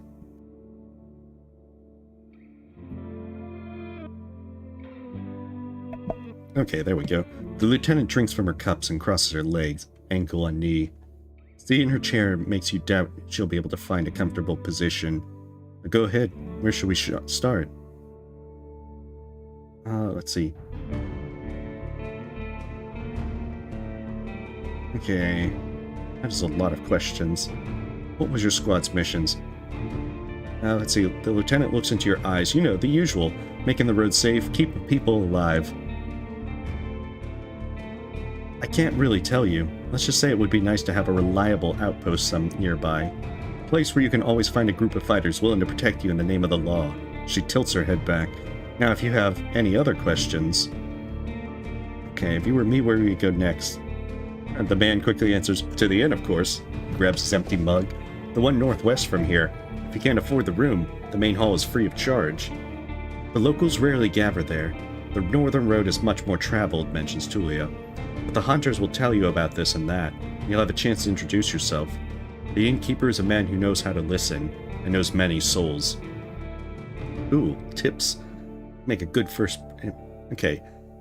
She smirks. Avoid cheap jokes, stick to business, don't waste his time. Show him that you can be relied upon. Okay, how she become a lieutenant? There's not much of a story, honestly. She looks at her hand, which is currently rolling a mug over the table. In the city, there's a strict order of... what should I call it? She exchanges looks with her companions, but he can't help her. Well, leadership succession, I suppose. Pavlov and Chief select commanders, those select lieutenants, and those put their soldiers in an order priority. If the lieutenant dies, they get replaced by the next soldier in line. Nah, not exactly. When we fought the bandits, our lieutenant was hit by a slingshot. His boyfriend jumped to help him, but failed to protect either of them from a spell. It's like a ball of ice that hung above them and exploded, piercing their heads, completely avoiding their shield. Really unpleasant. She pauses. She's gonna be like right at the very end. Basically, yeah. She says with that enthusiasm. I didn't plan to become a leader, though. I'll get demoted once we return to the city. I prefer to follow anyway. After another pause, you think you could ask another question. Okay, I need to know what happened to the previous Roadwarden. That one's probably more helpful. Tulia frowns, then takes a deep breath. Aren't you a bit late for a rescue mission? We haven't heard from him for almost half a year. The soldiers speak for a bit between themselves, trying to get their story straight. They confirm that they met him several times, but he was only willing to speak with the previous lieutenant. He then used the camp once or twice as a shelter, and stopped showing up at all in early summer. The bearded soldier grabs a wooden log and starts to sculpt it with a knife without looking at you. I don't remember his voice. He wasn't looking for friendships. Always busy, drowning in things to take care of. He would sit somewhere, sharpen his sword, fix the mail, clean clothes, write notes on this wax tablet of his. Yep, and leave at dawn. Unlike us, Asterion never gets bored. Tulia lets out a joyless chuckle. He's a secretive man when he needs to be, but some of the locals speak about him warmly. I guess he just doesn't like us. Okay. If anyone knows, they won't tell us. Maybe someone keeps him in the basement. The man sculpts with passion. I doubt he's alive. We haven't seen him or his lizard. No idea where he could have gone. Something already ate him, most likely. I mean, the officials already hired you, right? They don't expect him to return. Richer Roadwardens often use four-legged, man-eaten saurians as their mounts. They have to be tamed and trained since they're hatching, but unlike horses, can easily defend themselves from many monsters. On the other hand, they enjoy attacking nearby targets a bit too much. At least your Palfrey is fast and reliable, and won't suddenly sink its teeth into an innocent passerby. Hey, welcome, Mish. We're playing Roadwarden, a text-based kind of game that looks to be more of a narrative kind of post-apocalyptic world. Neither of us had any insight into his business, says Tulia. My predecessor likely knew more. We looked through his things after he died, but he didn't leave any clues. We also took a look at what Asterion left here. Wait, she raises her open palm. I almost forgot. She stands up and heads to a nearby tent. Asterion has kids in a village near Havalabin. I was planning to take all his things there. A purse, his backup spear, a decent bow, some potions. Quite a treasure, she finally turns back to you. But I would much prefer to bring them the truth about their father. So you want me to find out what happened to him in exchange for his stuff? Here's the catch. She dusts off the hilt of her sword. We've hired a messenger to ask the commanders for further orders. Since she hasn't returned and you know nothing about them, she either ran away or something happened to her. She sighs with resignation. It doesn't matter now. We were meant to stay here until fall, though I don't think we'll manage. Instead, we'll head home after 20 days. One day after that, at dawn, we're leaving the camp and moving to the city with everything we have. What do you think? Can you manage? As you ponder, you think about your real mission. You were planning to return to Havlavin in the early fall anyway. He's alive? I don't think he's going to be happy when I take away all of his possessions. True, but he's considered dead. You find him, you can share your reward with him. Oh, nice. You enjoy Elden Ring, Faro. And good luck. Let's see. But there's a good chance you'll save his life. Or maybe you'll find his shell lying on the roadside. He had mail, used mostly a spear. Quite a short guy, maybe 5 feet tall. Long red beard, short hair also red. Rather pale face, rarely smiles. She glances at her companion, but he shrugs. So bring him here, or find out what happened to him. If he's dead or left the peninsula, let me know. Just do it before the 20 days are up. Any more questions? Let's see. Gotta get some rope. You're in luck. She heads towards one of the crates and moves aside a large linen sack, then grabs a rope that was covered by it. She brings it back and nonchalantly sits down on her chair. If you want it, take it. I was planning to leave it behind. Okay, I should take a look at the rope.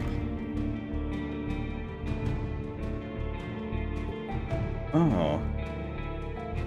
I have coins. Yeah, the travel set. Gotta cover all the just-in-case kind of things. Okay, so how do I take a look at the rope? Oh no. Do I take a look at this rope? Oh no. Does not let me do anything. Maybe I have to trade? Okay. Oh, I have to open the trade thing. Okay. For now, you leave the rope on the table. You already know the right place for it on your saddle. Okay. I just gotta remember that in that case, I have to trade. Yeah, I thought it was check my inventory, but it was actually just use trade, which was rather curious. Okay, I need to ask him about the peninsula. I'll just tell you all I know, and you'll be the judge, says the lieutenant. How long did it take you to get here from the city? On a decent palfrey, I would guess it would be 3, 4 days? When you confirm, she continues, the roads here will take you to the coast in about a day, as long as you don't make any stops. Do you know the situation? Why can no ship get here? You nod. Having a secure sea route allows the Havlaven officials to keep in touch with the coastal villages. Collect taxes, move the soldiers around, transport lumber, deliver fish, but maintain an order on a wild coast, such as this one. It says fill in the ocean depths with coins. Because of the rocks, you can hardly stop a ship 5 miles from the shore and boats can't get much closer. She nods. I don't know much about fishing, but there's not that many people living by the shore, and they don't care much about staying in touch with the city, for whatever reason. She pauses, the man carries on. No soul from the north ever came to the camp, but when we travel to the roadside inn, Clean Spear, they're happy to trade, and to play dice. Okay, why not stay at that?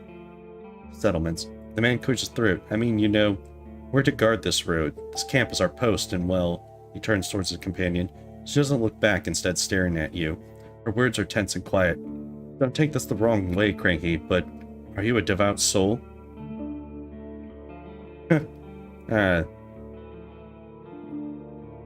Interesting. I'm curious as to how these are there.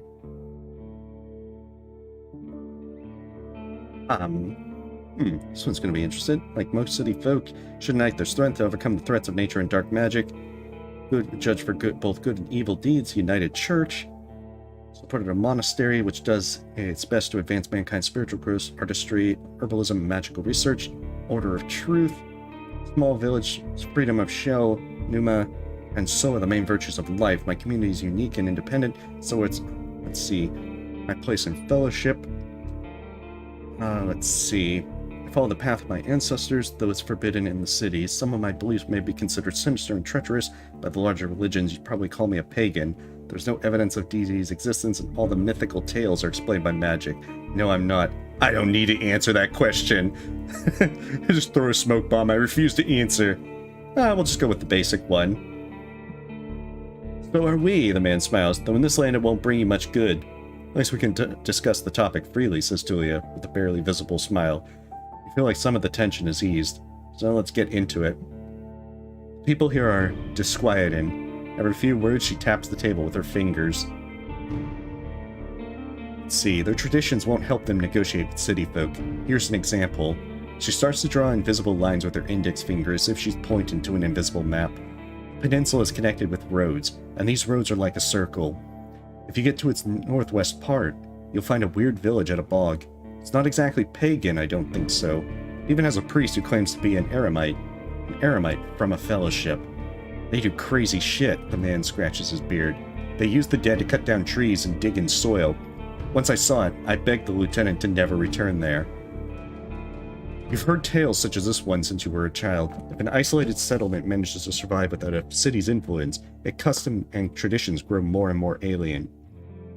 Every generation learns how to adapt to the dangerous conditions they have to deal with, and the rustic pagan traditions muddy their river of faith.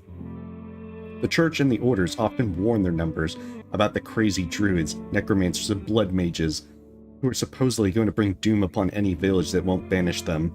But you've always hoped these rumors are a bit exaggerated. The soldiers are right, and this is the real deal. It may be dangerous. You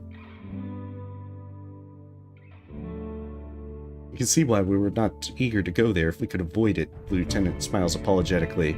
I'm sure there'll be more welcoming to a Roadwarden, though. The majority of roads here are unprotected. There's almost no shelters around. People need your help. Yeah, it does sound like that magic... I mean, because we could have picked the mage class if we wanted. So there's definitely magic in this setting. Man turns a bit and points a finger to the northwest. If you're heading to the undead village, you'll get to an inn first, and soon. Safe place, this Clean Spear. You can talk with the inn or the guards. Ask them about the road. Let's see. All sorts of beasts, says the man, starting to count his fingers. Goblins, treants, cats large and small, runners, howlers, wolves, spiked boars, sheep-eaters, tons of griffins, but we managed to stay away. Yes, some could catch up with most mounts. Tulia looks at her companion, but you're not sure how to read this gesture. though a palfrey should be fine. The trees are high here, and so the flying creatures usually stay near the ocean and in the mountains. There's not that many humans around, and the animals are busy fighting amongst themselves. They fight more for food than territory.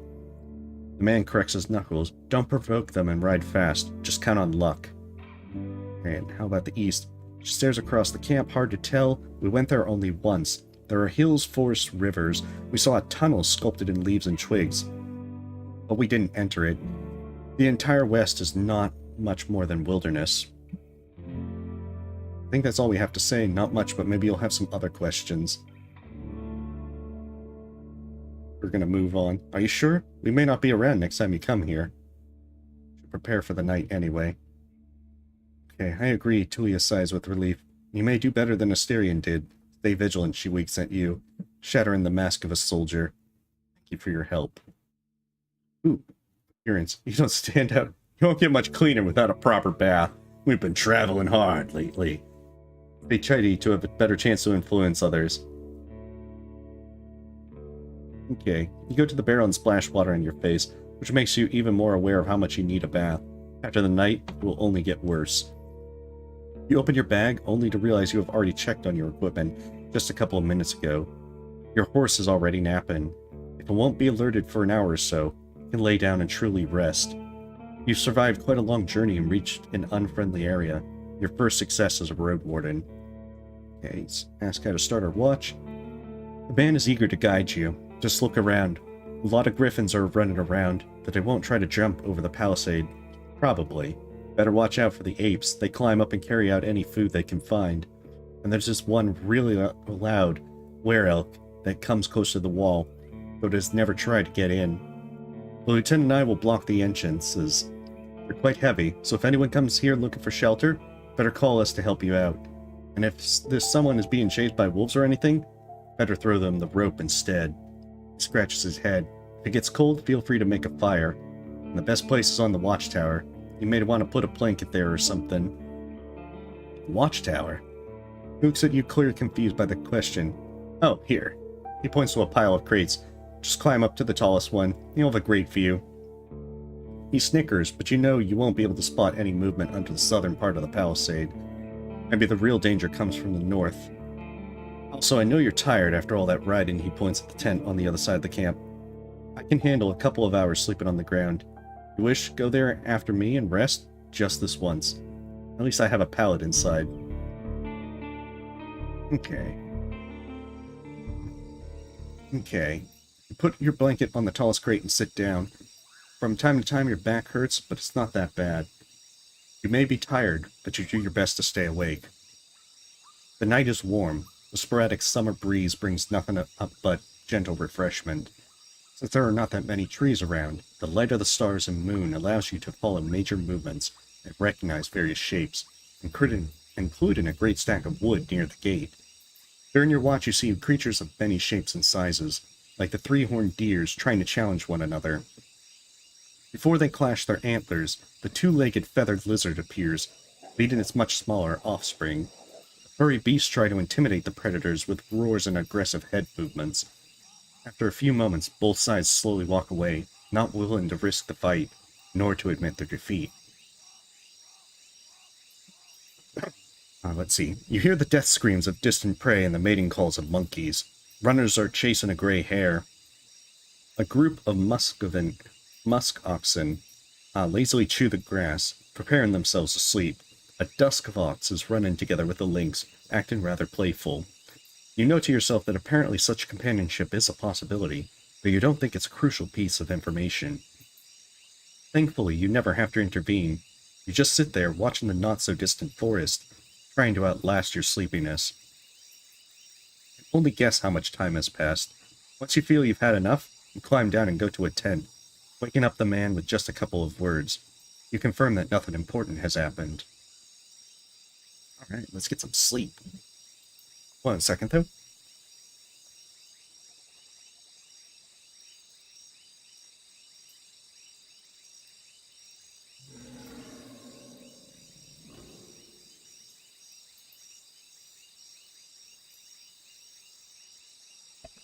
There we go. Sleeping in a tent is not the stuff of dreams. but it's a much welcomed rest. The pallet keeps the cold soil away. The moonlight saves the outside world from the eerie gloom. You listen to your own breath and find a comfortable position. Your job, or maybe an adventure, starts tomorrow. You can't help but think about the things that you were asked to do by the merchants that hired you. Ooh, the focus on the real goal. Hovleven officials want to take control of this realm. You're meant not only to protect the travelers, but to even more importantly, to explore the peninsula. Find valuable spots that would convince the merchants to organize a new trade route. Figure out if there are any precious resources that could invite more settlers. You need to talk with the locals and get to know them, maybe even convince them to collaborate with your employers. Would they resist the arrival of soldiers? Are they going to oppose the laws of the United Church? Are there any activities that need to be eradicated, such as blood magic, necromancy, robbery, or slavery? At least I have time, 30 days to be exact. I need to be as thorough as I can. Once you finish your reconnaissance, you should return to Hovleven, report back to your employers and get your reward. In the meantime, you have your own goal to pursue. Oh, aha! Need to gather some coins to help someone I care about. Need some extra coins to retire early. I gather enough connections among the local leaders. I'll use them to become a major player in the Merchant Guild. To remember, as a soul has brought peace and order this realm, a hero. Just want to help this people. And to make a new life. I think we're just going to go with help people. We usually try to play good aligned with these sorts of games. Hey, welcome, Mr. Repo Man. Hopefully your day is going well. Your half-asleep senses are catching the sounds of the wild forest. Your instincts keep you alert and anxious, but the pleasant, humid late summer air slowly evens it out. You're thinking about your goal, but you need to gather your strength. Aha! So now we can press rest. Wonderful. Nothing special, but it will protect you from the wind and rain. The ground won't be painfully hard nor cold. After you rest, your nourish level will be lowered by 2, your appearance level by 1.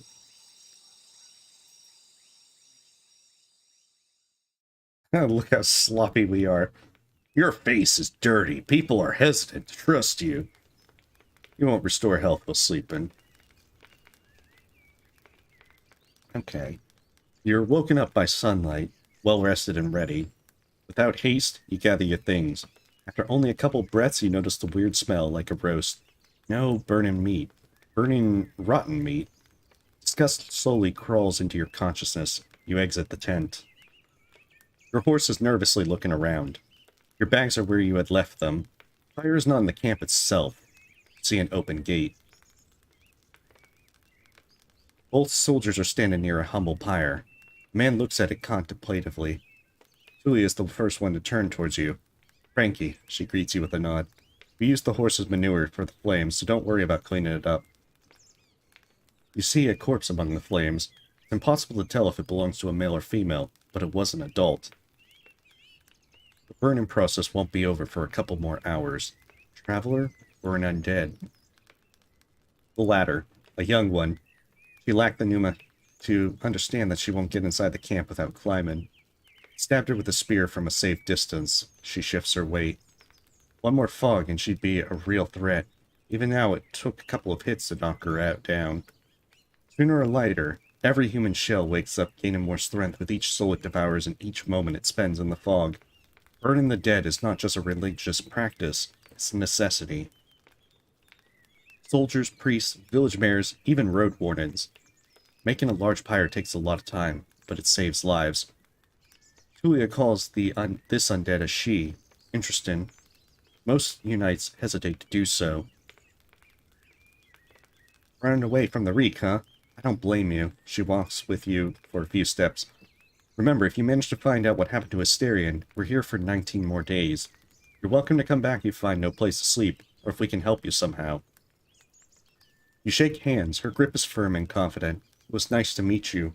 Good luck on the road. These words make you stop.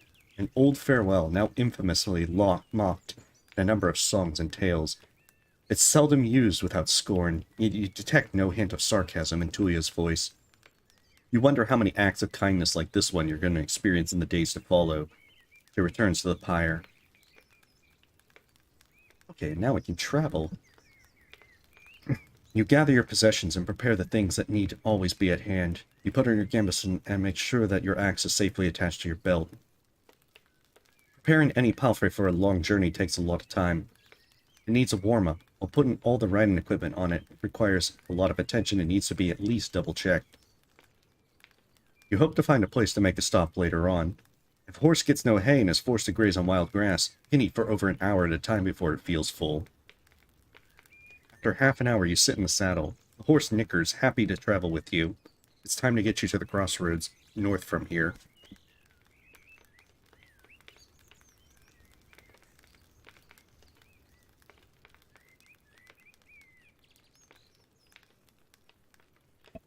Oh, apologies.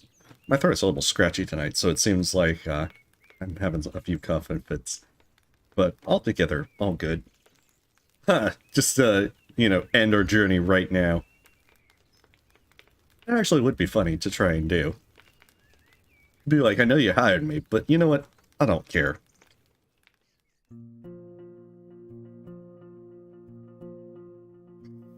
It's still early in the morning, but even at a later hour you wouldn't expect to meet any travelers in the valley. The warm summer breeze lures your mount forward, and is happy to trot. You rarely pay attention to the noise of birds during daytime, but right now even their singing strengthens the guise of serenity. After just a couple of minutes, you hear a annoying screeching ahead of you, with hints of gurgling. It's high-pitched, spasmodic, clearly coming from multiple throats. You recognize the sound, and after getting a bit closer, your eyes confirms your suspicions. It's a group of four-legged griffins. They're larger than a fox and meager features of birds and furred beasts. Each one of them has a different size, coat, and colors, and their temperaments are just as varied. Their fronts are covered with vivid feathers, while their rears have darker fur. Their wings are massive, making them impressive jumpers, but they're far too heavy to fly. Keep our distance. Oh, interesting. Okay, so the dice is random chance. You've encountered a family quarrel, or maybe a fight for dominance. About 24 beasts are in the middle of the road, yelling, brawling, chasing each other around. You can't blindly enter the forest. If these or other creatures chase after you, a thicket will be disastrous for a horse. There are reasons why travelers stay as close to the main roads as possible, and why adventurers move in groups. Usually the safest approach would be to stay where you are and just wait for the pack to get hungry. It may, however, take up a couple of hours. You're thinking about your conversation with Tulia. You don't have that much time to find Asterion. Okay. Oh, force. You gain an advantage during physical struggles. Well, let's play wild. Let's save first, but otherwise, do wild. Let's see. One sec.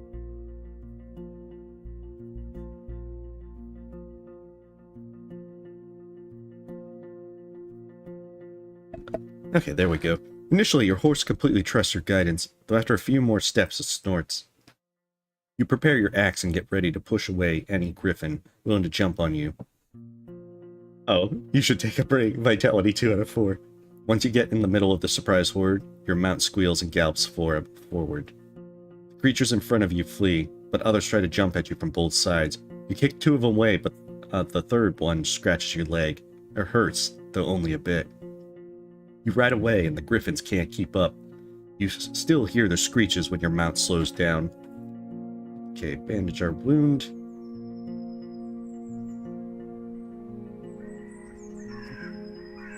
Oh, track of our achievements. I wonder if that's in archives. Oh, no. Maybe it's in the journal?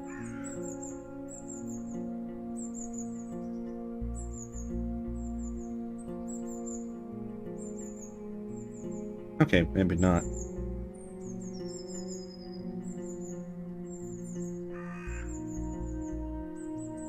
The road splits. According to what the soldiers have told you, you may find a safe inn by turning left. Forest to the right is lush, and the trail overgrown. Kids used to have this song. How did it go? Harshest pathway leads to the dragon's lair. Those who search for treasure, do you truly dare? Signpost in front of you doesn't make your situation much clearer. It was put here by someone who can't write, for folks who can't read. Covered in old red paint, it points east. Blood there, as people say. Danger to be found. There's not a soul to ask for guidance. Ooh, what's our horse? Let's go with Boxer. We're not... Wait, I could have named it Harry Trotter. This... one big mistake. I don't know how many spaces we get for this name. But one day, we'll be able to actually name our horse Harry Trotter. Boxer is peaceful as you stroke its mane. Maybe it can't help you choose a path, but you spent many years together. It cheerfully nickers and takes a few steps, as if more than happy to continue, as long as you don't try to charge a troll. I know, one mistake. Okay, so we're gonna go west towards the inn. Boxer trots with ease, unbothered by the few branches covering the beaten road. The bird songs and distant howls draw your attention to the forest, which slowly gets sparser and brighter. You spot boars, roe deer, and saurians. The sight of a nearby wolf pack worries you. Once you push your hips forward and your palfrey enters a canter, the beasts don't even begin a pursuit. The speed alone will protect you from many dangers. You notice a stone tower, taller than the trees. Must be the inn I've heard about.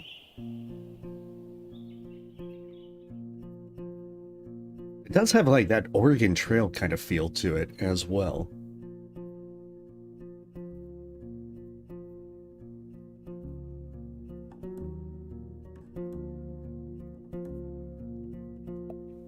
There we go. Inns like this one fit the regions traveled by merchants, but you wouldn't expect a place of this size in a forsaken peninsula. Oh, yeah. I know, I was typing too quickly. It's a shame. Stone and lumber must have been transported from far away. The workers, guarded by expensive mercenaries, surely lived for many seasons. In a primitive hamlet, living on salted supplies. Yeah, it definitely has that feel. I definitely want to play this a bit more. I'm curious as to how far the demo goes, but this is one that I'm definitely going to be looking forward to. Maybe not so much for narrating, well, my throat is a bit scratchy, but I definitely want to play this again and see what kind of things, because it looks like there's a good number of options if you can really explore wherever you want. There are seemingly no cracks in the wall, and the building was whitewashed only a few years back. The road is wide and beaten. Dozens of souls could hide, if not in the buildings, then at least in the yard. The expenses and labor put into this fortress were worth many trading ships. 3 armed people are on the ramparts. You can only see what's above their waistline. They're leaning on the parapet, right next to the gate, and you think you noticed a glimpse of a smile. They wear gamisons, each one of them dyed differently: yellow, green, and linen gray. A woman in yellow armor leans forward. She has long, curly red hair, disorderly pointed in every possible direction. This combination of colors doesn't work at all. In the woods, one would have to shout to draw this much attention. There's still a fair distance between the two of you, but she speaks loudly. I ain't seen a horse for years now. She said that it's weird to see such a large jackass, huh?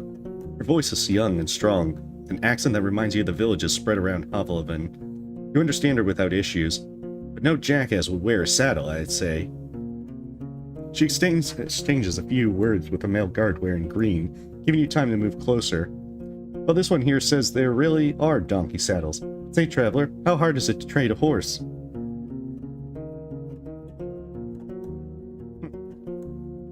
You wouldn't believe it, the lessons were a pain. How about you give it a try?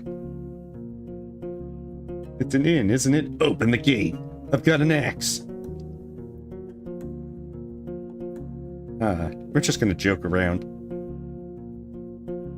Get off your horse and imitate the silly walk from the day that followed your first long journey, and your whole shell was crying. You illustrate the pain as you move your hand from your back to hips, then thighs.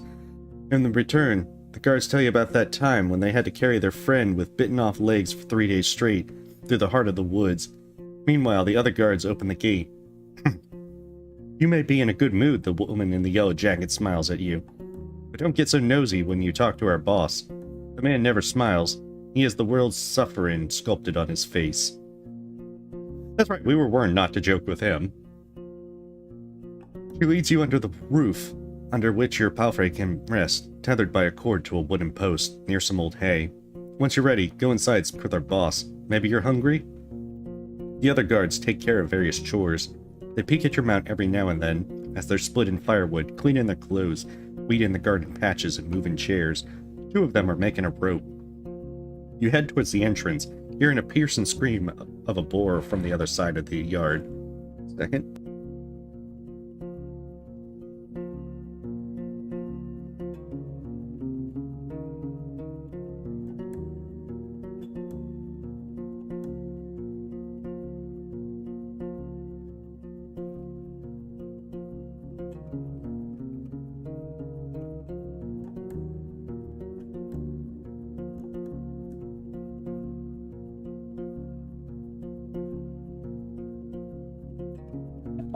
I am getting myself a cough drop just to make it a little easier. Okay, new shelter unlocked. Okay, if you're in an inn in the morning, you can spend the entire day resting. I spend all 30 days just staying at the inn. The locked windows make the air stuffy, and the weak fire in the stove hardly lightens up the hall. A muscular man is sweeping the floor near the stairs. But after he glances at you, he leans the broom against the wall and heads behind the counter. You're lucky to show up. His voice is deep and soft, with a city-like accent. He observes you with keen attention, yet avoids your eyes. Like head of decent ale, wormwood, bog myrtle, juniper berries, cat's foot. He carefully fills a mug and puts it on the countertop. It's going to spoil soon, today maybe. We don't drink here before the evening. I hate to see the good stuff going to waste. His skin is dark, almost purple, rare even among the southern tribes, and the hair is naturally bluish. His clothes are quite fancy for manual labor. The elegant tunic wouldn't stand out in the city square. Okay. Playing slide out a creek after every step you make, so you slow down a bit. You can swear that the innkeep made little to no noise. Here you go, he pushes the mug forward. But just so you know, my clean spear doesn't belong to Hoplin. You can sleep on the floor if you wish so. But if you want a better meal, you will have to pay. We may have some leftovers from dinner, but I'd need to check.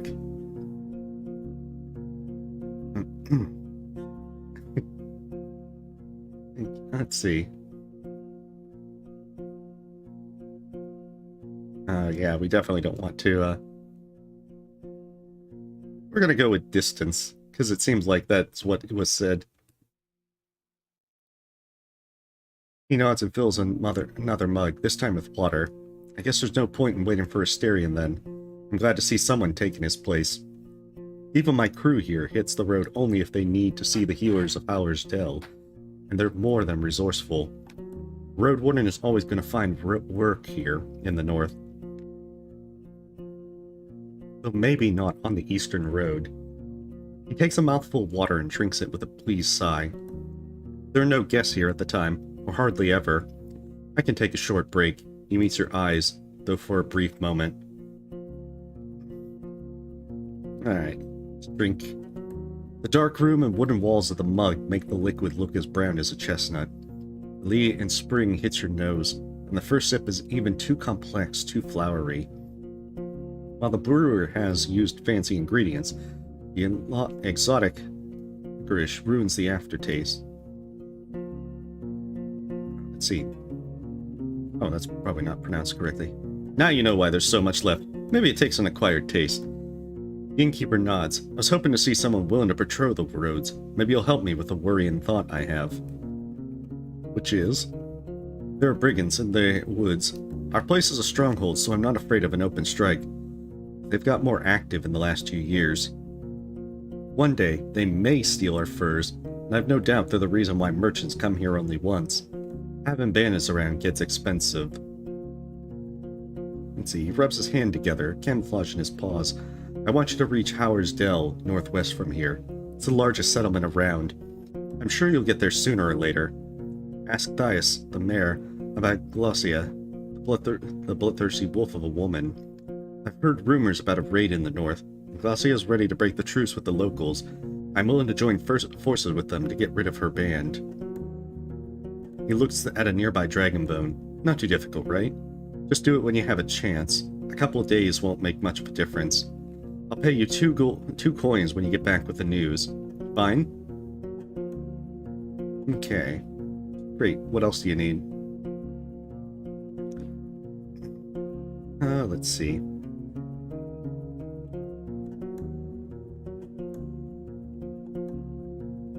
Let's see what he actually has. I can offer you some food for your travels and not too much at once.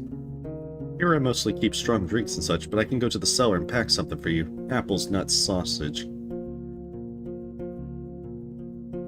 I have an elk fur I don't need. His buyer was caught by a pack of red wolves. It's nice, can be added to a sleeping spot. Hung on a wall, turned into clothes. There's a nice yellow pattern on the sides. On the head it's dark brown, and it gets paler on the back. I'm gonna sell it for 17 coins. You'll get more for it on the northern road. I can't afford that. I have like 5 coins. Okay, I don't have any blades or armor to spare, but if you pay well, you can take one of our crossbows and a bunch of quarrels, a yew-bow, wool cords, and the trigger needs just a bit of oil. It's as good as you can get without soaking it in magic. It takes a bit of muscle to draw, but even a 16-year-old could handle it. He picks up a quarrel from the top of the stove and points at you with it, then sits down on a stool next to the fire. Won't lie to you, Roadwarden. You get one like this in Hovlevin for a better price, but we're not Hovlevin. He smiles. My spear, it's worth at least 30 coins, so I could give a discount to a helpful ally. Let's see, do you have any leftovers? Yes, I feed them to our boar. I won't give them away for nothing. Tells you the weight, then leaves the building for a few minutes and returns with a wooden bucket and a long stick ended in a hook. Go through the gate and turn left. See a bunch of bushes. We need some berries. Bring me back a bucket full. You'll be done in half an hour or so. Your horse could use a nap anyway, and I'll prepare something to fill you. Okay. Yeah, I could boost my foraging. I can't look down on that. Well, we just started our adventure, Tatsuya. That's why we're poor. Hook is not made of metal or wood. It's a long curved claw, almost black. Okay, I reach for the tools, half an hour. That's quite a lot for berry picking. The tools are cold, but not too heavy. You notice a pair of thick gloves at the bottom of the bucket. Ah, the berries are not a problem, the innkeeper smirks. Unlike the snakes. Better scare them away with a stick or move them with a hook. And protect your hands. Let's see, the little ones won't eat you, but don't get bitten. I'm sure you know how to be patient. Step outside. Boxers slowly moving around as far as the cords allow. You hear the sounds of work coming from the armorer's workshop. Let's forage! Let's see. The innkeeper knew what he was talking about. He put on the gloves and slowly worked through the bushes from a safe distance. It doesn't take long before you notice the first serpent lying on a rock somewhere in the thicket. The creatures are not that large, and even if some of them hiss at you or slither closer, the jabs of the hook keep them at a distance. You don't know much about these berries. They are rounded and reddish. You wouldn't trust such a color even if you were desperately looking for food in the wilderness. The plants don't have thorns, but the leaves are harsh, and you make sure to thoroughly cover your skin with your clothes. You have to look through many bushes to fill the bucket, but the presence of insects and snakes doesn't allow you to relax. Gather the berries and go back to the inn. You've returned to the courtyard. 2 of the guards are participating in a friendly skirmish. The wrestling is accompanied by a crowd. Okay. Locked windows make the air stuffy, and the weak fire in the stove hardly lightens up the hall. The innkeeper is mixing something in a pot at the stove. So, you again, he greets you. Need anything? Alright. Our hunger is satiated. Great. He peeks inside the bucket, then puts it on a countertop. I've got a cabbage stew with a few goose chunks for you. I'd serve it even to merchants, if there were any around. The meal is warm and tastes filling. It's well seasoned, and not overcooked. And like I said, I rarely have food to spare, but feel free to ask if you ever stop by. You may be lucky, and I've been cooking my whole life. And how did that old hook of mine work out for you? I see you still have your hands. I've lost it. Yeah. Okay. Need anything else?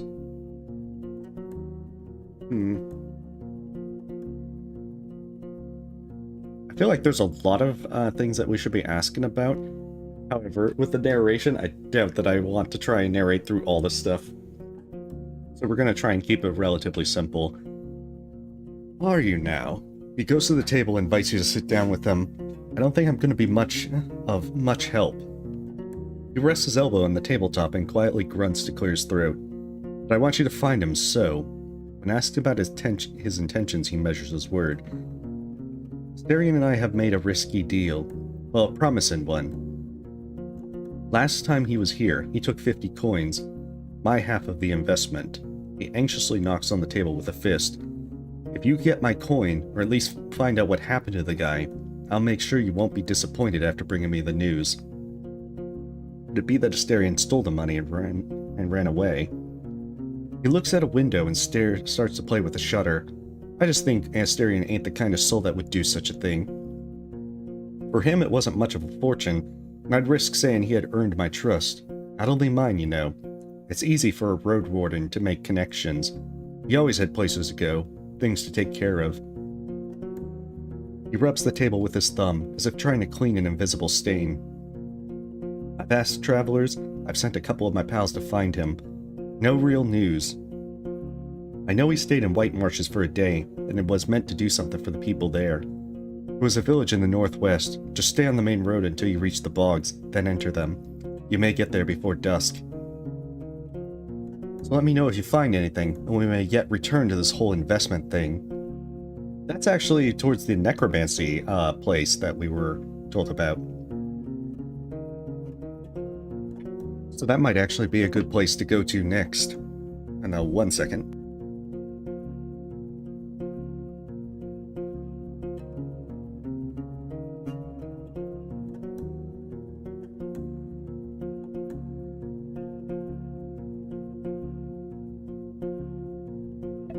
Apologies for the periodic coughing fits.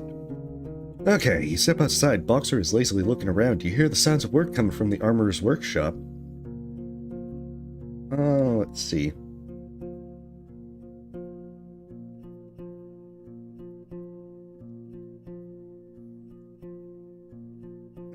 Oh, go to the well.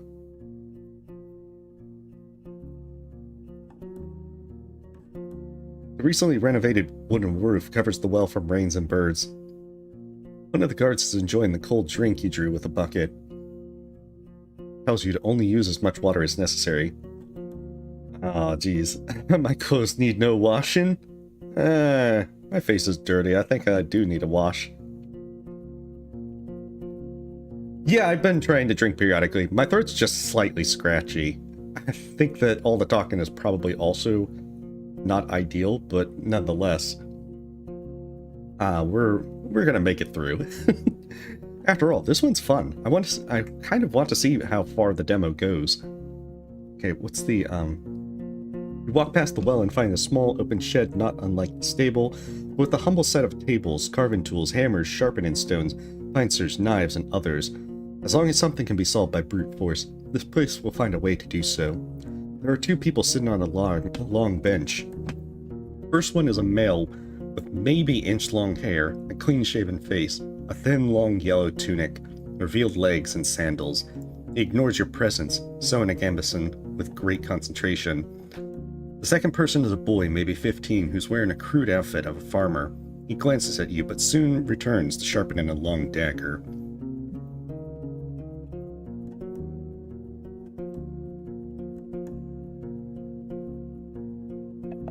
The man raises his head, but it's the boy who speaks, focused on his task. He ain't talking. Tell him what it is you need. The man smiles confirmingly, looks at a piece of garment in his hands, then looks around, shrugs, and returns to you with a raised eyebrow.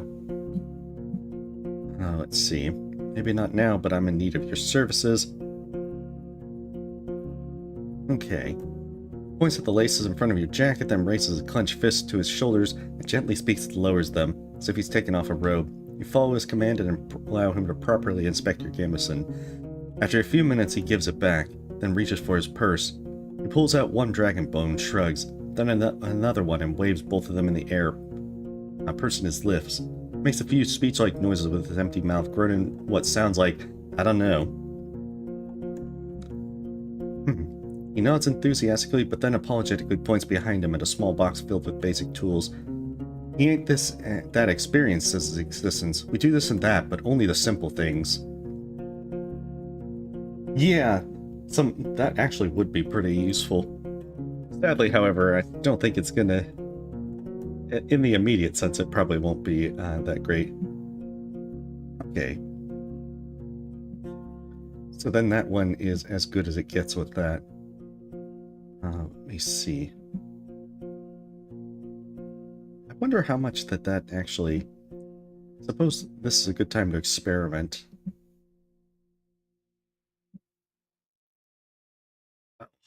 That didn't actually... I guess that doesn't work as well. The road uphill meanders, slowing you down and forcing you to pay close attention not only to the shadows of the trees, but also to the tight, rocky passages. You can't help but notice a few caves and fine ambush spots. They keep an eye out for any sign of life. Oh hey, the ruined village. I definitely will be just like getting something for it afterwards. Standing in front of the gate, you hear no voices, no tools at work, no steps. Dozens of birds live among the collapsed roofs. Their fluttering, singing, and squawking is free of worries. If you want to travel any further, you need to ride around the palisade. Searching the ruins may take a lot of time. The broken gate in the north will lead you to the village. The sound of the gentle river reaches you from the east, where you see a saggy fence surrounded in overgrown pasture. Behind the burnt building in the east, you see an oddly barren field. Okay, let's check the building near the field. The burned logs and planks are charred, while the wooden walls are rotted and covered in moss. You see no ashes or dust, proving that the fire happened long ago. The smell is awful, and there are no reasons to stay for long. You see no furniture, just some broken shelves. It was just a storage room. The valuable odds and ends were already taken by the scavengers. The palisade is in good shape, and the gate wasn't even touched by the fire. It was torn away, possibly thrown. The used force must have been huge, but you'd expect that it would push the entrance into the village, not away from it. You don't see the marks of a dragon bite. A troll could toss such planks, but after so many years you see no paw prints. A mage? Can't really tell. Okay, let's see. Should probably check the pasture. You don't find a single sign of livestock that lived here in the past. Any bones, horns, antlers, or dung have already been devoured by the wilderness. Pasture ends at the river.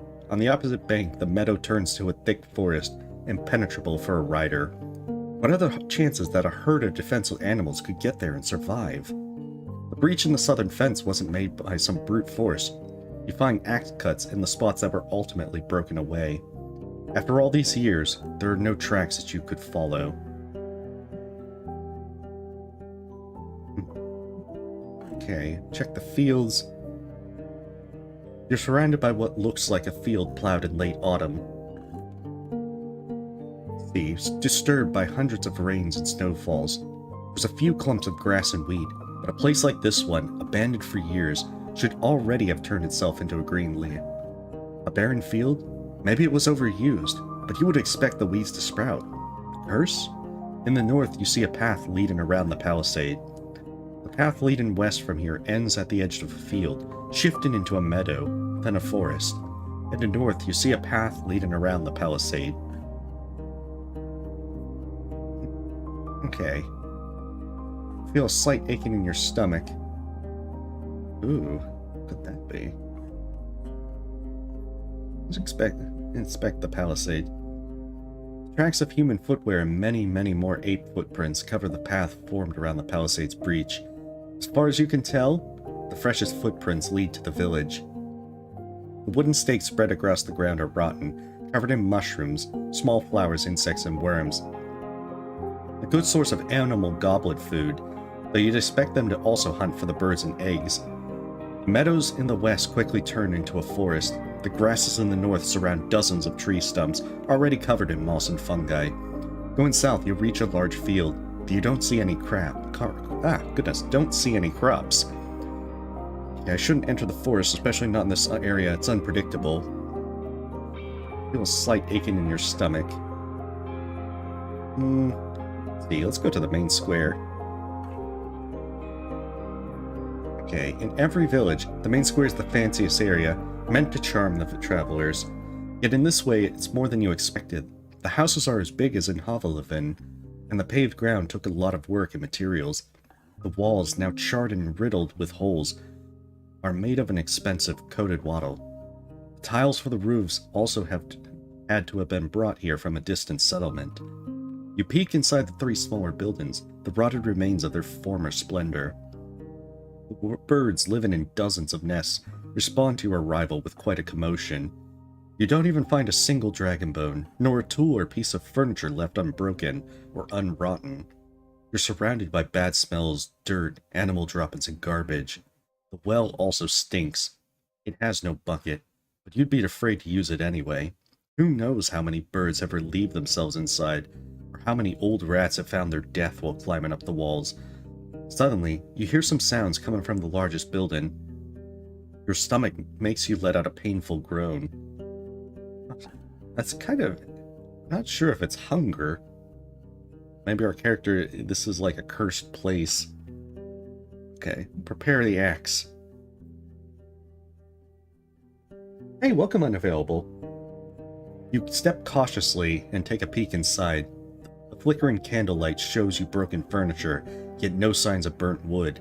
There's no spell of putridity, only an unpleasant whiff of urine and sweat. You consider pulling the other door when a masculine voice proves that your presence is not unnoticed. I didn't want it to come to this, but stay but where you are. Whatever you put inside, be it a shoe, a hand, or your damn thinker, it'll get a bolt.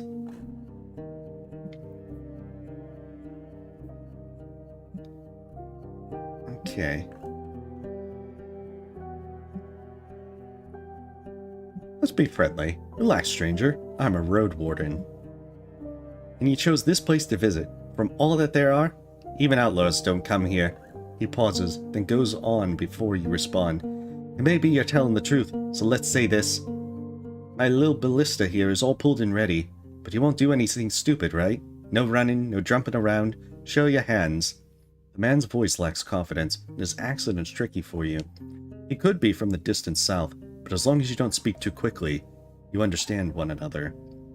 You don't hear any other movements, breathe-in voices. You lean your axe against the doorframe and make sure that your knife is well hidden. Let's walk inside. It's kind of nice how you do get a graphical kind of thing as to what the place looks like.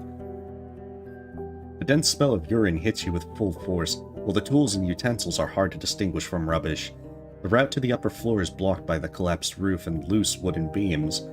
There are scraps of rusted iron and steel on the ground, detached from now destroyed barrels. The scavenger is sitting on a blanket in front of the tent, pointing at the floor with his loaded crossbow. Not a short man, though a bit skinny. He's tanned, dark-haired, and has seen his share of struggles. There are long claw scars on his left cheek, and another one that would divide his eyebrow in half if it hadn't been consumed by fire, just like the rest of his forehead. His clothes are untainted by vanity. He's barefoot in a dirty linen shirt with rolled-up sleeves and simple pants that could use a cord for a belt. His long beard and hair are untrimmed and tangled. Okay. Do it with prepared. Let's see. He follows your gaze. Not a good way to make the air warmer, eh? I try to be safe, that's all. And I can't let you stay in me shelter. You better not ride ahead. I've already piled up whatever hasn't rotten. The candlelights are dancing on his burnt face and arms. I saw your horse. Maybe you could help me, What are you looking for in this place? You don't sound like you're from the north. Let's see.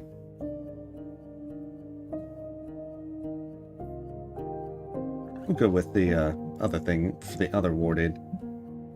I've never met him, but surely heard his name many times. He vanished long before I got to the coast. At first, people were asking about him. Now they think he's dead. Listen. He nervously scratches his thighs. I'm hungry. So damn hungry. I can't hunt or fish with all the ape men about. Can you share anything, Roadster? I may be a drifter, but I wouldn't beg if I hadn't lost my bags on the road.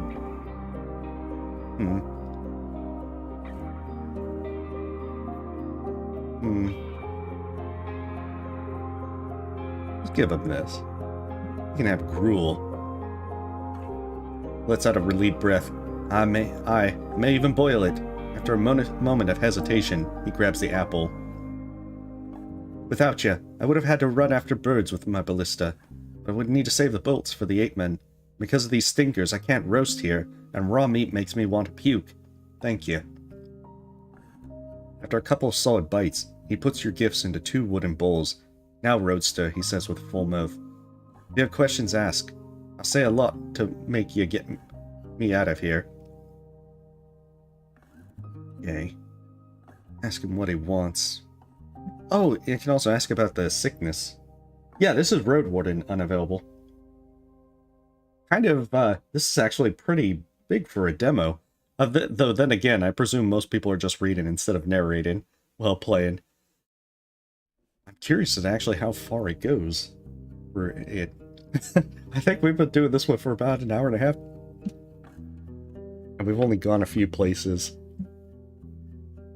Let me explain. I was in Howersdale, the closest village to the east and north. The people there are nice, you know.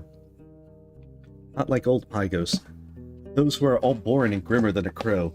But they cry coin for everything, and damn good coin. I left, wanted to look around the ruins, see if there was anything left, then moved a clean spear and hire the hunters to help me there. No luck. A bunch of griffs jumped my packbird. I just bought it. He spits on the floor. Fast and nimble, but not brave enough to listen to me when all that screeching and scratching started. Oh yeah, it has been a good bit. So it ran away with my bags. A few fell on the ground and I pulled them here, but you see how it is. I won't travel around with a tent on my back. He taps the crossbow with his fingers. I need maybe a day more. Aye, just a day. And I'll have all the iron scrapped from the barrels, so I can move forward. I can't take my stuff alone, and without me around, the ape men are gonna break in and steal all my shit. I need to stay here, but since you have a horse, come back tomorrow and help me return to Howersdale. How about it? I just need to know that the road is safe. Safe as it can be, I mean. Okay, what do you want me to do?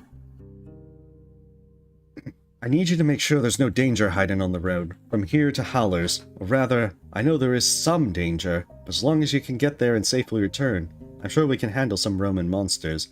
He theatrically rubs his hands together. This ballista has hit more beast skulls than I have fingers, and I've never lost a finger, Roadster. Only the toes. Maybe to prove it, he starts to count on his fingers. So, see if the road there is clear. Then come back here tomorrow. We'll pack my staff on your horse and move out. But don't come when it's close to evening. We're gonna need 3 hours on our feet, and I won't push through the night.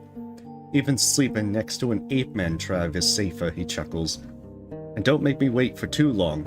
I can wait for a couple of days if I find some food, but if you don't get back, I'll have to risk it no matter what. Okay, why Howler's Den? Because Clean Spear was the inn. Hey, welcome, Aleph. We are playing Roadwarden. Hopefully you're having a wonderful night. I mean, I see your point, but I've never been there. Will they afford my iron? Do they have how to pay for it?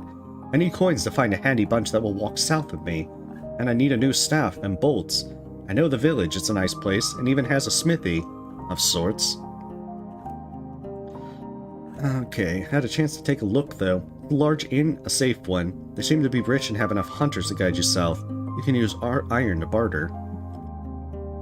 Well, it's a shorter path, I guess. Fewer spots to get surrounded by corpses. If you're sure it's the best option, fine. I'll trust a roadster's judgment.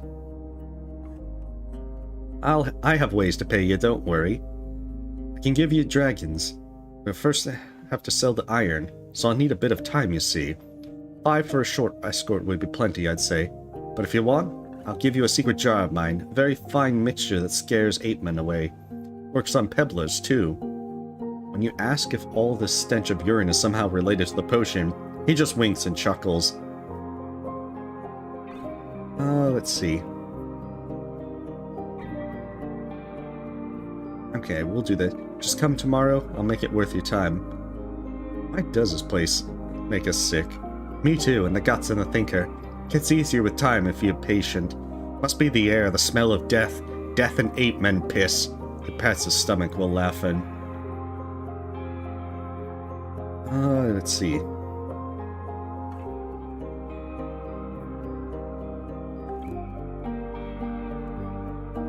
Nah, I think they are in the north or east. I stuck to the western road and no shell bothered me. Sorry, I can't help you. See, ask about undead. I've seen none. People say it's less than 10 years since the herds came here, but I don't know if anyone bothered with the rays and the pyres. If not, the dead are all roaming in the forest now. He clicks his tongue with frustration. It may be that there's a walker somewhere under the debris, waiting to break through like a dragon in an egg. Aye, you better don't dig.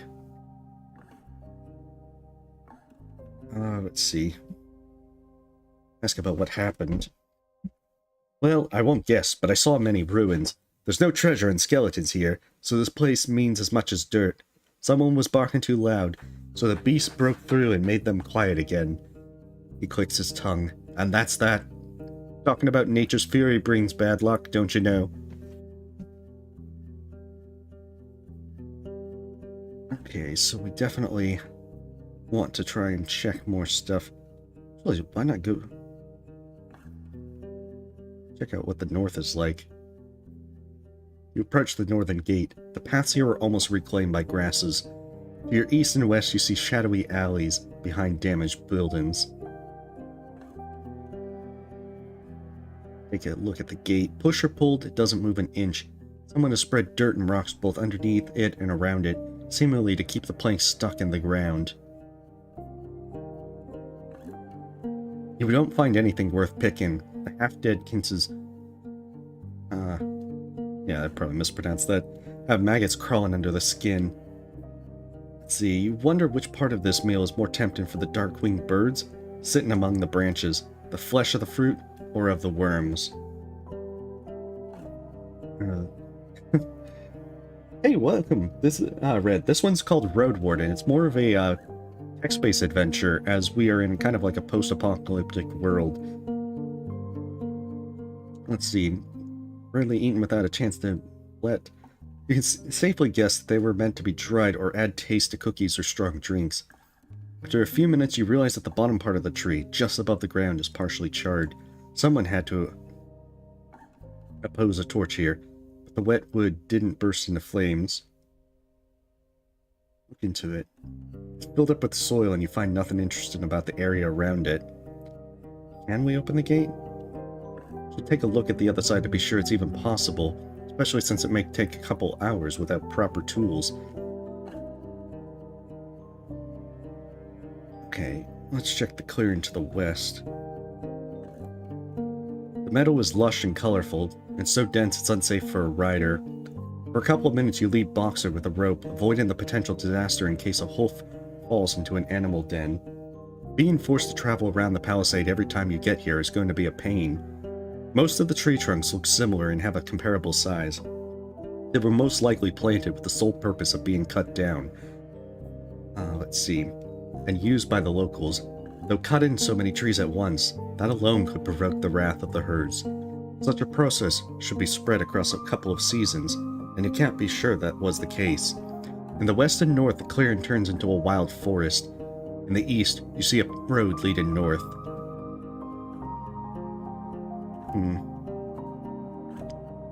Ooh, I think I know what happened here. Let's see. Go on then.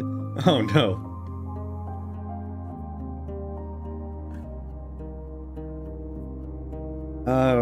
Maybe the monsters first, then finished off by humans? You don't have enough evidence to prove it, but you may use these conclusions in your further investigation. I mean, it does look like it was burned, so... But I think the burn happened after. Because we saw that, like, the things were torn off. So I'd be more inclined to say monsters and then humans. But I could be entirely wrong on that. Let's see. You find a small backyard. The ground is beaten, the grass grows only right next to the buildings. It was a fair spot for the training dancers and fighters. The stakes of the palisade are covered with playful carvings, left by playful children who are portraying monsters, weapons, and humans. The rubble in the houses was pushed to corners. The furniture is broken, but you find something of use in one of the piles, a slightly rusty piece of steel. Once you pull it, you realize it's a quarrel for a crossbow, still usable. Hey, picked up at quarrels. The closer you are to the village and the longer you stay, the more sick you feel. The taste of the gastric juices hits your mouth. Your forehead hurts. You start to stumble. Let's see. Boxer, worried by your sight, pokes your head with his nose. I wonder if it's like radioactive. After another few steps, you return your last meal. You spend a minute or so leaned forward, gathering your breath, then wipe your mouth. You feel better. Probably get some food. We have like one thing of food.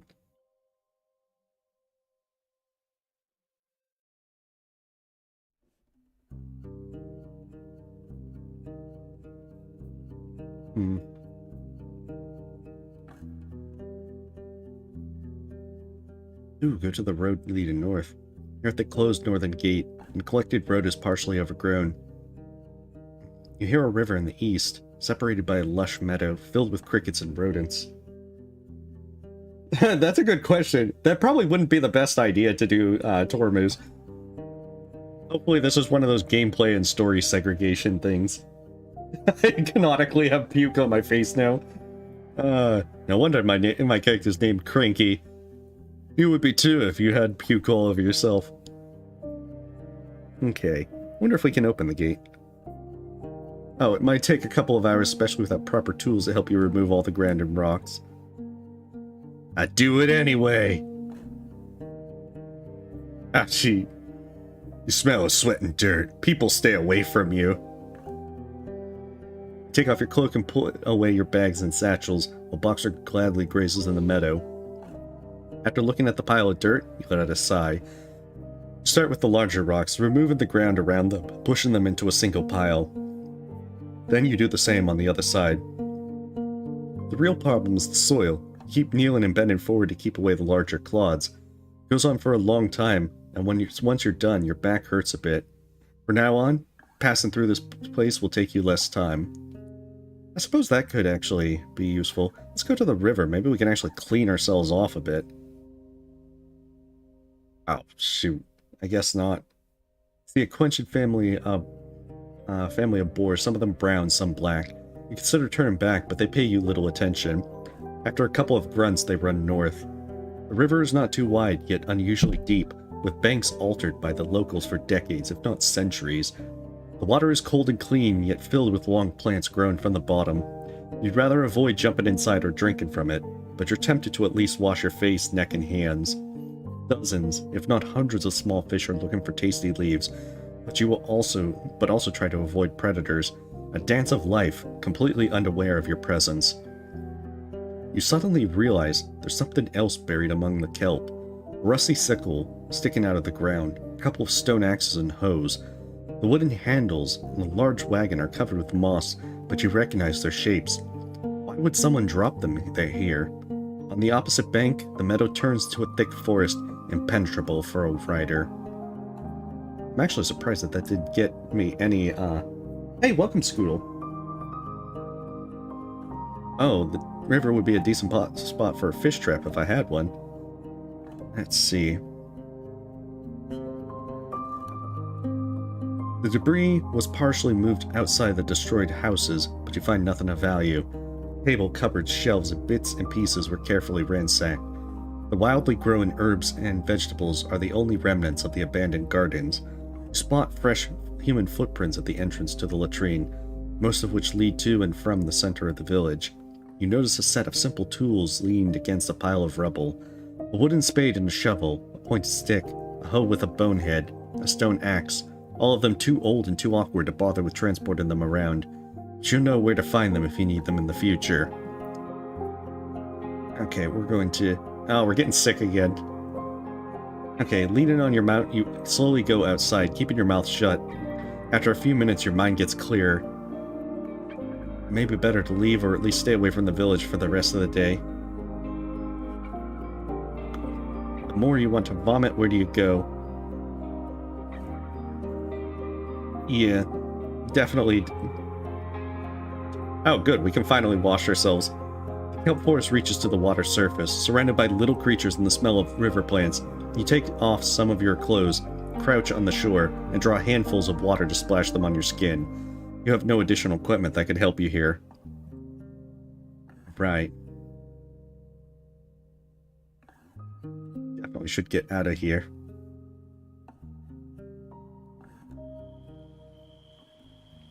You enter the wetlands, with their many streams, ponds, and fish. Large birds run and fly between the gray, sparse trees that are covered with moss, mushrooms, and critters. For a human, it may be an unwelcome and harsh realm, but the overwhelming swarms of insects prove that it's a realm full of life. The danger with teeth and claws is hidden below the water's surface. Stay away from the banks. This plant shouldn't be alive, not without leaves. It doesn't resemble the other trees of the wetlands. It's something else. You get off your horse and prepare your axe. The water is filled with dirt and dead plants, and it smells like an old corpse. The roots are spreading far, breaking through the water's surface. You don't see any saurians in the grasses or on the shore. You approach the table-like altar made of 3 limestone slabs. Were these rocks originally as formless as they are now? Or was there a point in time, centuries ago, when they were precisely shaped and decorated by masters of artistry? There's no way to tell. Boxer is peacefully observing the dark grass and slapping flies with its tail. Whatever it is that you feel in the air, it's clear that your companion's eyes see this place through very different eyes.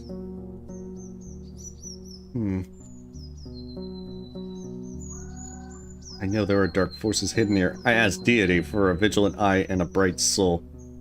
Let's do it.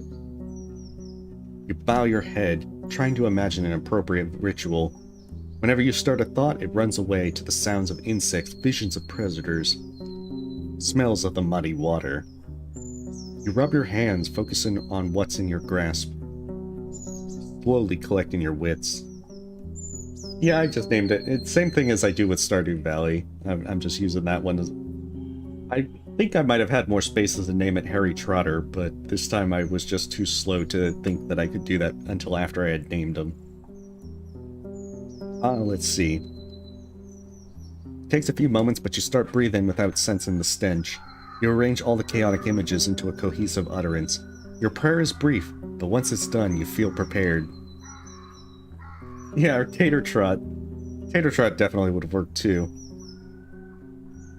It's in the water.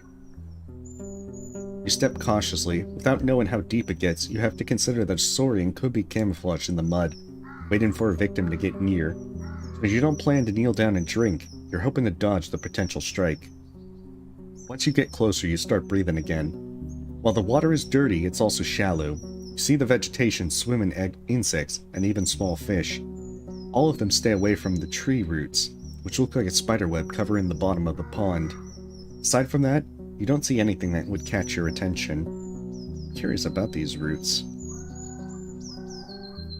You kneel in front of one that's lying on the shore. It's brown, covered with hair that resembles the fur on your arm.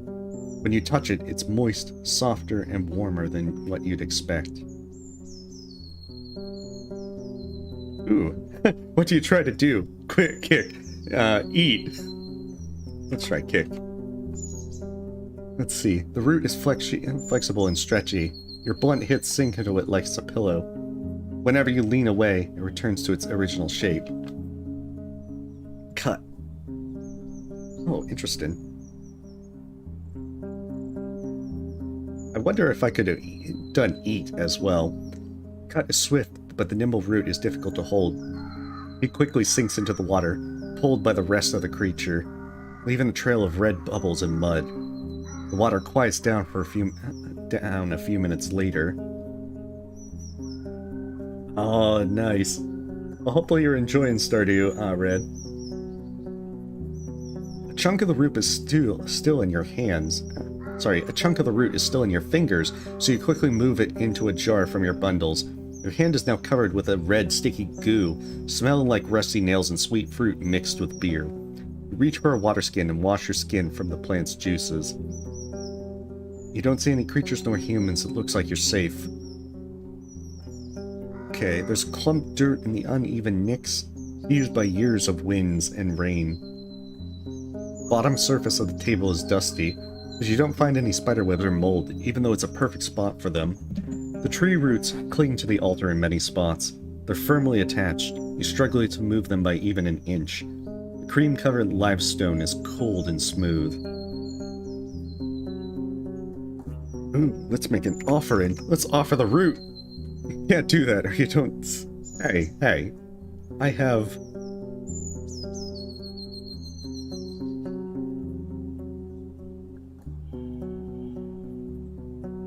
Interesting. I thought I had the tree root.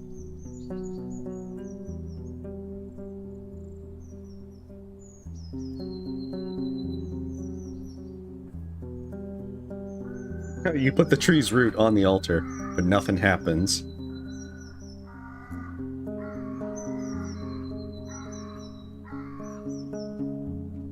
Okay. Well, then I guess... Oh, the way forward is not available in the demo. I think we're reaching the extent of what we can do. The shapes of mountains are cut in through the horizon. The water gets gradually less muddy. The cleaner it gets, the more animals you see. A family of deer blocks the road, rested and enjoying the cold water, which would be deadly for a human stomach.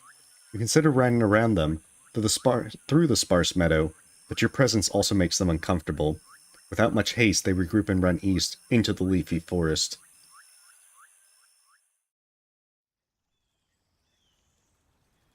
Oh, nice. You reach Hag Hills, the wall of stones that has stopped the city's grasp. The one well-established route through them leads through the valley where you found Tulia's camp.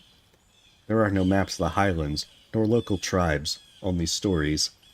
The beaten path leads you by the garden bed of herbs and vegetables to an old yet not abandoned mine, hidden behind a massive door of steel. A bearded, skinny elder sits still on a bench, observing you like a sculpture, with his legs crossed and his fingers interlocked on his abdomen.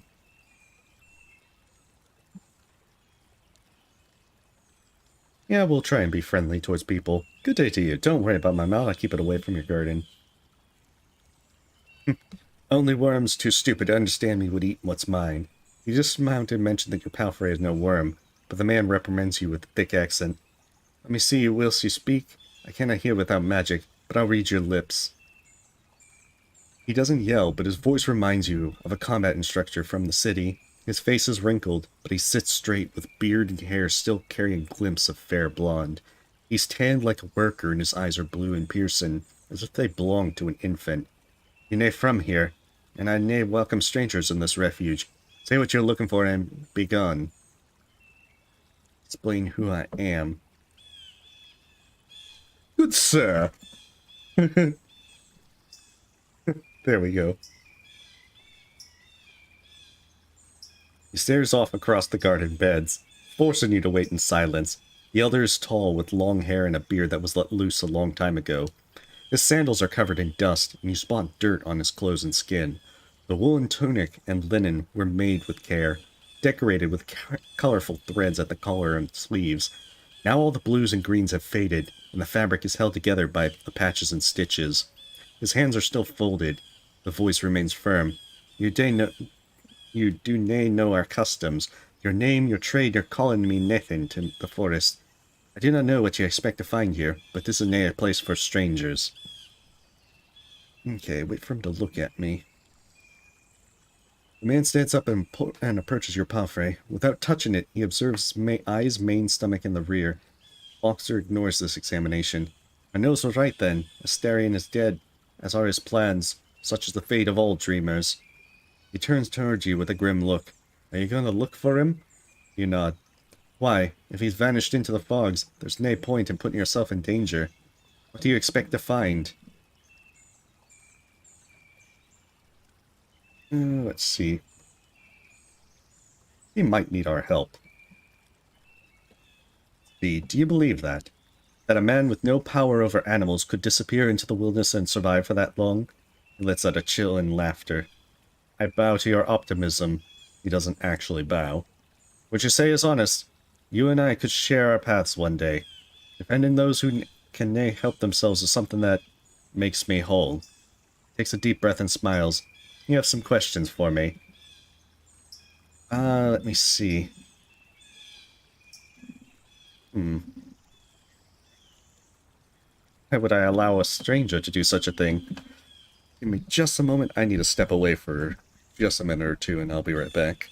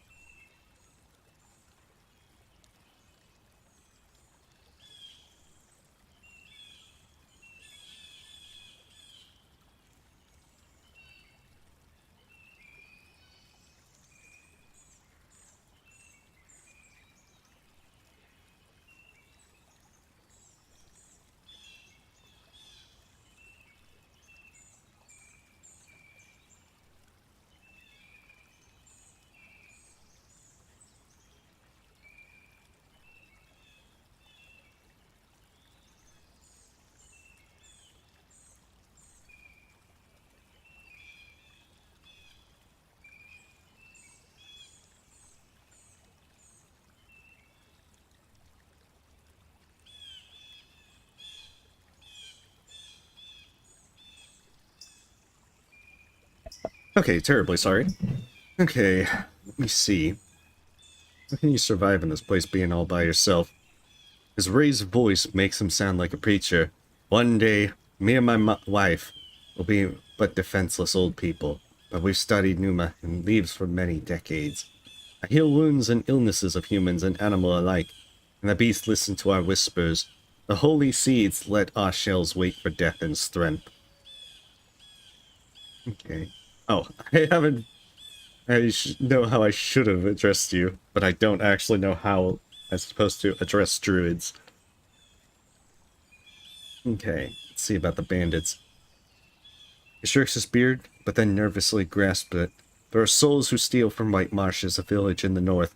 They would nay show up here, but those brigands are brutes, simpletons. Even the leader, Glacia, listens only to force, and will humiliate for the enjoyment of her band. She can be afraid of some lost Roadwarden. Lets go of his beard and lowers his head. She's drifted so far away from her old self. Kind, bright girl from Gale Rocks, loved her by her parents. But now, don't cross her, or she'll find you.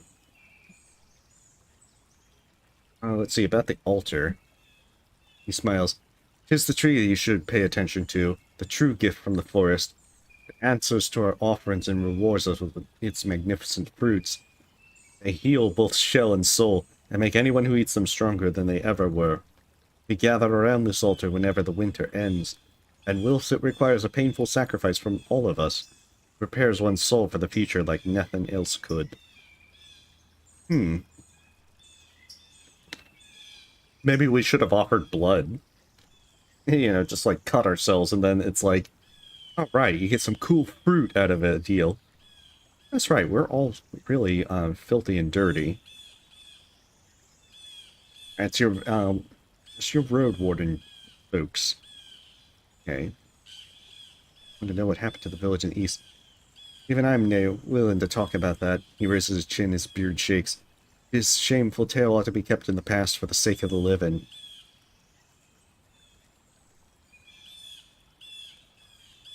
Okay, have you met Asterion? He wanders among the garden beds, from time to time touching the leaves at hand. He was here more than once. He was nae one to stand aside and let the events play out by themselves. Villagers from the north are sometimes in need of my assistance, and Asterion was serving them as messenger. He bends down and tears away a small, flowerless plant. He wanted to settle down among these roads, maybe to live freely. He had great plans, and wanted to make this realm flourish. To rebuild the ruins, get rid of the bandits, and clear the trade route. I told him that the forest needs nae more people, and that this route is too wild to feed and clothe everyone. His greed and dreams have eaten him, and now he is no more. He pauses and you can hear his heavy breathing, as if he's getting tired. He straightens up. And that's that, traveler. If you want to look for a shell, travel north. Far north. People there should know where he is. Where can we go from here? Okay, so we can't go further from there.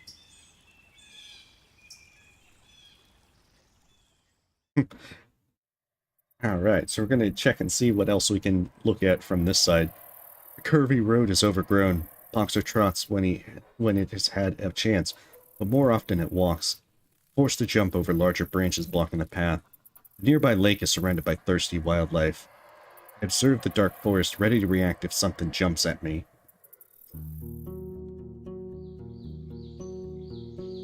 Nope, it's getting late. Better look for a safe place to rest. Oh, okay. A couple of stone slabs were turned into a hut-like shape, one of the ancient chapels raised by priests of the United Church in the days of few soldiers and even fewer shelters. The dolmens proved to be especially durable, though the conditions they offered were harsh. Modern inns are superior in every way, but a desperate traveler has to use every opportunity to keep monsters away. Still, the entrance is barely wide enough to let you walk inside. It was meant to keep larger beasts away, which includes your palfrey. You can't spend the night here. You dismount and look around the chapel. Oh, well then where's a good place to go to safety? It would take... Tulia's camp is probably the closest one that we can safely get to. Okay, approach the hourglass. The most common religious sign of the city folk, adapted by the United Church, Orders of Truth, and the majority of fellowships. Hey, welcome, Absolute Dark. Hopefully your day is going well. We were trying out Roadwarden, a new text-based kind of game that has its demo on the Next Fest. It's used in temples and during the funeral rites, but also to decode codices or jewelry. The winged hourglass portrays the ephemerality of life and rigidity of time. When it's possible, they are made of steel, signifying the strength of humankind's determination and innovation. Okay, it's my duty to pray. Okay. Stone coldly welcomes your open palm. The hourglass doesn't start to shine. The birds don't cease their singing. There's no smell of incense inviting you into the chapel. Yet once you close your eyes, gather your thoughts, and rub the sacred sign with your fingers, your soul is focused and tranquil, as if awakened after a long rest. Yet once you close your eyes, gather your thoughts, and rub the sacred sign with your fingers, your soul is focused and tranquil as... Oh, it repeats it. Oh my goodness. Your prayer is built from phrases that you've heard repeated dozens of times by priests, but some words come straight from your heart. When you ask for deity's guidance, you feel invigorated. So be it, you conclude, as tradition has taught you. We should probably go to Tulia's camp. Try and rest for the night. The pyre is no more. Stench barely lingers. Soldiers are preparing some gruel for themselves. Tulia welcomes you with a smile. Welcome back. Is everything alright? You're ready to prepare your bed. Let's wash up. There we go. Our face is still dirty. Barrel was recently refilled by soldiers who don't stare at you as you prepare to wash yourself. You fish out the few drifting insects, then draw water with your hand to splash your skin. You have no additional equipment that could help you here. Okay. Should probably rest. Your blanket won't be much of a bed, and the palisade barely covers you from the wind. Sleeping here will be severely uncomfortable. I'll take it. Let's see. That's not gonna be good.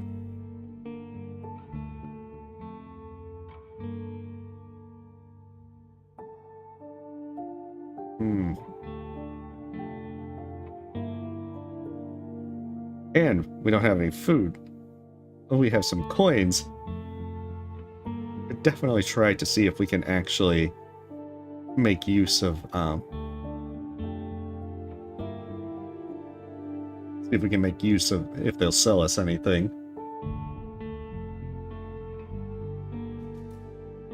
Guess we are gonna have to sleep. We should probably have gone to the inn instead. Most people, you awake in the middle of almost every night. Before your second sleep comes, you spend an hour or two taking care of your belongings, shell and soul.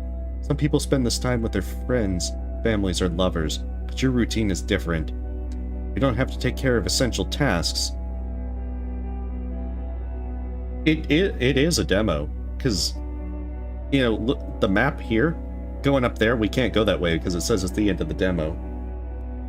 I think I should point out is that the major reason that it's taken so long is I'm narrating the stuff. Most people would be reading this a lot faster than someone actually talking. Okay.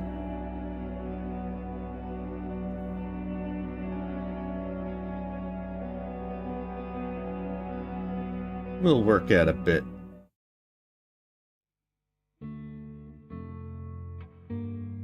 Jeez.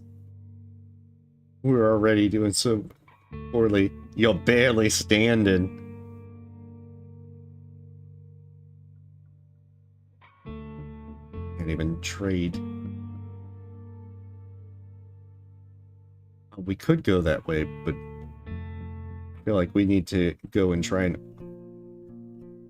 purchase some stuff.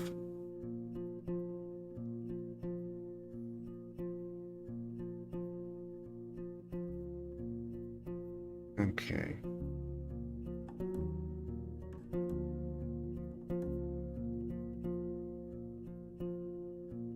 Alright, let's see if he has actual food. See, food rations, we need these. 3 filling mills which won't spoil anytime soon.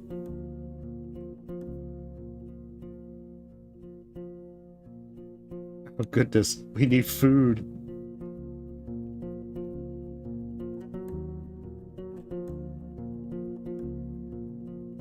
There we go. We actually have food. Okay, so then...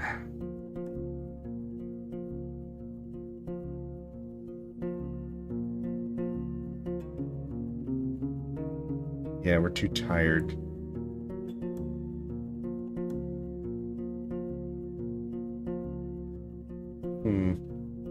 The woman in yellow armor is kneeling next to a brown hairy boar which is resting on its side. The beast is not as large as the dark ones from the forest. It responds to the touch of the human's hand, and brushed with grateful grunting and rapid twitches of a hind hoof. No matter how friendly it appears, it's still tethered to the well. You have no doubt that its charge would leave Broxer dead in but a breath. When the woman notices you, she steps forward to the boar's disappointment. So, you're the new Roadwarden. She points at a window with her chin, forestalling the question. We don't need anything now, but when we travel with our furs, we can use some assistance. She may be around 30, but her warm voice and bright smile are camouflaging the touch of time on her unpowdered face. Like many red-haired people with freckles, her skin is unhealthily pale. Boar runs up to her, observing your boots and fruitlessly sniffing for food beneath the beaten ground. She pats his back, but maintains her focus. How about a game or two? We have a bit of time and can talk a bit of this or that. Maybe you'll get a couple of coins, or lose one, she winks. We can play dice or throw axes at a target. The fact that we are very, very not doing well. Oh, I wouldn't call it gambling. Just a couple of games, her smile disappears. He returns to the other guards. Finding anything fun to do in this hole ain't easy. Last time I saw a bard from the south. I don't remember when it was. Get her name. Oh, she doesn't trust me enough to tell me her name. I can't tell you my name. Oh, what was that? After a brief giggle, her voice gets cold and serious. I don't think so, Roadwarden. We use names amongst friends. You ain't one. I won't be tempted to awaken any curses. I curse you for not telling me your name.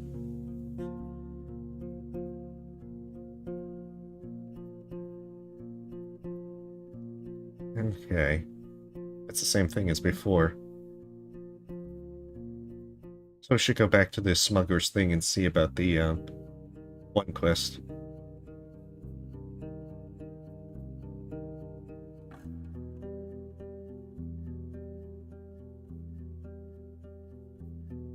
Oh, I'm too tired to protect either of this.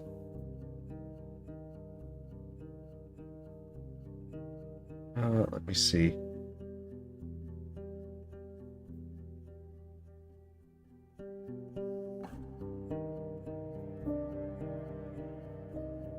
Okay, I'm ashamed to accept it, he answers, but takes your gift before you end your last word.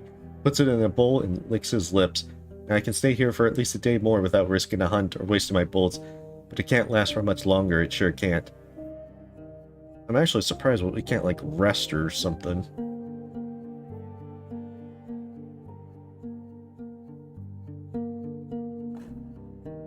I think that's the problem, though. We have it to where we're not actually very healthy. And we probably need to do better management of our inventory, since our health is, like, super low. Yeah, this one's not going to end well. The neglected path barely finds any space among the hills, trees, and streams. There's a deer on the ground, lying in a red puddle, surrounded by a small pack of creatures which quickly notice your presence. There's about 8 of them, with thick furs in shades of brown, gray, and black, and hairless faces with small eyes and large mouths, currently stained by the blood of their prey. Some of them move on all fours, while others comfortably... Yeah, we should have gotten some morphine. Oh, we're totally gonna die. I think we're trying to die so that we can get ourselves a good stopping point. Especially because it's after midnight. I don't know how much further we can actually go. Let's see. Some of them move on all fours, while others comfortably stand on 2 feet. Alright, you have a great night, Scoodle. Thanks for stopping by.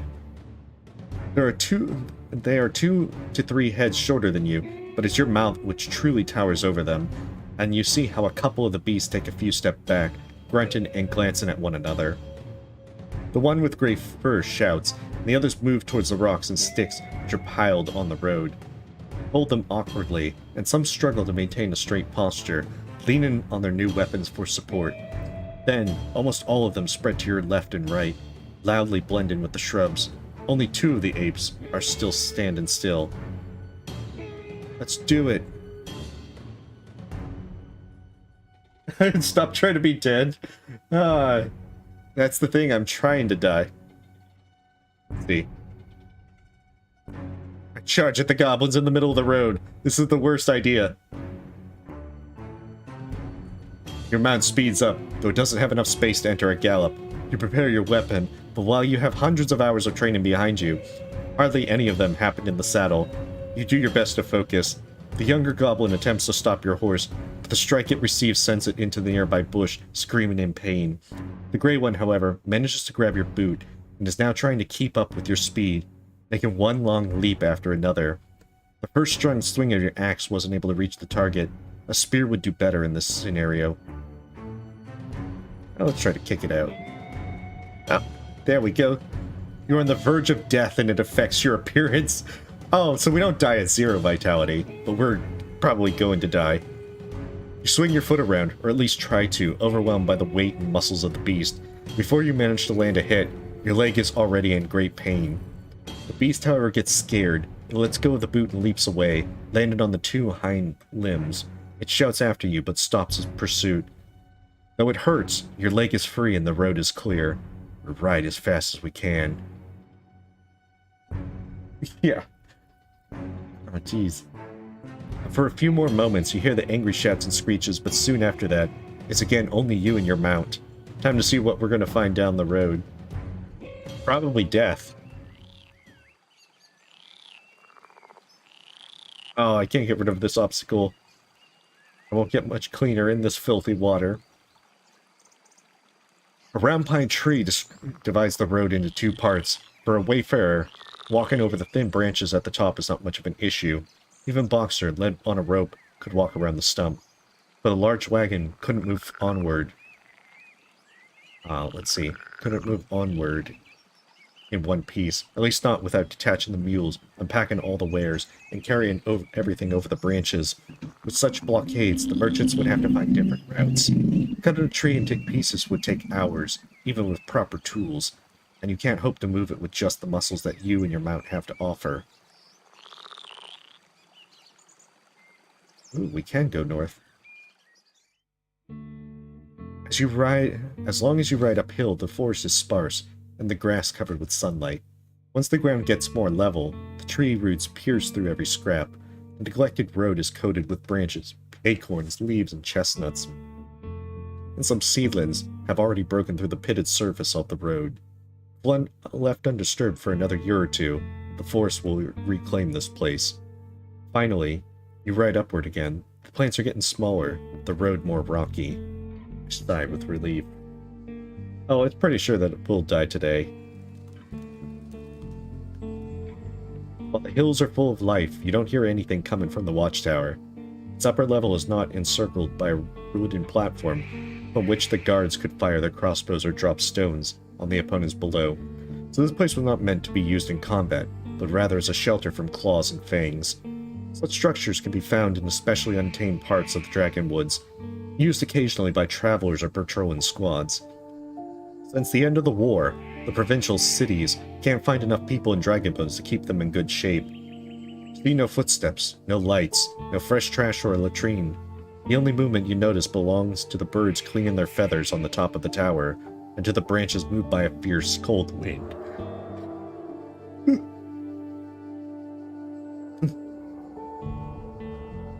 Let's just go on to the entrance. Oh, I'm too weak to destroy the door. You kneel down and take a peek. There's nothing in the hole, but the room is dark.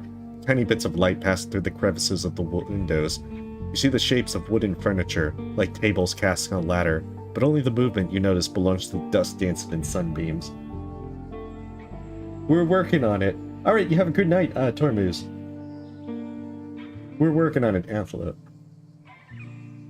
Let's see. Take a look at the signpost. See, the planks and letters are damaged by decades of rains, frost, borers, and claws. Scratch down some of the moss. There are 3 planks on the signpost, each one pointing in a different direction. The letters don't tell you anything. Let's see, pointing in a different direction. The one on the top points both south and north, but there are no pictures that would tell you anything more than that. The plank beneath it points east, and there's a word written in blue paint. The arrow here looks more like a magic wand. The bottom plank has a picture of a tall tower surrounded by little houses and points west. See, the wood is covered in red paint, suggesting danger. Like the spruce trees. Must be a human-made copse. Only the smallest of the spruces are out of order, born of wild seeds. The largest trees are as tall as the tower itself, which surely don't help those who are meant to observe their surroundings. There are also some stumps, mostly which used to belong to young saplings. It's possible that the purpose of these trees was to be sold to carpenters' coopers. They were left alone many years ago.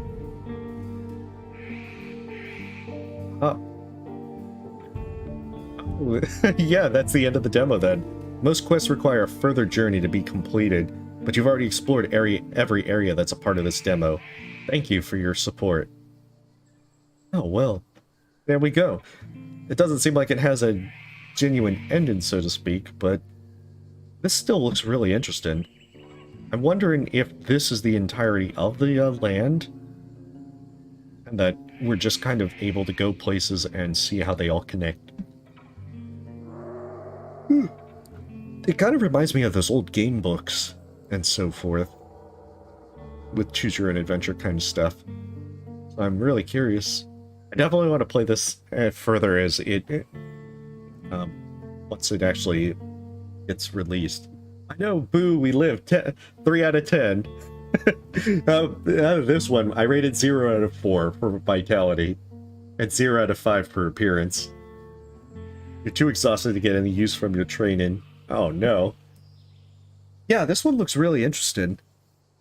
I really love like the choose your own adventure game kind of stuff, which is why the one that I uploaded, the one that's a full motion video adaptation of Death Trap Dungeon, was one that interested me. 0 out of 10, worst game, didn't die. Don't worry, Time. I'm pretty sure I will find ways to compile deaths for this at some point or another.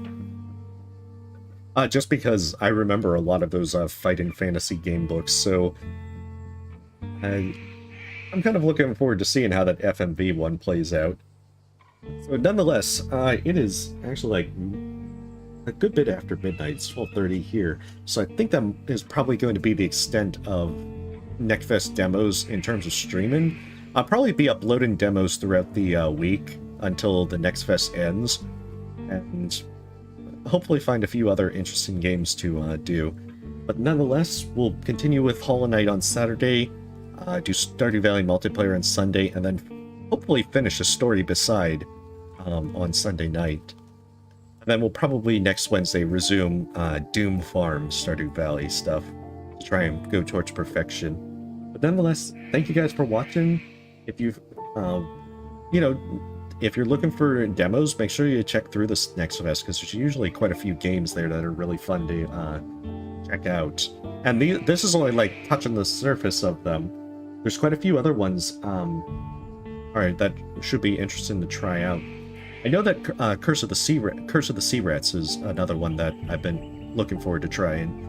But nonetheless, thank you guys for watching. Stay safe, stay healthy. See you next time, and you guys have a wonderful night.